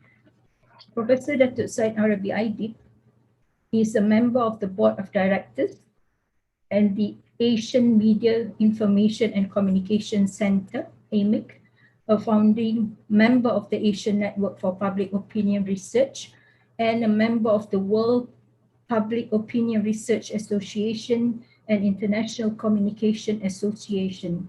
He was the president of Commonwealth Association for Education in Journalism and Communication. He was once also the president of the Malaysian Communication Association and the president of the Institute of Public Relations Malaysia, IPRM. He was also a judge for several years in selecting the best journalists organized by the Malaysian Press Institute. Professor Arabi Aidit has conducted several public opinion studies. His interests include conducting public opinion studies, public relations, and international communication. Our second speaker is Datuk Sri Dr. Anwar Fazal. Datuk Sri Anwar is a leading international civil society person who has contributed much to our society in areas of consumer health, environment, human rights, and social ethics.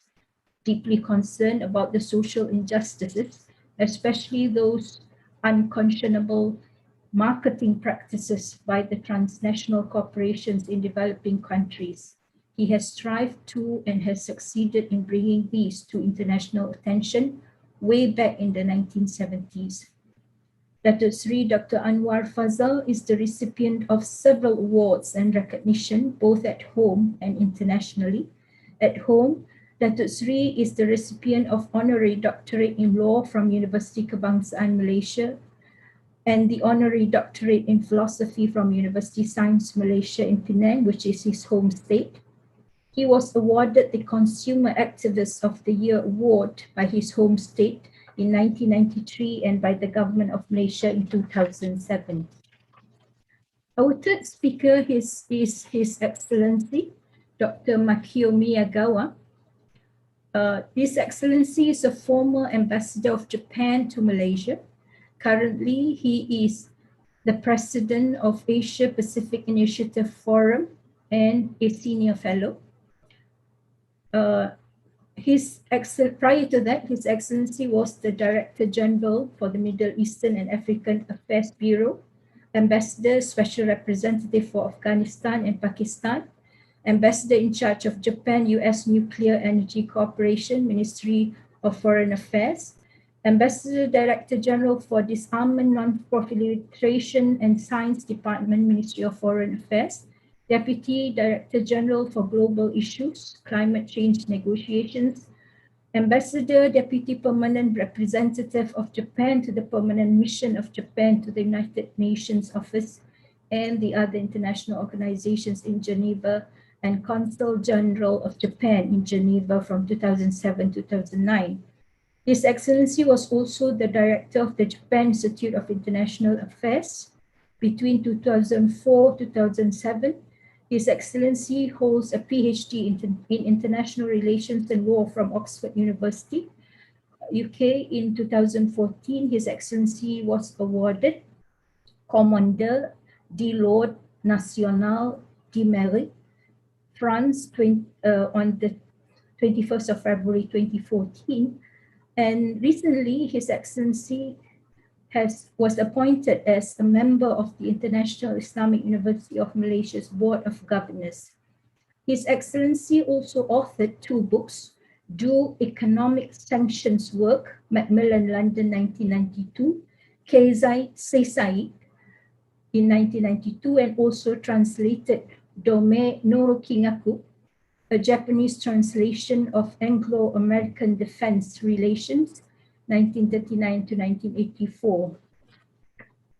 Without further ado, I will start with Datuk Sri Said Arabi Aidit. Here, Datuk Sri.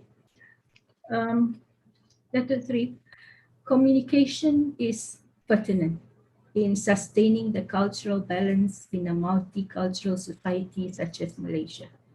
Racial slurs, however, are unstoppable in the media. In Datuk Sri's opinion, is cultural intelligence able to restrain and circumvent this negativity? Okay, communication is a very broad concept, We're talking about interpersonal communication. We're also talking about communication, mediated communication. Communication that is messages being carried through the mass media. And when we talk about the mass media, again, we have to divide between the traditional media and the social media. Now, in the past, it was quite normal for information to be received from interpersonal communication and also from what we will now call the traditional communication. But in today's society, you'll find that you will not be able to get far if you don't have access to the social media.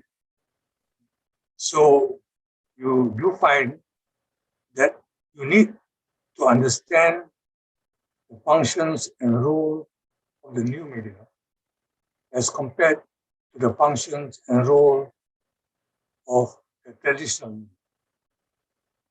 Now, as I think was brought up in the first panel today, would there be a generation cultural gap between people of older age compared to your youngsters? Would there be a cultural gap? I think this gap is going to be widened because youngsters are armed with knowledge and access to the social media. And the senior citizens are not able to champion or to use the traditional media. So the young people have new access to social media, new information, and latest information. But perhaps the latest information may not be true, may not be credible at all. But the young are situated in a position where they would believe. And this is the new culture that we have to face. We have to face the new culture of the fake news. We have to face the culture of the entertainment news, for example. So in the environment of the new culture, in the environment of the communication culture right now, you're going to see differences in how people communicate with one another, and how not only within society, but in how people would communicate with societies outside. So this is a fun question that you have asked, but we have to look at the role of the social media as we think or we discuss about the role of communication as a whole in our society. Thank you, Datuk Sri. I believe that Datuk Sri has some slides to share with us. I do have some slides because I would like, if you can give me a few minutes over and above the others, I'd like to bring some slides Yes, please. I'd like to speak about when we talk about culture in a stable culture, we're talking about communicating culture. But when I'm talking here about when culture is being threatened from outside, that culture is going to communicate itself with others. So let me talk about the cultural intelligence. Cultural intelligence was I think, introduced by earlier than Ang in 2003 with 4 dimensions: strategy, knowledge, motivation, and behavior. And it's very useful for people to know about this cultural intelligence as an academic subject. They do research, because from that research, they get their findings, and that helps the institutions and associations, members of the institutions and associations, to understand the culture, the other culture of their employees. Next.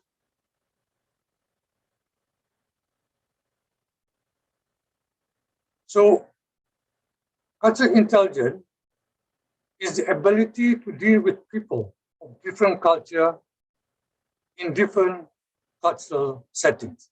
This is what we have been told about cultural intelligence. Next.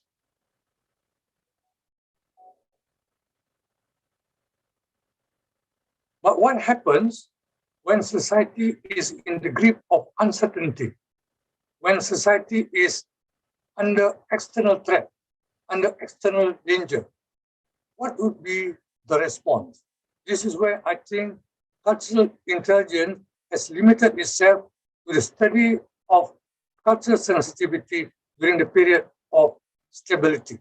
Now we're looking at the period of uncertainty when society is faced with external threats. Next, please. So when societies are faced with external threat, citizens of different backgrounds will normally come together by pooling the resources and efforts to guard against that common external enemy. What we know, what we're going to see is there is a cultural resilience happening at a global level now, or cultural resilience at the national level protect citizens in the country when we are facing with the pandemic. Right, next. So the community has to adapt itself to cope with negative events. And this is what I would call the cultural resilience.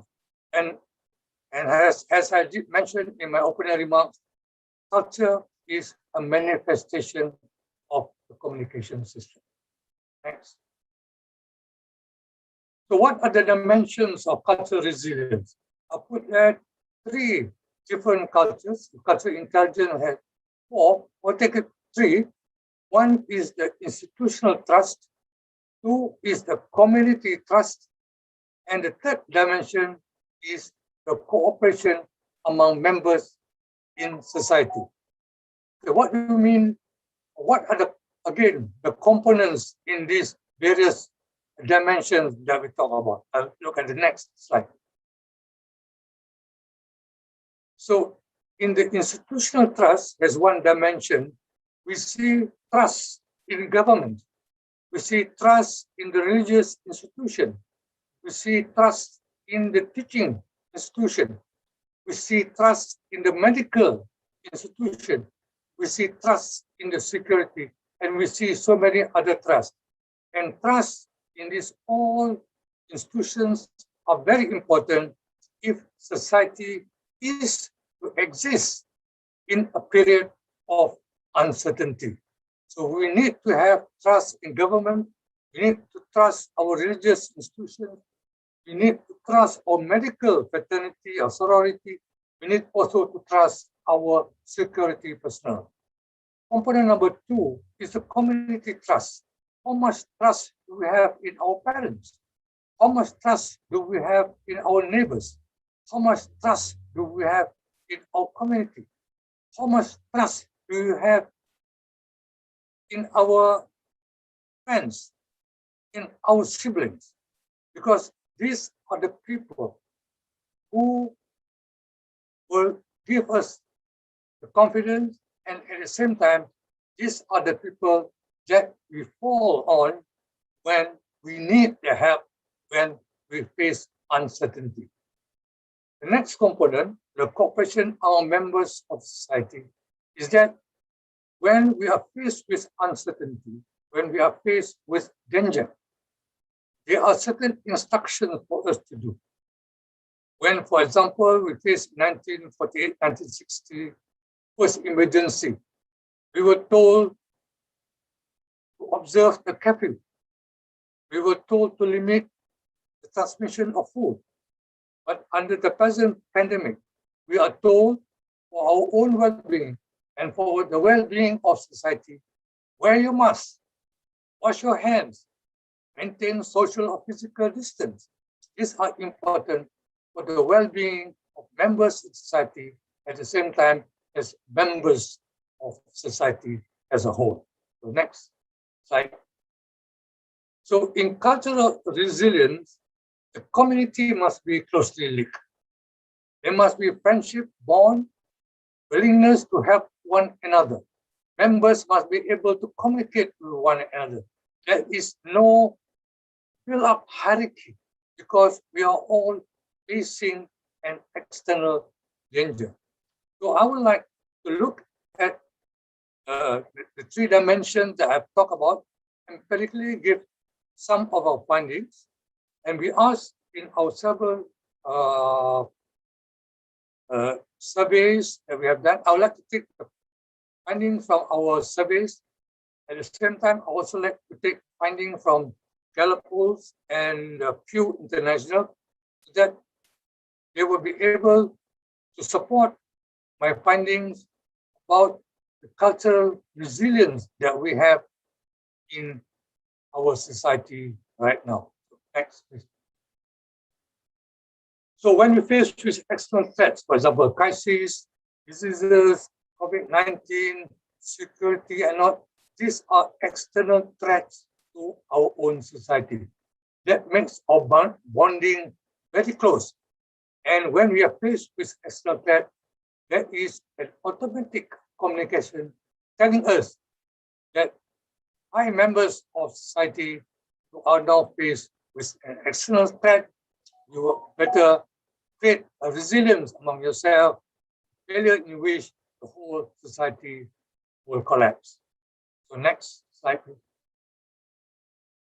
So I just want to establish the fact that we are now faced with a pandemic. The pandemic began in December 2009, Wuhan. Everybody thought it was a small flu.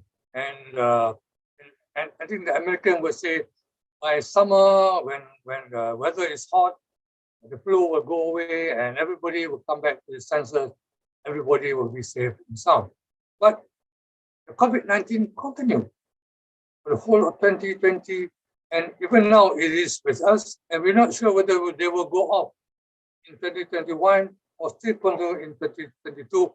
We hope they will not stay because they are not welcomed by all of us. I show these figures and graphs to show you how it has spread, not only in Malaysia, but in Taiwan, Australia, Austria, and everything. Show you that we are not the only country that is facing an external threat. I would say the whole world is faced with a common external threat. Next. To make it obvious, 11 June 2020, US had 33 million confirmed cases, more than 500,000 deaths. India, 29 million, Brazil, 17 million, Japan, Your Excellency, 770,000 confirmed cases, 18,000 deaths. Malaysia, we still slightly above 500,000, with 3,600. In other words, these figures are still rising, and that makes the danger more dangerous, I would say. Next. So it has not impact only on our health, it also have an impact on the employment, on our mental well-being, on our social well-being. The unemployment reached 14.8% in US, highest since 1948. And it hurt most the minorities and the women. Next. In Malaysia again, the Department of Statistics mentioned that in May 2020, we had unemployment rate of 5.3%, is the highest in more than 3 decades. So you can see unemployment is high and it has negative consequences on those unemployed individuals and individuals who have families. Next. So there are various surveys conducted by Gallup, Pew, and etc. Both in globally and also in Africa, in the Middle East, to show the impact of this COVID-19 and at the same time to show how people have responded. And this is the beauty thing of it. People have responded. They have not said, we surrender to you. They have surrendered to you. So next slide. So in one of our polling we did, we just finished this in June. We had one in April, another one now in June. We had all in 4 online surveys, 3 face-to-face surveys from 1920 to 21. I'm just selecting some of the pertinent findings.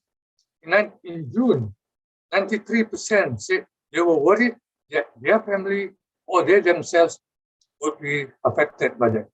When we asked this in April, this percentage was not that high.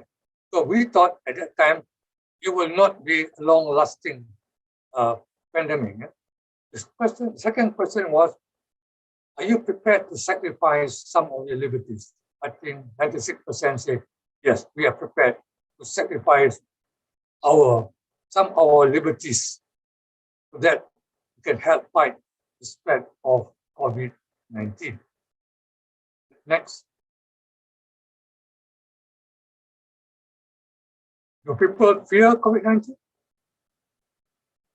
95% said COVID-19 can spread influenza.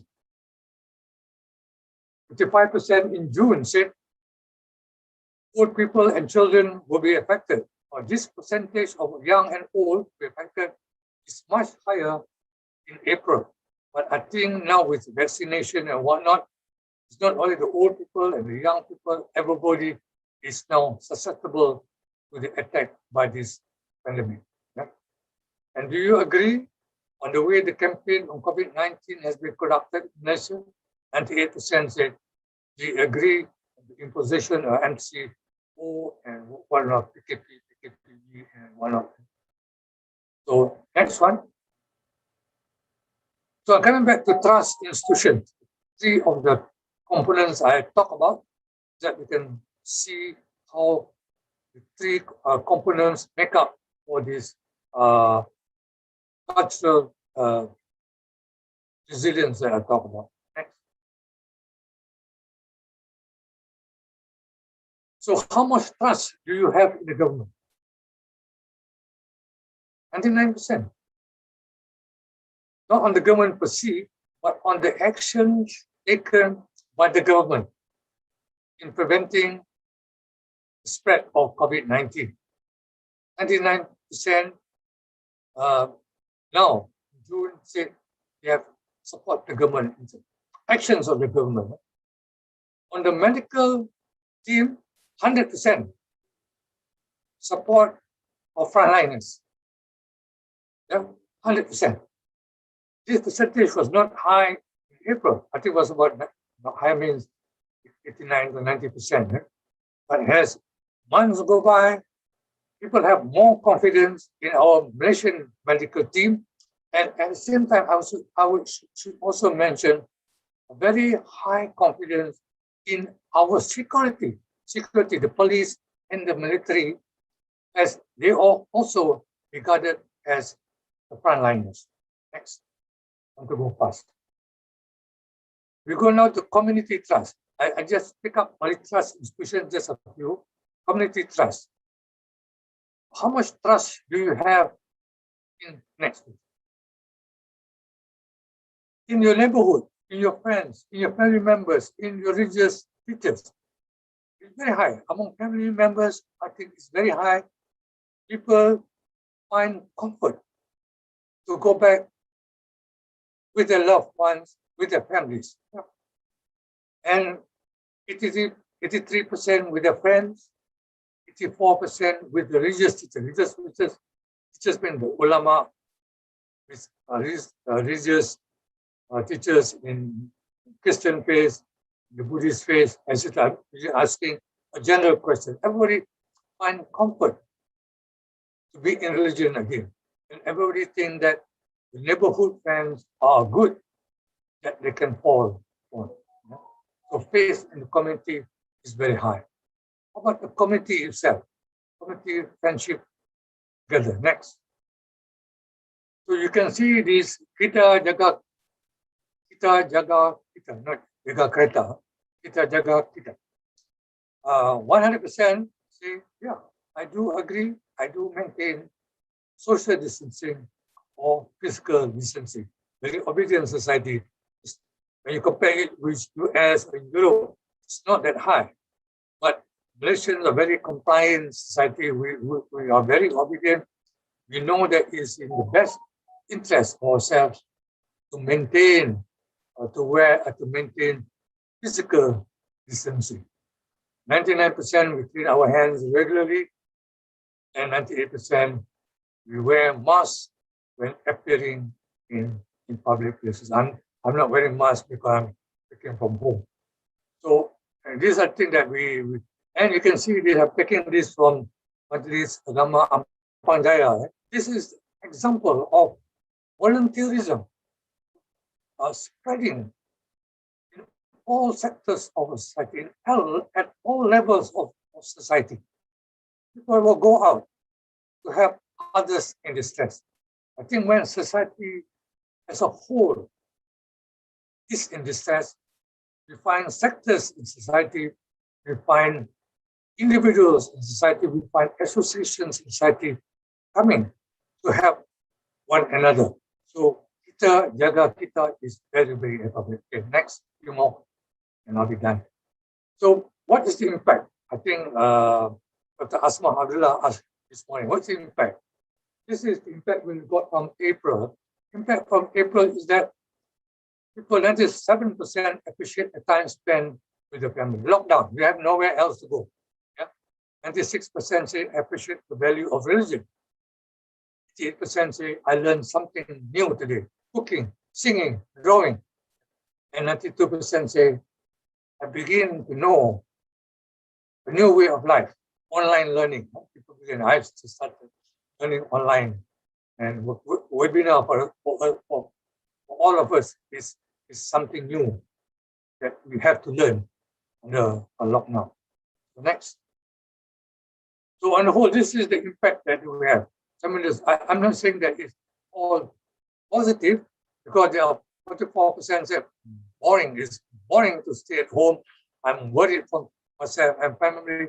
I am depressed, I'm worried about the savings of my family. But there are also positive areas that we have to look for, given the effect of this lockdown. So next. So cultural resilience sees society in collectivity. There is little individualism. You take Hofstede's society, where you talk about individualism and collectivity. In cultural resilience, when culture is being attacked, there is always this collectivity. Within cultural resilience, society is mobilized to help one another, to help sectors in society, and also the last, to be trustful of the institution that they have in society. Next one. So with that, Dr. Rama, thank you. When I say thank you very much, I mean to say I will have to sit down. Thank you very much.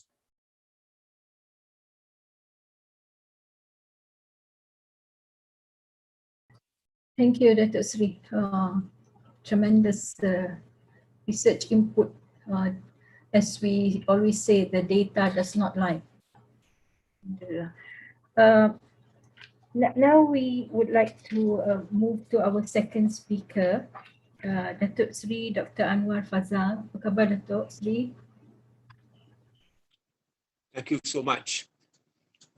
Citizens of the universe, children of Mother Earth, brothers and sisters, Assalamu alaikum. Peace be on all of you.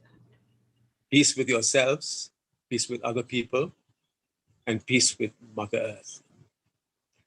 I'd like to share with you some experiences in this field of cultural intelligence that I think will be useful lessons for someone who's been living in a very multicultural world, has traveled for the last 60 years to most of the continents of the world, and most of the peoples of the world have been met and chatted with. I'd like to start by just sharing a little story. I remember the time in our house when I told my daughter we are going to buy a color TV. And that's great news. And she was reflecting, and then he said, Daddy, aren't black and white also colors? And I was just amazed of how thinking sometimes and communications and naming of things gets so in a way prejudiced towards a certain way that we very often capture people just by the word color, and forget the core ingredients of color schemes. There was another time, this was 60 years ago, when I made my first trip. It was to Canada, this country which had some very sad stories that we learned to earlier. I went to Quebec, and I, as a part of the Commonwealth, of course, I did not need a visa. When I checked, the travel agent says, no worry. But it happened that my planes stopped in the United States. They stopped in Hawaii, and they checked my passport, and they said, where's your visa? I said, I don't need a visa. I'm not going to the States. I'm going to Canada. Oh, they said, you must have a visa because you're stopping in Los Angeles and you're stopping in Chicago. So they said, well, you will have to be taken care of. And they spoke to the airline, and the airline then took charge of me and did not allow me to leave the plane until everybody had landed. And then only took me out and put me in their room. And then when everybody had boarded, they took me back onto the plane. They did give me a cup of coffee too. I felt a little bit as a VIP, although being discriminated for just not having a visa to that country when I'm going to another country. The same happened in Chicago. I was again sort of locked down in the airline's office. I had to wait until everybody got off and then wait until everybody got on. So I was a little late. I went out a short while because Chicago had a big shopping mall for the first time in history of that kind of airport shopping mall culture. That was just beginning. They rushed me very quickly and gave me back my passport. But I found in the passport itself a slip of paper, which has amused me ever since. And this is that it said that alien to be detained during transit and to be removed via carrier, so and so. My God, lots of us didn't believe in aliens. And here I had actually proof that I am an alien. That countries were making you aliens, and you can see the kind of mindset and discrimination in a way, and prejudice in terms of even language in that. I just mentioned these stories because all these little things are part of the landscape, you can say, of how we live our lives, the complications of our lives. I was invited to Costa Rica some 20 years ago for a conference about the China, that was 2 decades ago, and what next? Yeah, and I went there and I was thinking, what do they know about China? Yeah? And they had they think of communism, and now they're thinking of China moving into capitalism, or a kind of hybrid. Yeah? So I decided I will show them a few things. And one of the first things that I showed them was to teach them a Chinese word. And this Chinese word is ting, T-I-N-G. And ting means listen. And what is interesting is that the word consists of 3 things. It consists of an ear, it consists of a window, which means the eye, and it consists of the heart. And to show that a simple word like listen has these 3 powerful elements in it, because one of the biggest problems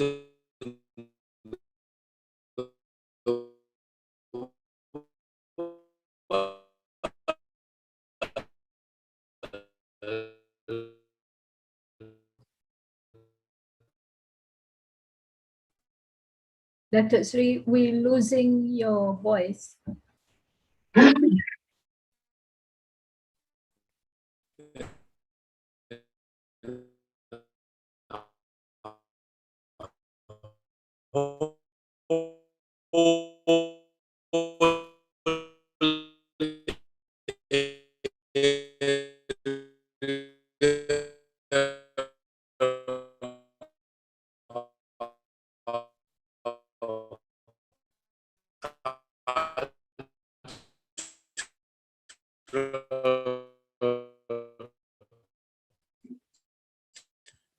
Intelligence, all amazed. They all wanted copies of this one word, which they feel was very special.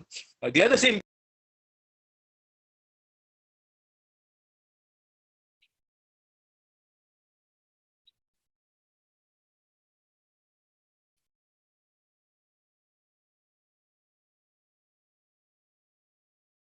Datuk Sri? Unmuted. Can you hear me now? Yeah, Yes, yeah. yes. But your voice was. Yeah. I We know. I could not think. hear you earlier on. So Yeah. soft. No, I think the bandwidth. There's Earlier something now. wrong. Are you okay now? Yeah, no, much better now.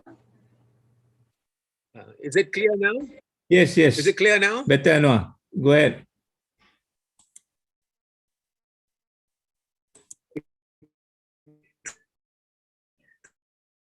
Very clear now. This is referred to. But I told them the history of this symbol. They thought it's just an artistic piece. And I said that this symbol is a scientific symbol. And it's a scientific symbol and reflects a pole put in the earth, and the movement of the sun and the earth as they oscillate.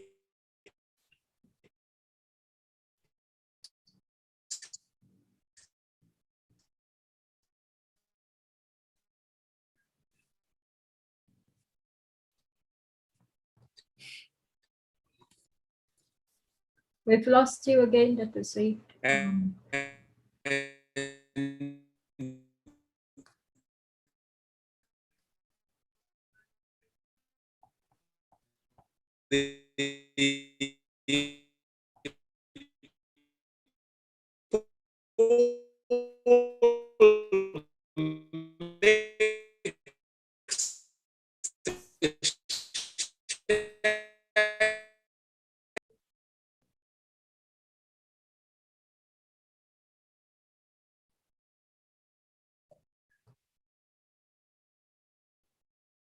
Okay, I'm sorry for that. There seems to be a major problem with the bandwidth of Datuk Sri, Dr. Anwar. We will come back to him. Let's move on. His Excellency, Dr. Makio Miyagawa. You can't hear me just now? Yeah, we lost you just now. You lost me yeah. just now. Yeah, we lost you totally. Yeah. No, so We you can do we now? get You want can we get back to you in a while, Dr. Sri? Yes, maybe I will move to a different location. Yeah, yeah. You think is there a problem with the internet? Yes, low connect. Is there a problem with the Yeah. internet? It shows here Is the low connectivity perhaps? connectivity. Yeah. Yeah. Yeah. Okay then. Yes. So give me 5 or so minutes and Yeah.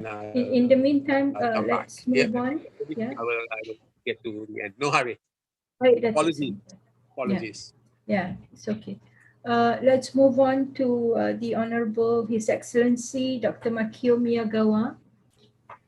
Hello, do you hear me? Yes, very clearly. As I am in the National Security Council room, Yeah. if I turn on the video, then I have to sacrifice my voice. It's okay. I think it's sacrifice understandable. I my think, face. yeah, it's okay. Thank you. Do you have slides to share with us? I'm afraid not. Okay. So I should speak to you from Tokyo. Thank you very much for the kind invitation to this session. And it is very nice to be part of the activities of IIUM. And I now feel as if I were back in Malaysia, which I have already missed so badly over the last 15 months. But it's so nice to be part of the activities. As a non-academic person at the moment, I must confess that my scholastic knowledge on this subject is very limited. Do you hear me still? Hello? Yes, very clearly. Yes, okay. Well and good. Continue. Yeah. All I could contribute in the short preparation period is to present to you my humble thoughts out of my experiences in diplomacy relating to this theme, and to express expectations to International Islamic University of Malaysia to impart cultural intelligence to those who study in it for the peace and prosperity in the future of mankind. Cultural intelligence is a term that has begun to be widely and frequently emphasized in recent years. It seems to mean the ability to communicate smoothly across cultural differences, the ability or a skill which is nowadays required for leaders active in globally operating institutions, political, industrial, or educational. But generally speaking, higher education institutions such as IIUM universities have been expected to help students to build their knowledge in various academic areas, to assist them to develop their ability to handle complex intellectual tasks, and to guide them to increase their capability to make significant contributions in the real world. However, in recent years, in addition to the above-mentioned comprehensions, strengthening of cultural intelligence may become one of the major pillars of improving students' capabilities in such higher education institutions, as with the corporate activities expanding the world market year after year, global companies are dealing and forming corporations with business people with various different cultural backgrounds. And consequently, the development of such ability, that means you see, cultural intelligence, has become an indispensable subject of education worldwide.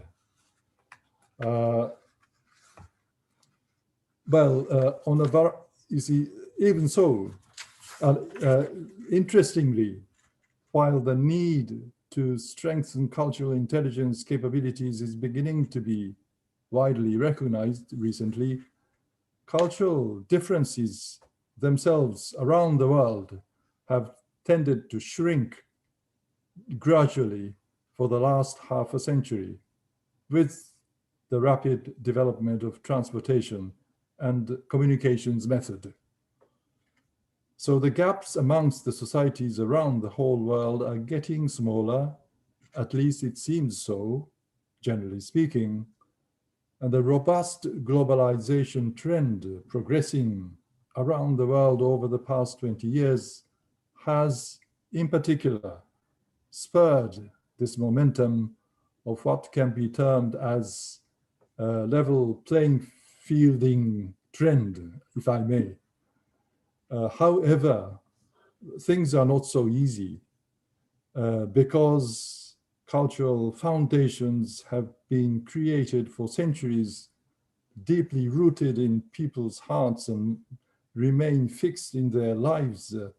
The task of filling the gaps has by no means become an easy task.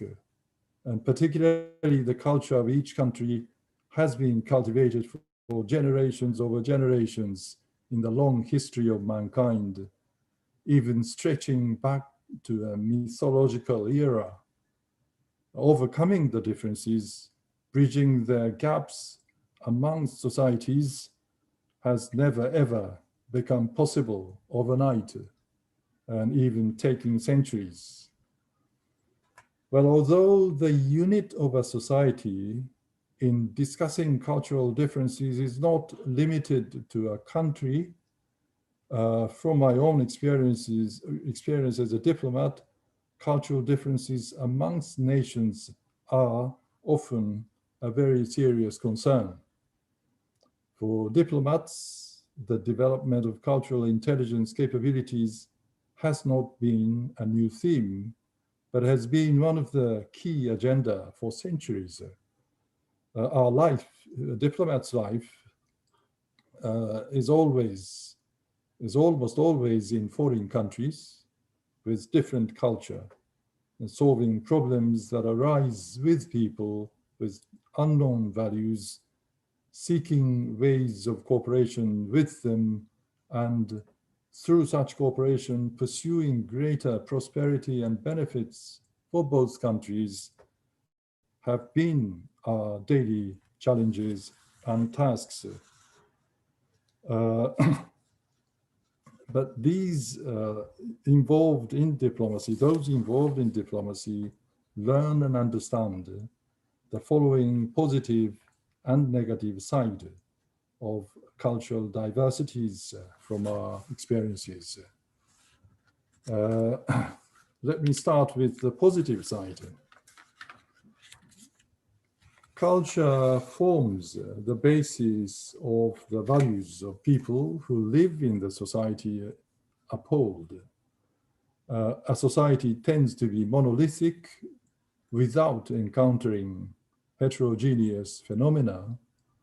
So cultural differences among societies could provide the whole world with a positive effect for the enrichment of civilization by giving opportunities for societies to meet unknown intelligence and to gain diversities. The meeting with a different set of values could offer divergencies and furnish fresh joy of encountering new concepts. So many nations have entertained mixing with different cultures and values of overseas and made use of the opportunities for enrichment of its own in science, technology, arts, politics, a variety of areas. Well, last week, just one small example. Last week, I attended a small gathering in an art gallery in Tokyo, exhibiting paintings of 200 years ago. One of the paintings is very well known. I often used it to introduce my country. This is a painting, an old famous print picture, which depicts a tiny Mount Fuji in the distance, in the middle of the frame, with fishermen steering wooden boats to and fro on the sea with high waves. I think many in Malaysia know, have seen a copy of this photograph of this painting. But this painting was drawn in the middle of 19th century by one famous Japanese painter of Edo period, but well, good in composition as a perspective. His paintings were introduced to Europe through members of Dutch trading house in Nagasaki for commercial transactions.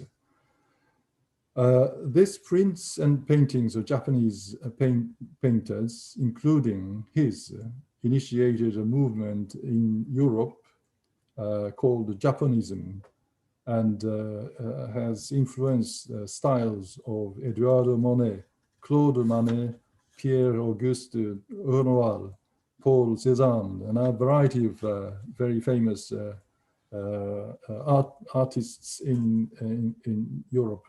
But this is a very happy, positive example of cross-culture mixture. But at the same time, there are, however, many incidents in the world history which we witnessed a number of cases, very negative problems, imposing negative consequences upon human beings. And some of them have led to conflicts among societies, and particularly shaking the relations of nations. And some of those problems have become irreconcilable due to the differences in values. A prime example is, of course, cultural differences based on religion. This religion is a very serious problem, and many of the problems we diplomats have faced, witnessed, have their origin of these conflicts in religions in some way or other, and their solution often takes more than a century. The confrontation between Christendom and Islamic world spanned centuries, and some of those conflicts still continue, showing no signs of reconciliation, but rather to the contrary, fiercely sharpening. As these cases demonstrate, when conflicts about culture and values involve religions and are based upon different religious beliefs, the confrontation have tended to become horribly bloody. It is, I believe, quite religiously ironic,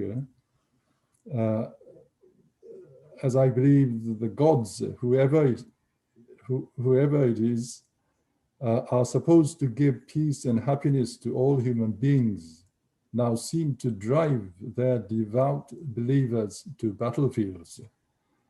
And recent fierce battle between Israelis and Palestinians is one of the prime example. And I visited Jerusalem quite often when I was the Director General of the Middle East, and found very interesting locations. Jerusalem depicts such conflicts most eloquently. On the plateau of the Wailing Wall, where the Jewish citizens pray, there stands the Al-Aqsa Mosque, only hundreds of meters away from the wall, and Muslim people believe the stone,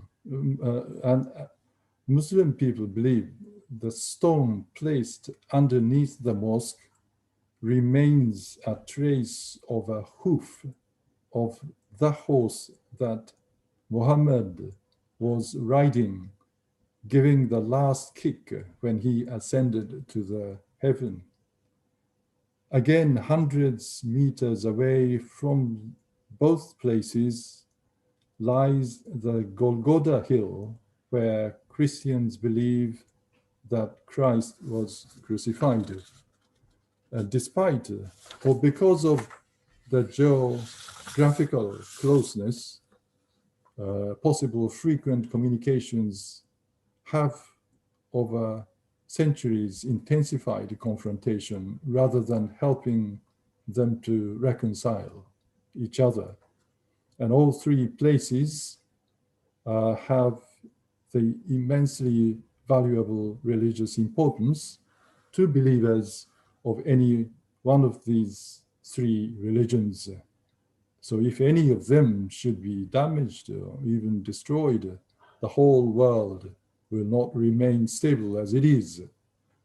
So as to whether reconciliation among those opposing religious groups is possible, I am highly pessimistic at this moment out of my experience in the diplomacy.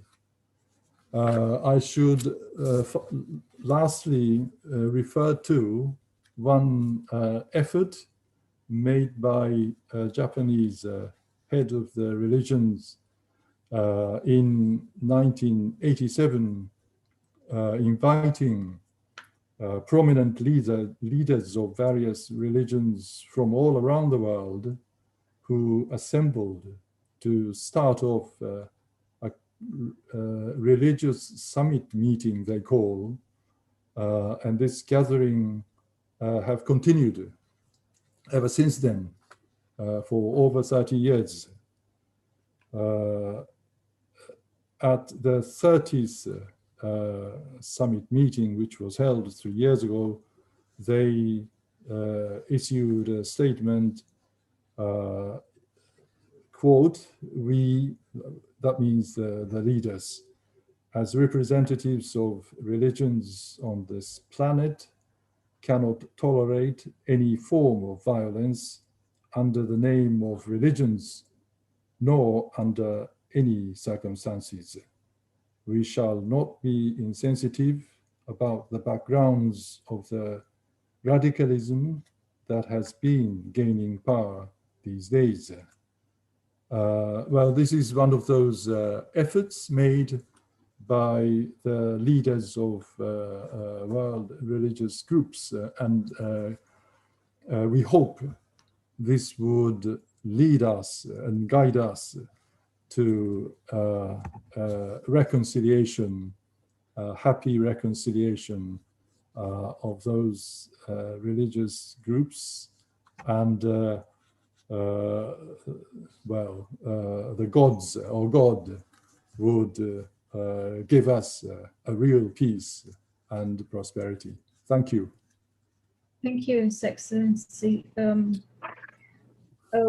would like, I'm pleased to move on to Dr. Anwar Fazal with this question, Dr. Sri. On the point that His Excellency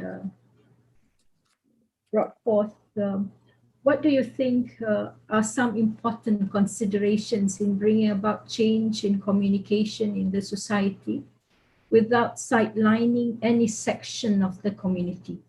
And how would cultural intelligence play a role?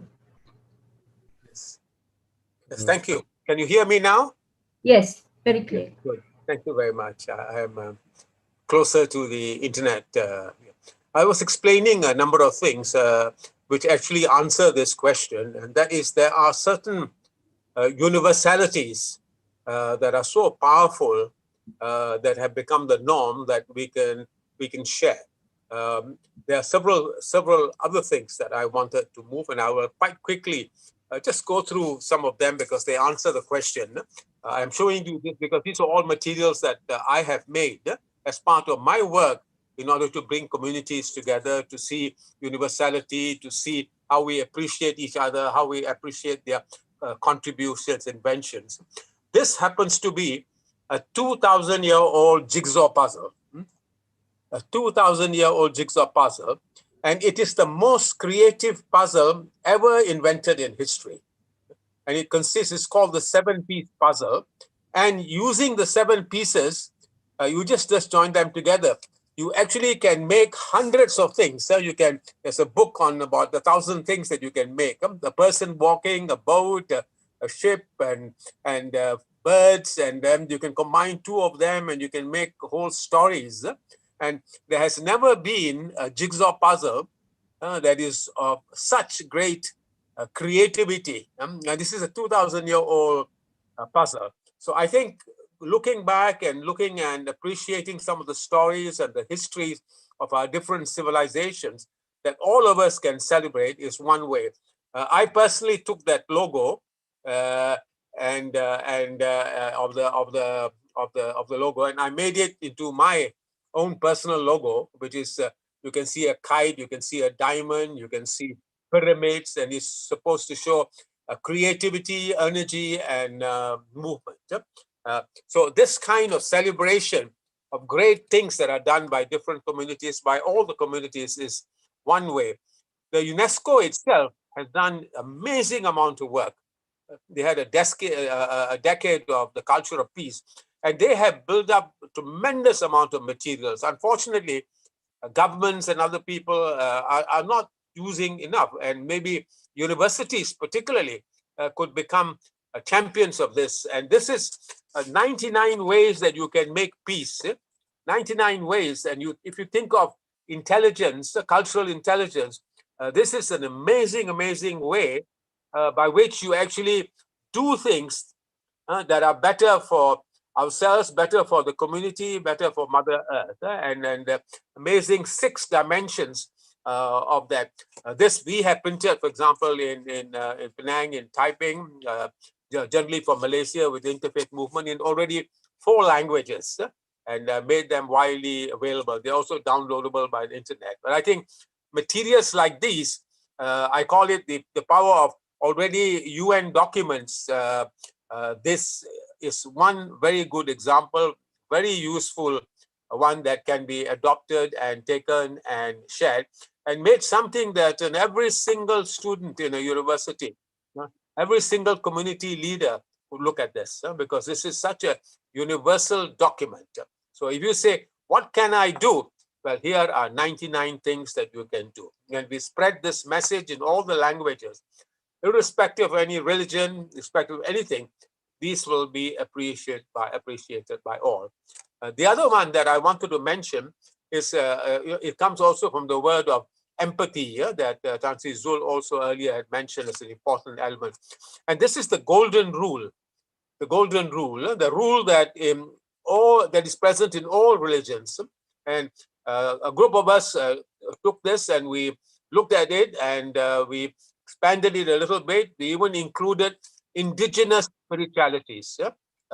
Like I say, individual spiritualities were not looked upon as a community, as a group that we should include in our spiritual thinking of this. And the golden rule says, treat others as you would like to be treated. Treat others as you would like to be treated. So in everyone, in indigenous, in Hinduism, in Confucianism, Buddhism, Judaism, Christianity, Islam, Sikhism, Baha'i, and a whole range of other groups have this core value. And this core value has been one of those that's been promoted again by the Universal World Religions Parliament, which is the biggest body that brings together all the different religions of the world. It also promotes the Aman message, which all the major Muslim countries were there, including Malaysia, that promotes this kind of caring and sharing that is done. So I think, again, this global ethic movement, you can just Google it. You can Google Global Ethic Penang. You can see how we have created a whole range of activities by engaging people from all the different communities. The other, we of course made some posters also, but I will not show you. Those are universal posters. I will just, we did one, for example, a poster called Coexist for all the different religions, representing them in illustration form. And it says that no peace among the nations without peace among the religions, no peace among the religions without dialogue between the religions, no dialogue between the religions without global ethical standards, no survival of our globe without a global ethic. This is a kind of global message by the Universal Parliament. We did also a program where we have posters on cultures of peace. And what is wonderful about this poster is that it gives you what you call a perpetual calendar. You don't need any other calendar. You can just go around it and just choose the year that you want by taking a code at the top. And underneath are all the United Nations days that can be celebrated and that are linked actually to culture. There are days of culture, of biodiversity, of peace, of harmony. You can think of it, yeah, it's a World Harmony Day. So I think insofar as cultural festivals, World Poetry Day, World Book Day, I mean, there's a whole range of things. And attaching ourselves to this kind of global activities, which are universal, part of the United Nations, again will give us a new global solidarity that I think we badly need. And this way we have already something that is agreed on and used and developed in the nation. So many places people just forget and ignore. For example, like in the environment movement, there's a charter for Mother Earth, for human Earth, or the charter of the Earth, and there's a big book on action that you can take on these issues. So I think materials, amazing amount of materials are available, and we must be more diligent in sharing this if we want to build a cultural intelligence. Because ignorance is one thing, but again, inability, because materials are there, and if they are not even taken up, that's, I think, negligent, more than ignorant also. So I think we should make efforts, especially particularly with leadership in academic institutions like the UIAM. I want to mention one other thing, particularly in Malaysia. They were talking about how poorly we do things that are linking up with all the religion. This is one of the most wonderful books ever developed. And it is a group, Our Malaysia Multicultural Activity for Young Malaysians. Creative, informative, fun.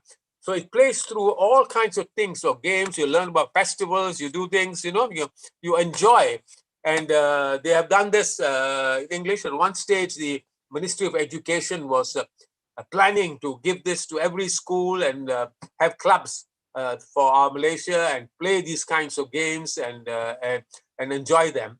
There is now, fortunately, a sudden interest again by some groups, like the state of Penang has set up a Harmony Center to begin to more systematically look at it, because we were very blessed. We had the late President Kalam from India come to Malaysia. He was given an honorary doctorate when Tan Sri Zul was there in USM. I had the opportunity to take him downtown Penang. And, he walked the street. He went to visit every single institution of religious learning. At each institution, the church, he read the prayer of a Saint Francis, about the prayer for peace. He went to the Chinese, he read from the Analects. He went to the Taipusam, to the Indian Hindu temple, where he read from the Bhagavad Gita. And then he went to every place. And after seeing all the people and the diversity of this place called Penang, he said, Penang must become a school for the whole of humanity. So we have materials like this. And one of the things that I think very often we feel, that where there are success stories, we are poor in relating them.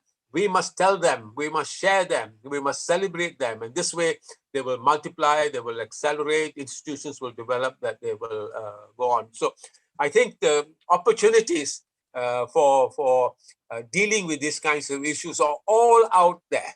They're all out there, they are available. It's a matter of getting ourselves organized, getting ourselves using what I call the Pancasila of power. The power of what individuals can do, even write a letter to place. You become the media. And there are now wonderful people who just through letter writing and through their column have become more watched than TV or newspapers. So you can start your own media in a way. There's a powerful power of one now. There's also the power of many where you can make networks now and link up. Social media provides this. There's also a great possibility now of multimedia, which is a wonderful way that again you can link up. We have now things like TikTok, also to balance up with YouTube and Vimeo. So many possibilities of doing that. The power of many, and then the power of the international spiritual values, the power of like some of the things that I showed you, the United Nations, all the days of action, the materials that we produce are all again things that should be garnished, taken again, built again, taken into our different languages and move. And I think we will move.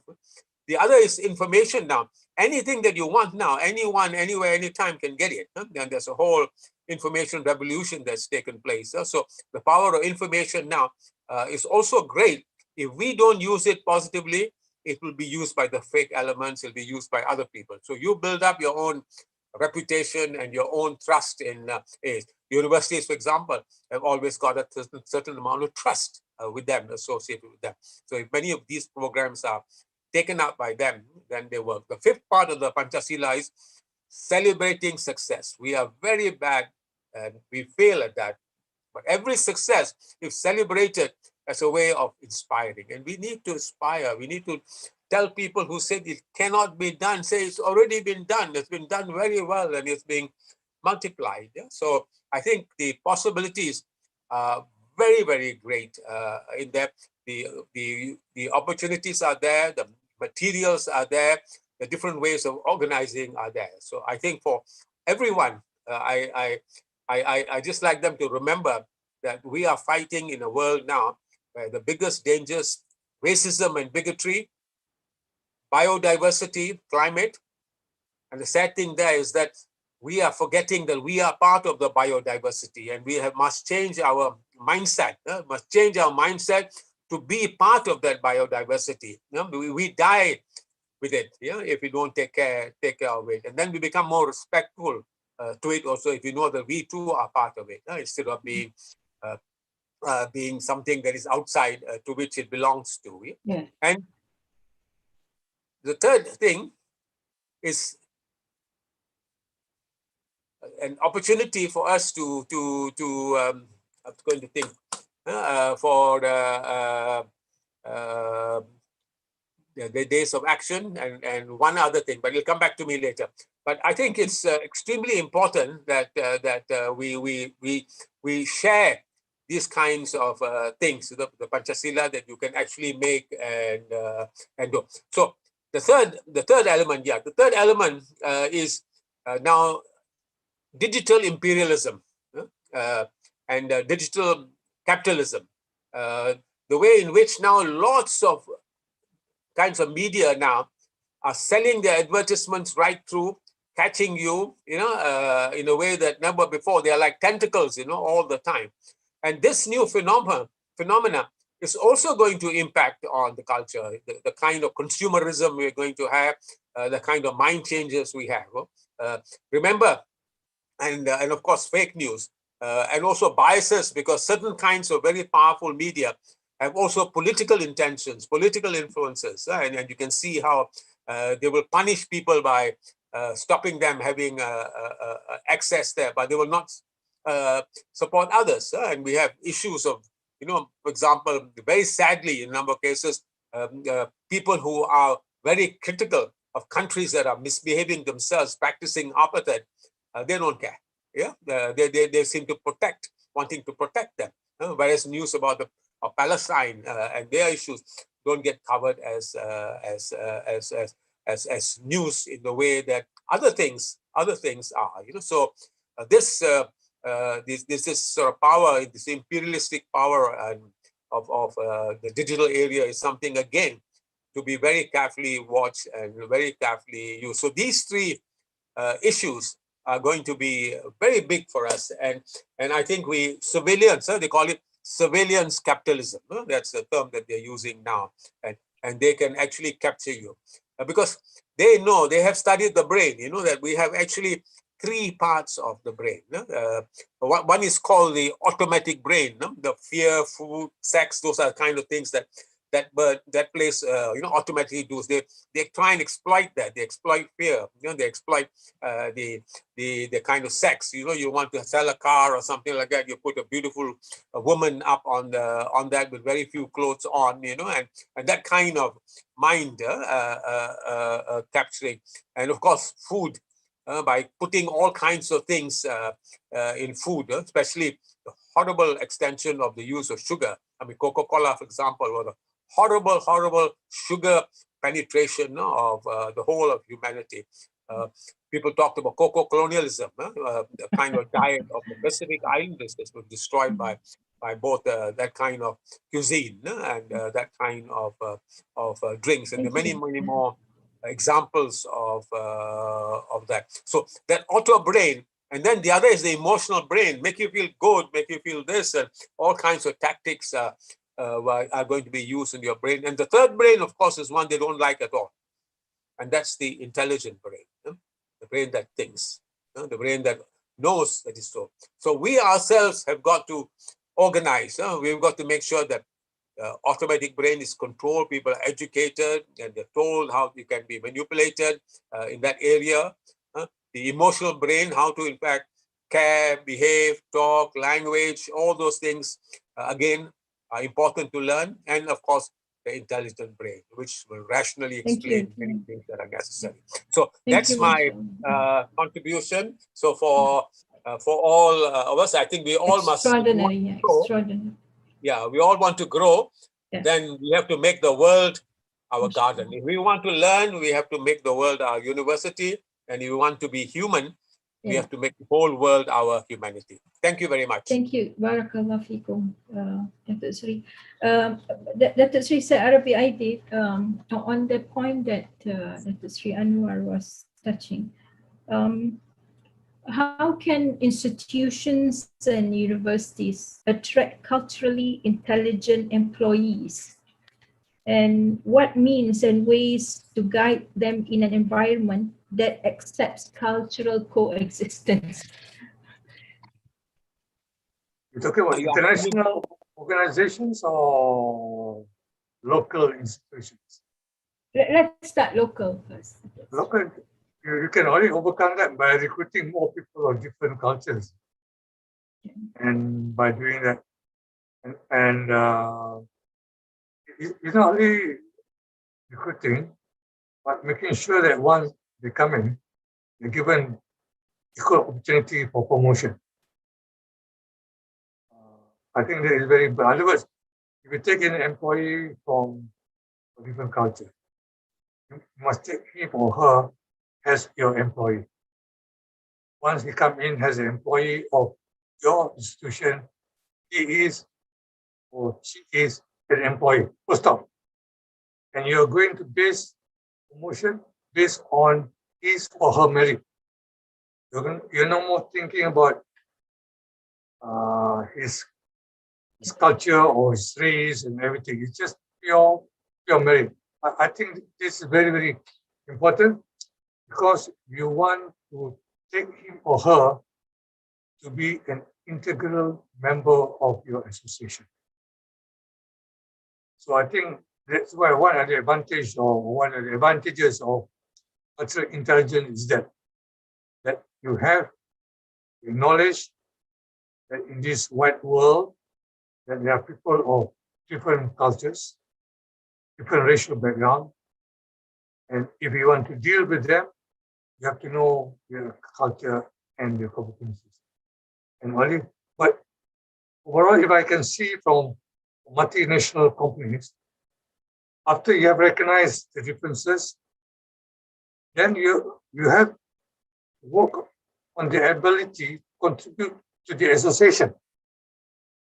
You have to work on the ability to contribute to the association. In other words, if he is an academic, then you have to give all your effort for him to shine as an academician. You're going to have to say, I'm going to take this person just to fulfill in the quota. I'm happy with that. No. Once you take him, the person from a different background, you have to give him full opportunity to proceed and contribute to the organization. Thank you, Dr. Sri. There is a question posed by our Tan Sri Rector to His Excellency Miyagawa.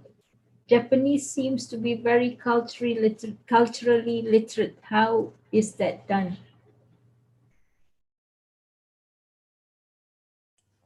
Thank you for the question.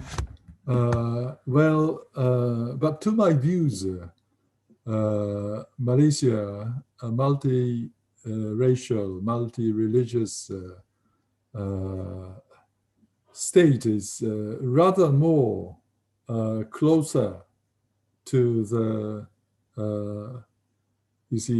better cultural intelligence.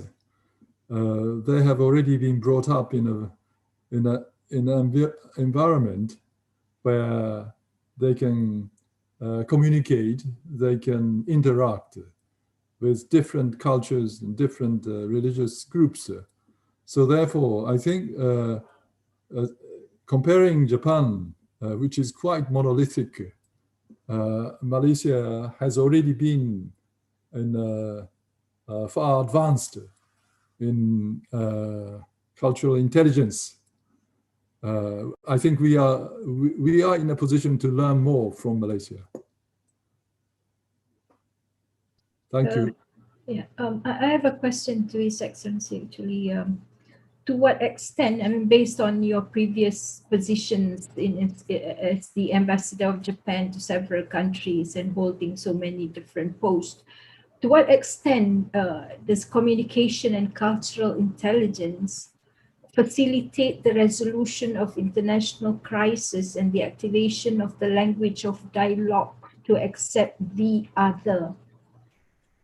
Well, to tell the truth, I was posted to Britain and I interacted with Russians and negotiated with Americans. And finally, I had a good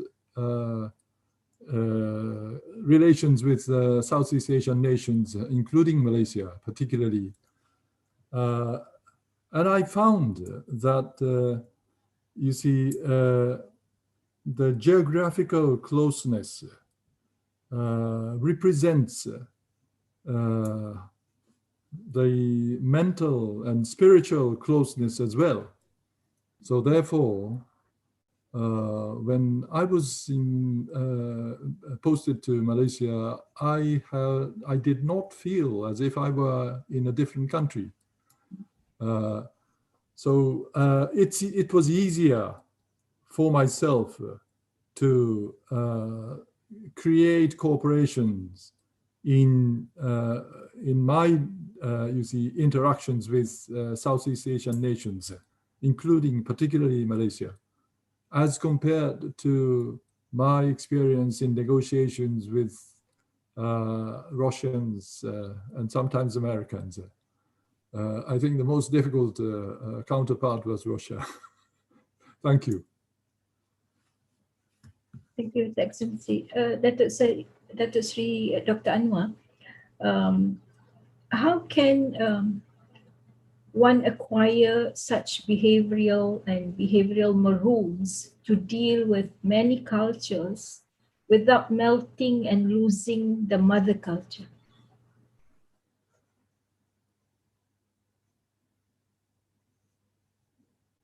You are muted. Unmute, Anwar.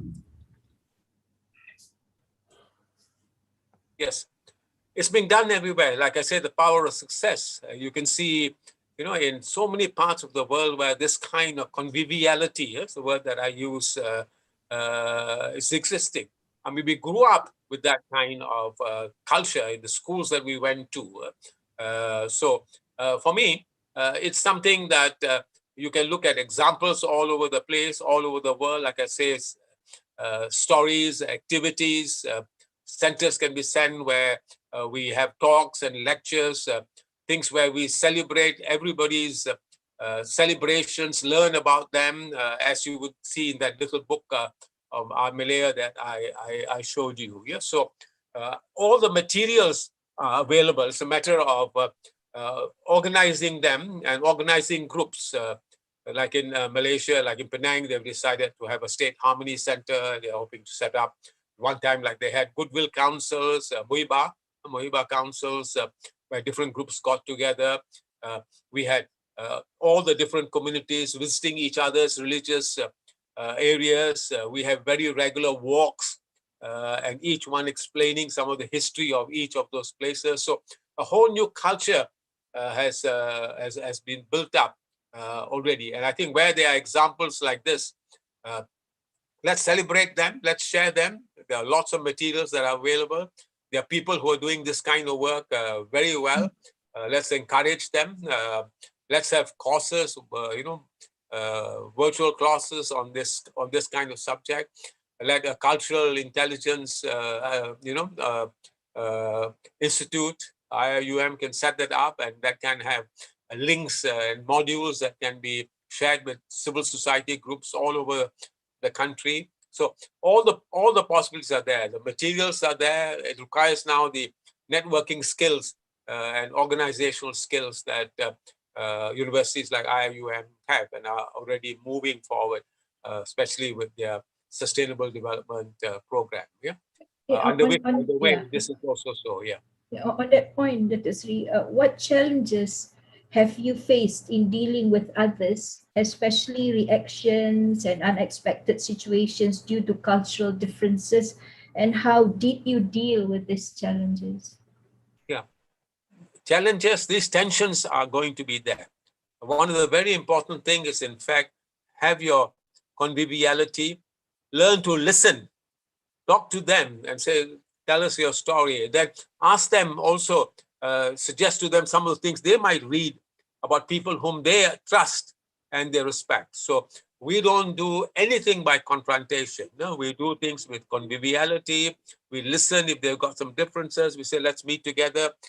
We try and look for people who know them well, because one of the great things that are extremely important is when we talk about rights and responsibilities, the third R is forgotten: relationships. If we know each other and we are friends with each other, if we already have people who are their friends, talking through them makes a lot of difference. And so I think the culture of relationships is important. But we don't even talk to each other. We don't even get together. We don't have means whereby we talk to each other. Then, of course, nothing is going to happen. So the ability to maintain yourself, there's a wonderful book called Dialogue or Debate, how you practice dialogue. You sit down, you listen, you choose the right kind of atmosphere, you choose the right kind of space, you bring together the right kind of people, you bring the discussion by listening to the other persons and their issues. And of course, there are some people who are sick, who have already got trapped into something else. Those people will have to be dealt with, again, very often by their own community, by the people who are there who can also do that. But the biggest strength is very often don't waste time with people who are troublemakers. Spend your time creatively, possibly doing all the good things that you can do. And you do that, and you show through the example that things can be done. And this is one very, very important. Very often we find some guys go and become critics and so on.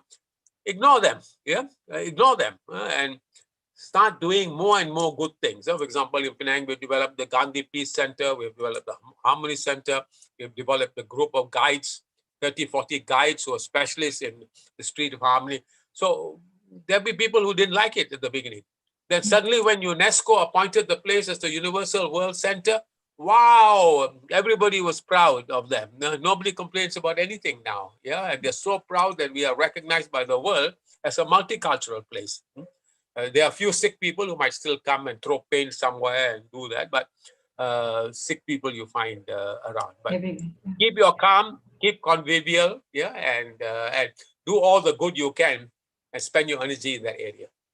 There is a question on YouTube for Dr. Sri Anwar.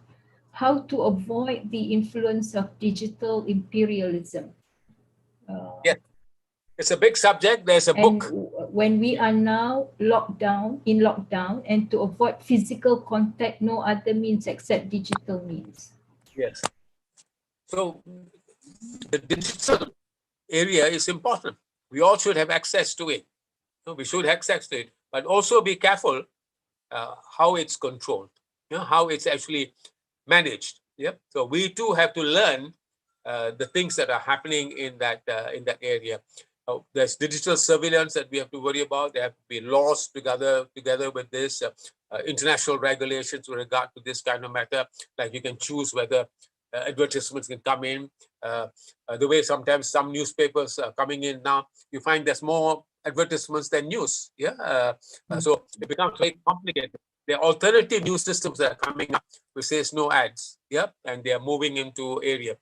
We also have to change taxation systems because these digital companies come to your country, they take all your advertisements away, they don't pay your taxes in the country because you have to pay it all overseas. Yeah.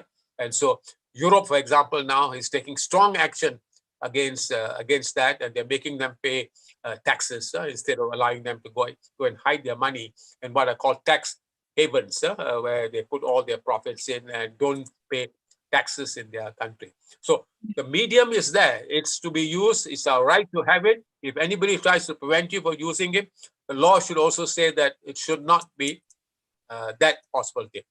Alternative groups, for example, like you had China developing TikTok because China was being discriminated. They too made their own little YouTube thing, which recently the United States in some form tried to restrict it, because they didn't like some of the contents in it.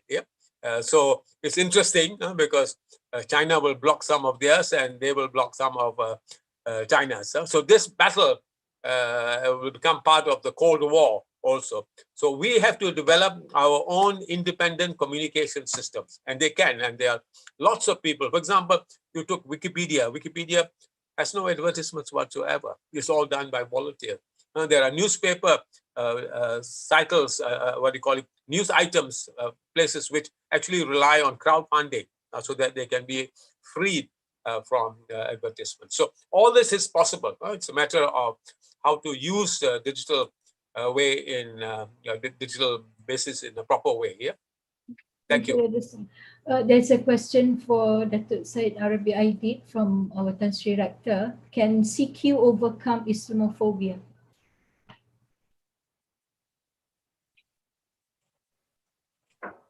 In one sense, yes.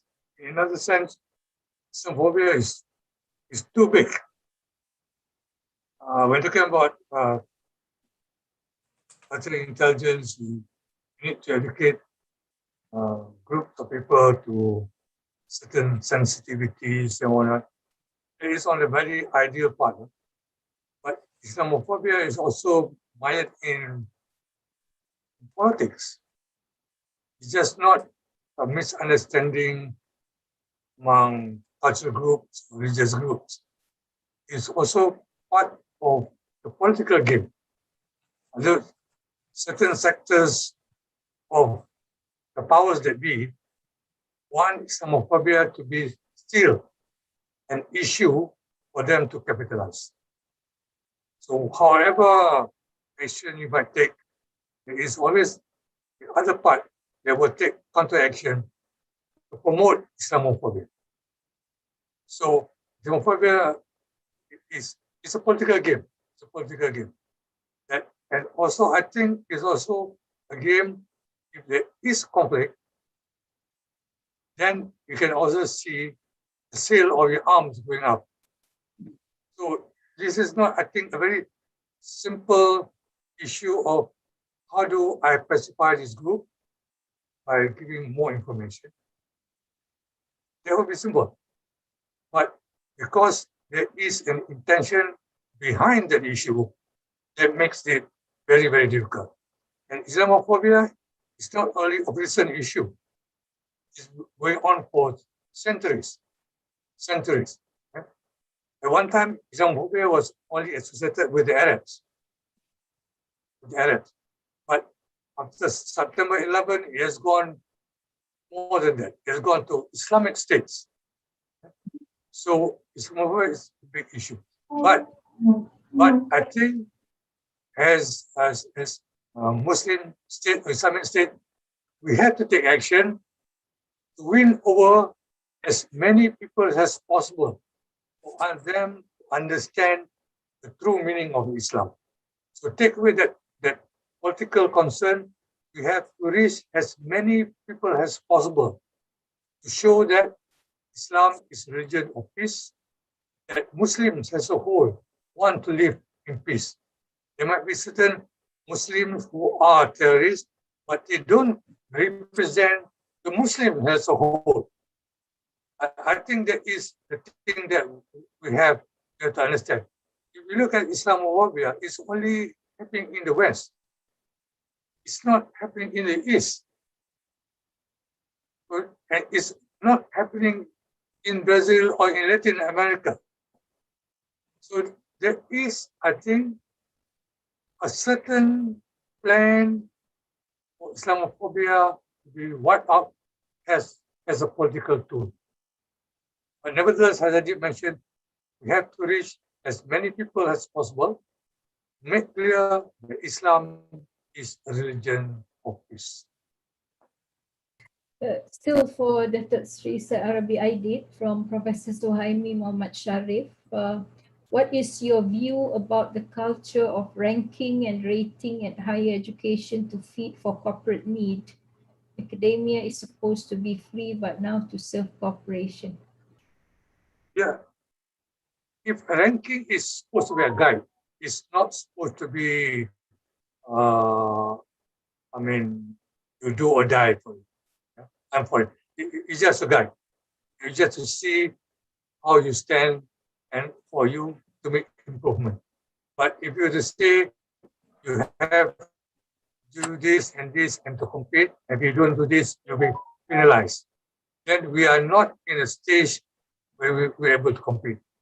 But if we say that we have certain issues that is comparable, and we are able to do that if we have certain incentives, for example, that make us possible. Yeah, and I think we have the infrastructure, we have the commitment, so we're able to do that. I remember we discussed this at OIC, where OIC said we won't go into ranking, but we go to rating. In other words, we have excellent universities, we have good universities and poor universities in the Muslim world, but the aim is for the very good universities to help the good universities to go up, and the good universities to help the poor universities again with a view to go up. In other words, at the end of it, all the universities in the Muslim world under OIC should be good universities because they've been assisted by other universities that are better than them. If that is the spirit, I think that is a good spirit, because spirit is of friendship, again, in midst of scholarship, where scholars need help among brothers to go up. And that is the thing that I would say. I have a question for His Excellency Dr. Mikawa. Should security intelligence set conditions for expatriates regarding their coexistence in the multicultural environment, or should it open the way for all and be raised by national institutions to provide them with components of cultural intelligence?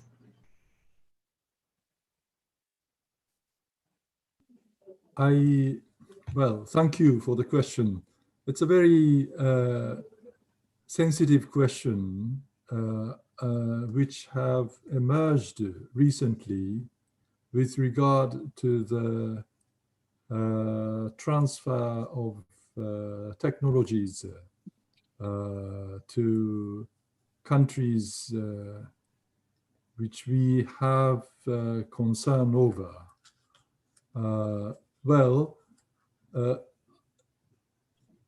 I wonder whether the question posed is related to the question of the cultural intelligence well, intelligence is the same word, but cultural intelligence means the capability, I suppose, according to the terminology recently defined. And this cultural intelligence includes the capabilities to make some positive engagement for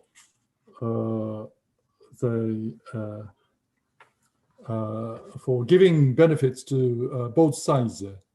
And from that point of view, while the cultural intelligence has to be emphasized, has to be reinvigorated, particularly in the educational institutions, I would still think that out of security concerns, we do have to overcome the problems on security, particularly amongst or between nations, mutually, you see, feeling threatened. So therefore, my off-the-cuff response to the question is that the security reconciliation or security intelligence reconciliation and the cultural intelligence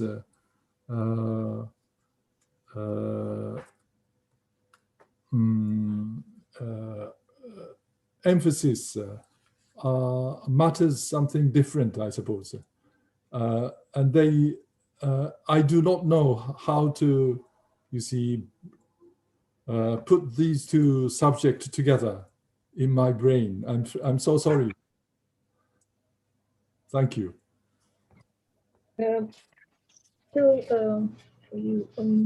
Maybe His Excellency could enlighten us on how Japan and Japanese overcome miscommunication of the interplay between cultural diversification and diversiveness.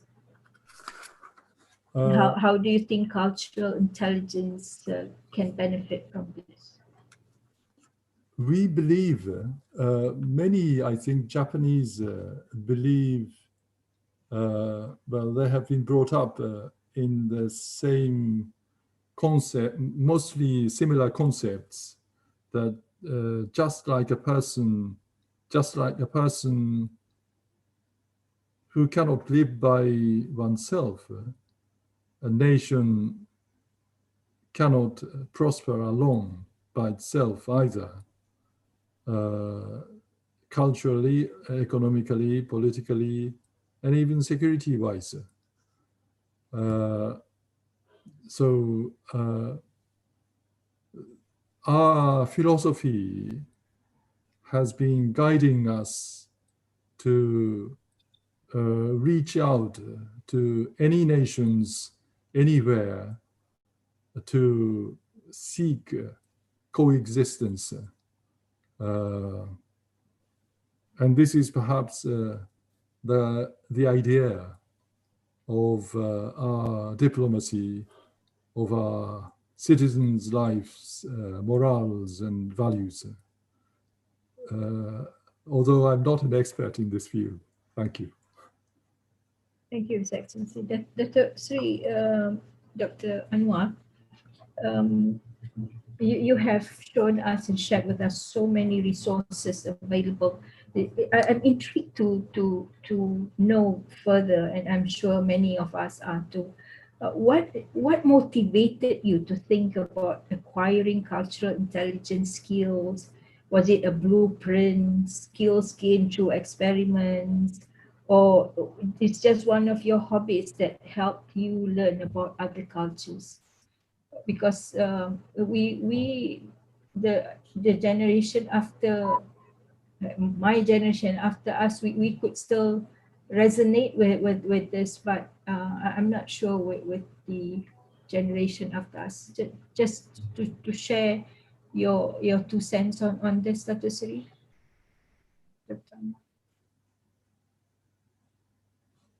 Unmute, please.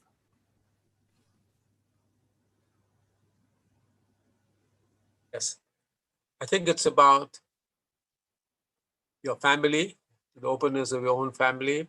It's about the school that you went to, and it's about the towns in which you grew up. And I had the fortune of growing up in a town called Taiping, which was a very new town called Everlasting Peace. And it was constructed to mark peace, and the name itself is in Mandarin, Everlasting Peace. And this town of so many different cultures. It had a huge Ceylonese community that were working there. The train stations, the new train stations were coming there. The tin mines were there. The mountains were preserved. The old tin mines were made into a world-class lake, and now a world-class zoo. The unbelievable, a town that was only 10, 20 years old, made and constructed a museum on Malaysia's history, archaeology and so on. That time there was no Malaysia to Malaya. And the first national museum was actually that particular museum in Taiping. So I grew up in an atmosphere which also was a military cantonment. So there were lots of soldiers from Fiji, from Australia. Our school itself was very multiracial. There were European headmasters, there were Indian headmasters, there were Chinese headmasters in our school. The content, the people who were also attending were all from different races. And then when I moved as a teenager to Penang, I went to the Penang Free School, the oldest school of that kind in the country. It was called the Free School. It was supposed to be free to all races and to all religions. And they kept that name free. It was also a strong movement in the UK where it began, where before people were being forced to attend either Catholic schools or other Methodist schools. So they started in UK too, a way of making free schools. So for us too, these schools were very powerful.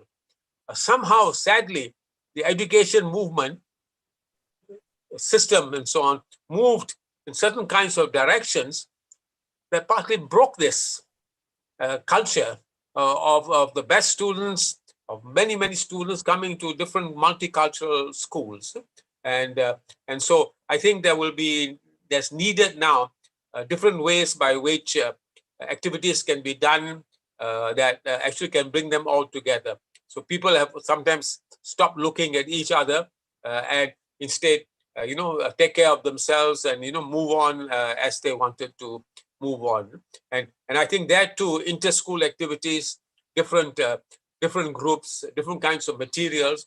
So every school, the book that I showed, for example, like in Malaysia, every school, irrespective, should have that. And then I think sports, games, and I think one more other important thing, cultural events. Penang is a very good Georgetown Literary Festival that is held every year, where all the different kinds of groups actually take part and share their cultures, and then it's organized very popularly, managed with a lot of engagement of civil society.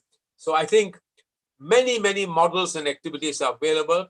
We lost a little bit in the ways in which schools were reorganized, and then now we have to claim that back again by organizing activities between schools.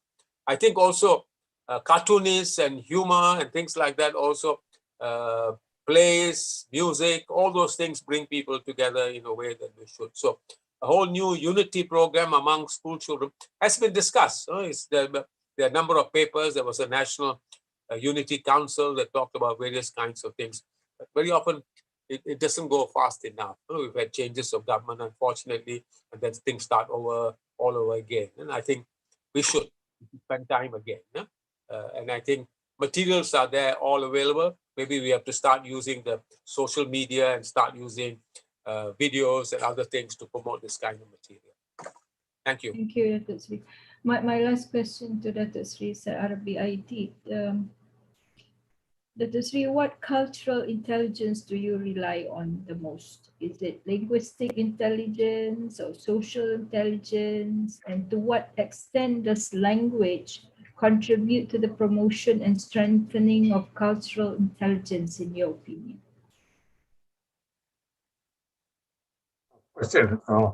I would share like Dr. Anwar Fazal. We were in school. We have one WhatsApp for my school.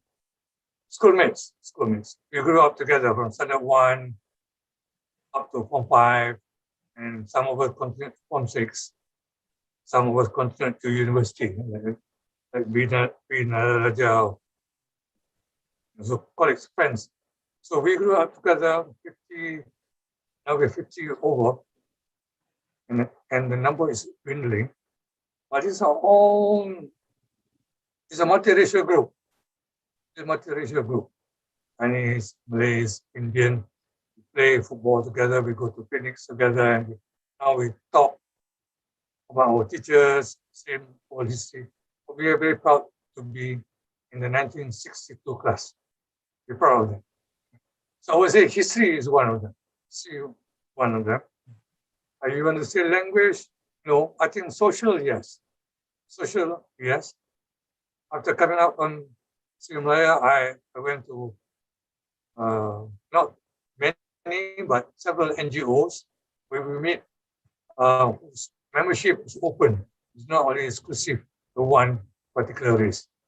So you begin to appreciate the views of your other friends from other religions. And I will also recommend to my colleagues in IIM, you should also go out and meet friends from the other religion or other races. I took note of the Department of Usuluddin under Dr. Fatmir last time.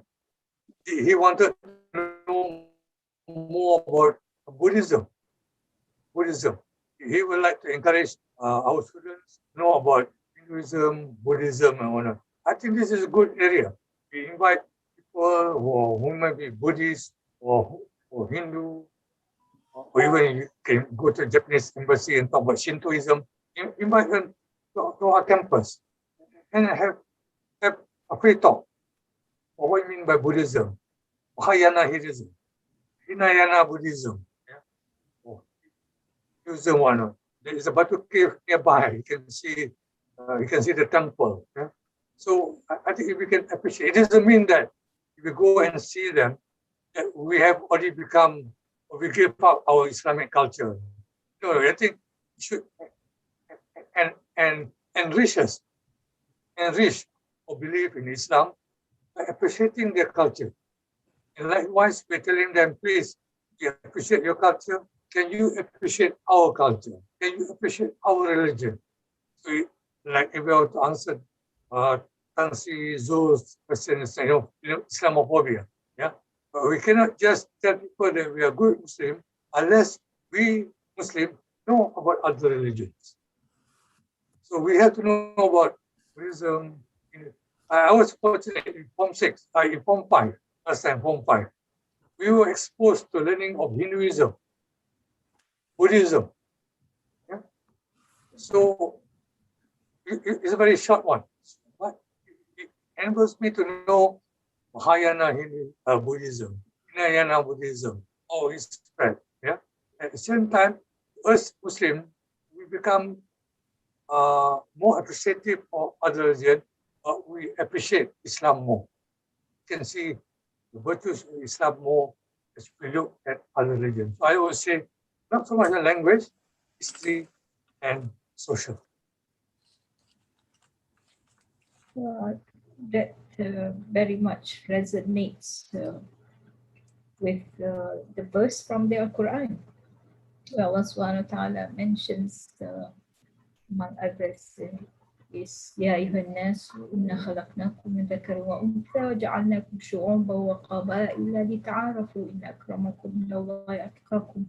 That is the very core of what Dr. Sri has just mentioned. when we do not know the other, then we come to assumptions and in about the zanni ism.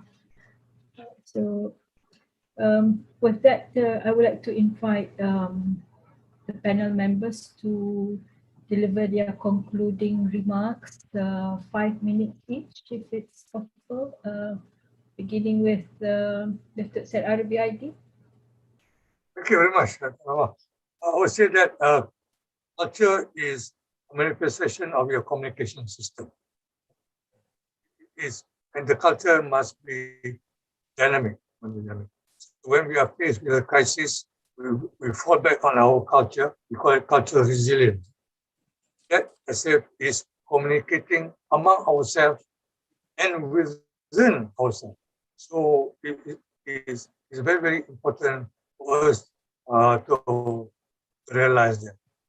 I would also like to praise Dr. Anwar Fazal about let us talk about our success. Success of religious freedom in this country, how religion can be practiced in this country. We have holidays for nearly all religions in this country. You don't find that in other countries. We have holidays for Hinduism, we have holidays for Buddhism, we have Christianity, and we have also holidays for cultural activities, Gawai, for example. So as mentioned, we are very, very open. But we do not talk more about that because this is something I think wrong about the media. The media talks about something that is unusual. If something is usual, we celebrate. There is holiday for Thai Buddhism. So this is not mentioned because it is a normal thing. But if there is a fight about to give, then we say, "Wow, this is something wrong with it." So I think it's more about concept of newsworthy. As we portray this incident in the media, we find things that are unusual to be newsworthy. But things that are normal, that are routine, and these routine things are very important to us for the survival of society. We don't highlight them. This is a good point made by Dr. Anwar Fazal. We should talk more about our successes in life. Thank you very much. Thank you, Dr. Sri RBID. Dr. Sri, Dr. Anwar Fazal. Yes, I would like to share something that has been translated into many languages, all the languages in Malaysia.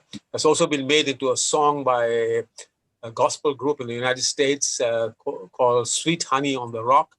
Has appeared in a publication called Liberating Faith, postcards of the Canadian Physicians Against Nuclear War, a great New York group that also has their showing all the different religious institutions.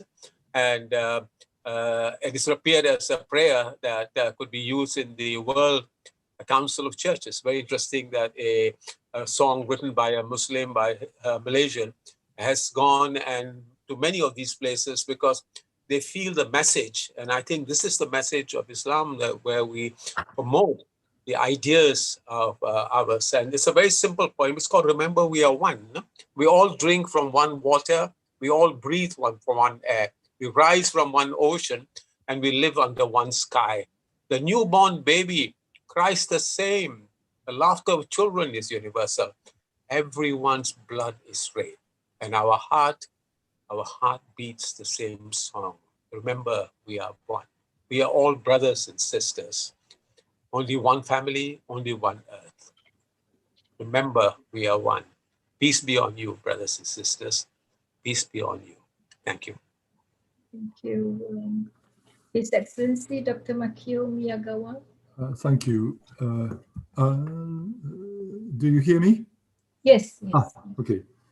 Well, let me finally reiterate the importance of the role of educational institutions, which are, I think, expected to strengthen students' capabilities, four capabilities, I think.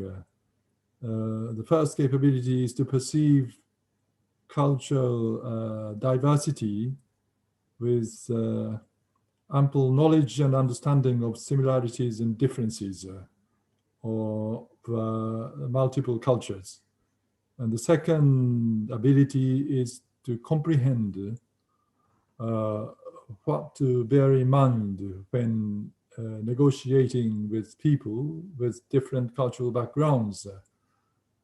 And the third ability is to coordinate with those people to create a bigger cooperation, to bring about benefits to both to those who are living under different cultural backgrounds. And the last capacity or ability is the linguistic capability and the actual experiences of staying in different cultures to perform smooth interactions with people with different cultural backgrounds. And this is the last emphasis I should make at this seminar. And thank you. And thank you for the invitation. Very kind. Thank you very much. On behalf of the organizing committee, I would like to firstly apologize for any shortcomings during my moderation of this panel, especially from the panelists, Datuk Sri Prof. Datuk Sri Said RBID, Datuk Sri Dr. Anwar Fazal, and His Excellency Dr. Makio Miyagawa. If any of my questions made you feel uncomfortable, I apologize for that, for my shortcomings. It has been a great honor, and I have myself personally benefited a lot from this session. MashaAllah, all of you are an encyclopedia of wisdom that all of us have benefited and will benefit from. Thank you very much. I return this session to the MC, Dr. Ziad Baidu. Thank you, panelists, for your interesting insights. And thank you, Prof, for moderating this session. All right, ladies and gentlemen, our valued participants, that marks the end of our first day of the international webinar, Cultural Intelligence Toward Promoting Institutional Excellence, from 14 to 15 June 2021. Our second day will commence at 9 a.m. tomorrow. The link will be provided to you by the Secretariat via your email. Please alert yourself with a notification from the Secretariat. Till then, have a good rest, everyone. See you tomorrow. Wassalamu alaikum wa rahmatullahi wa barakatuh.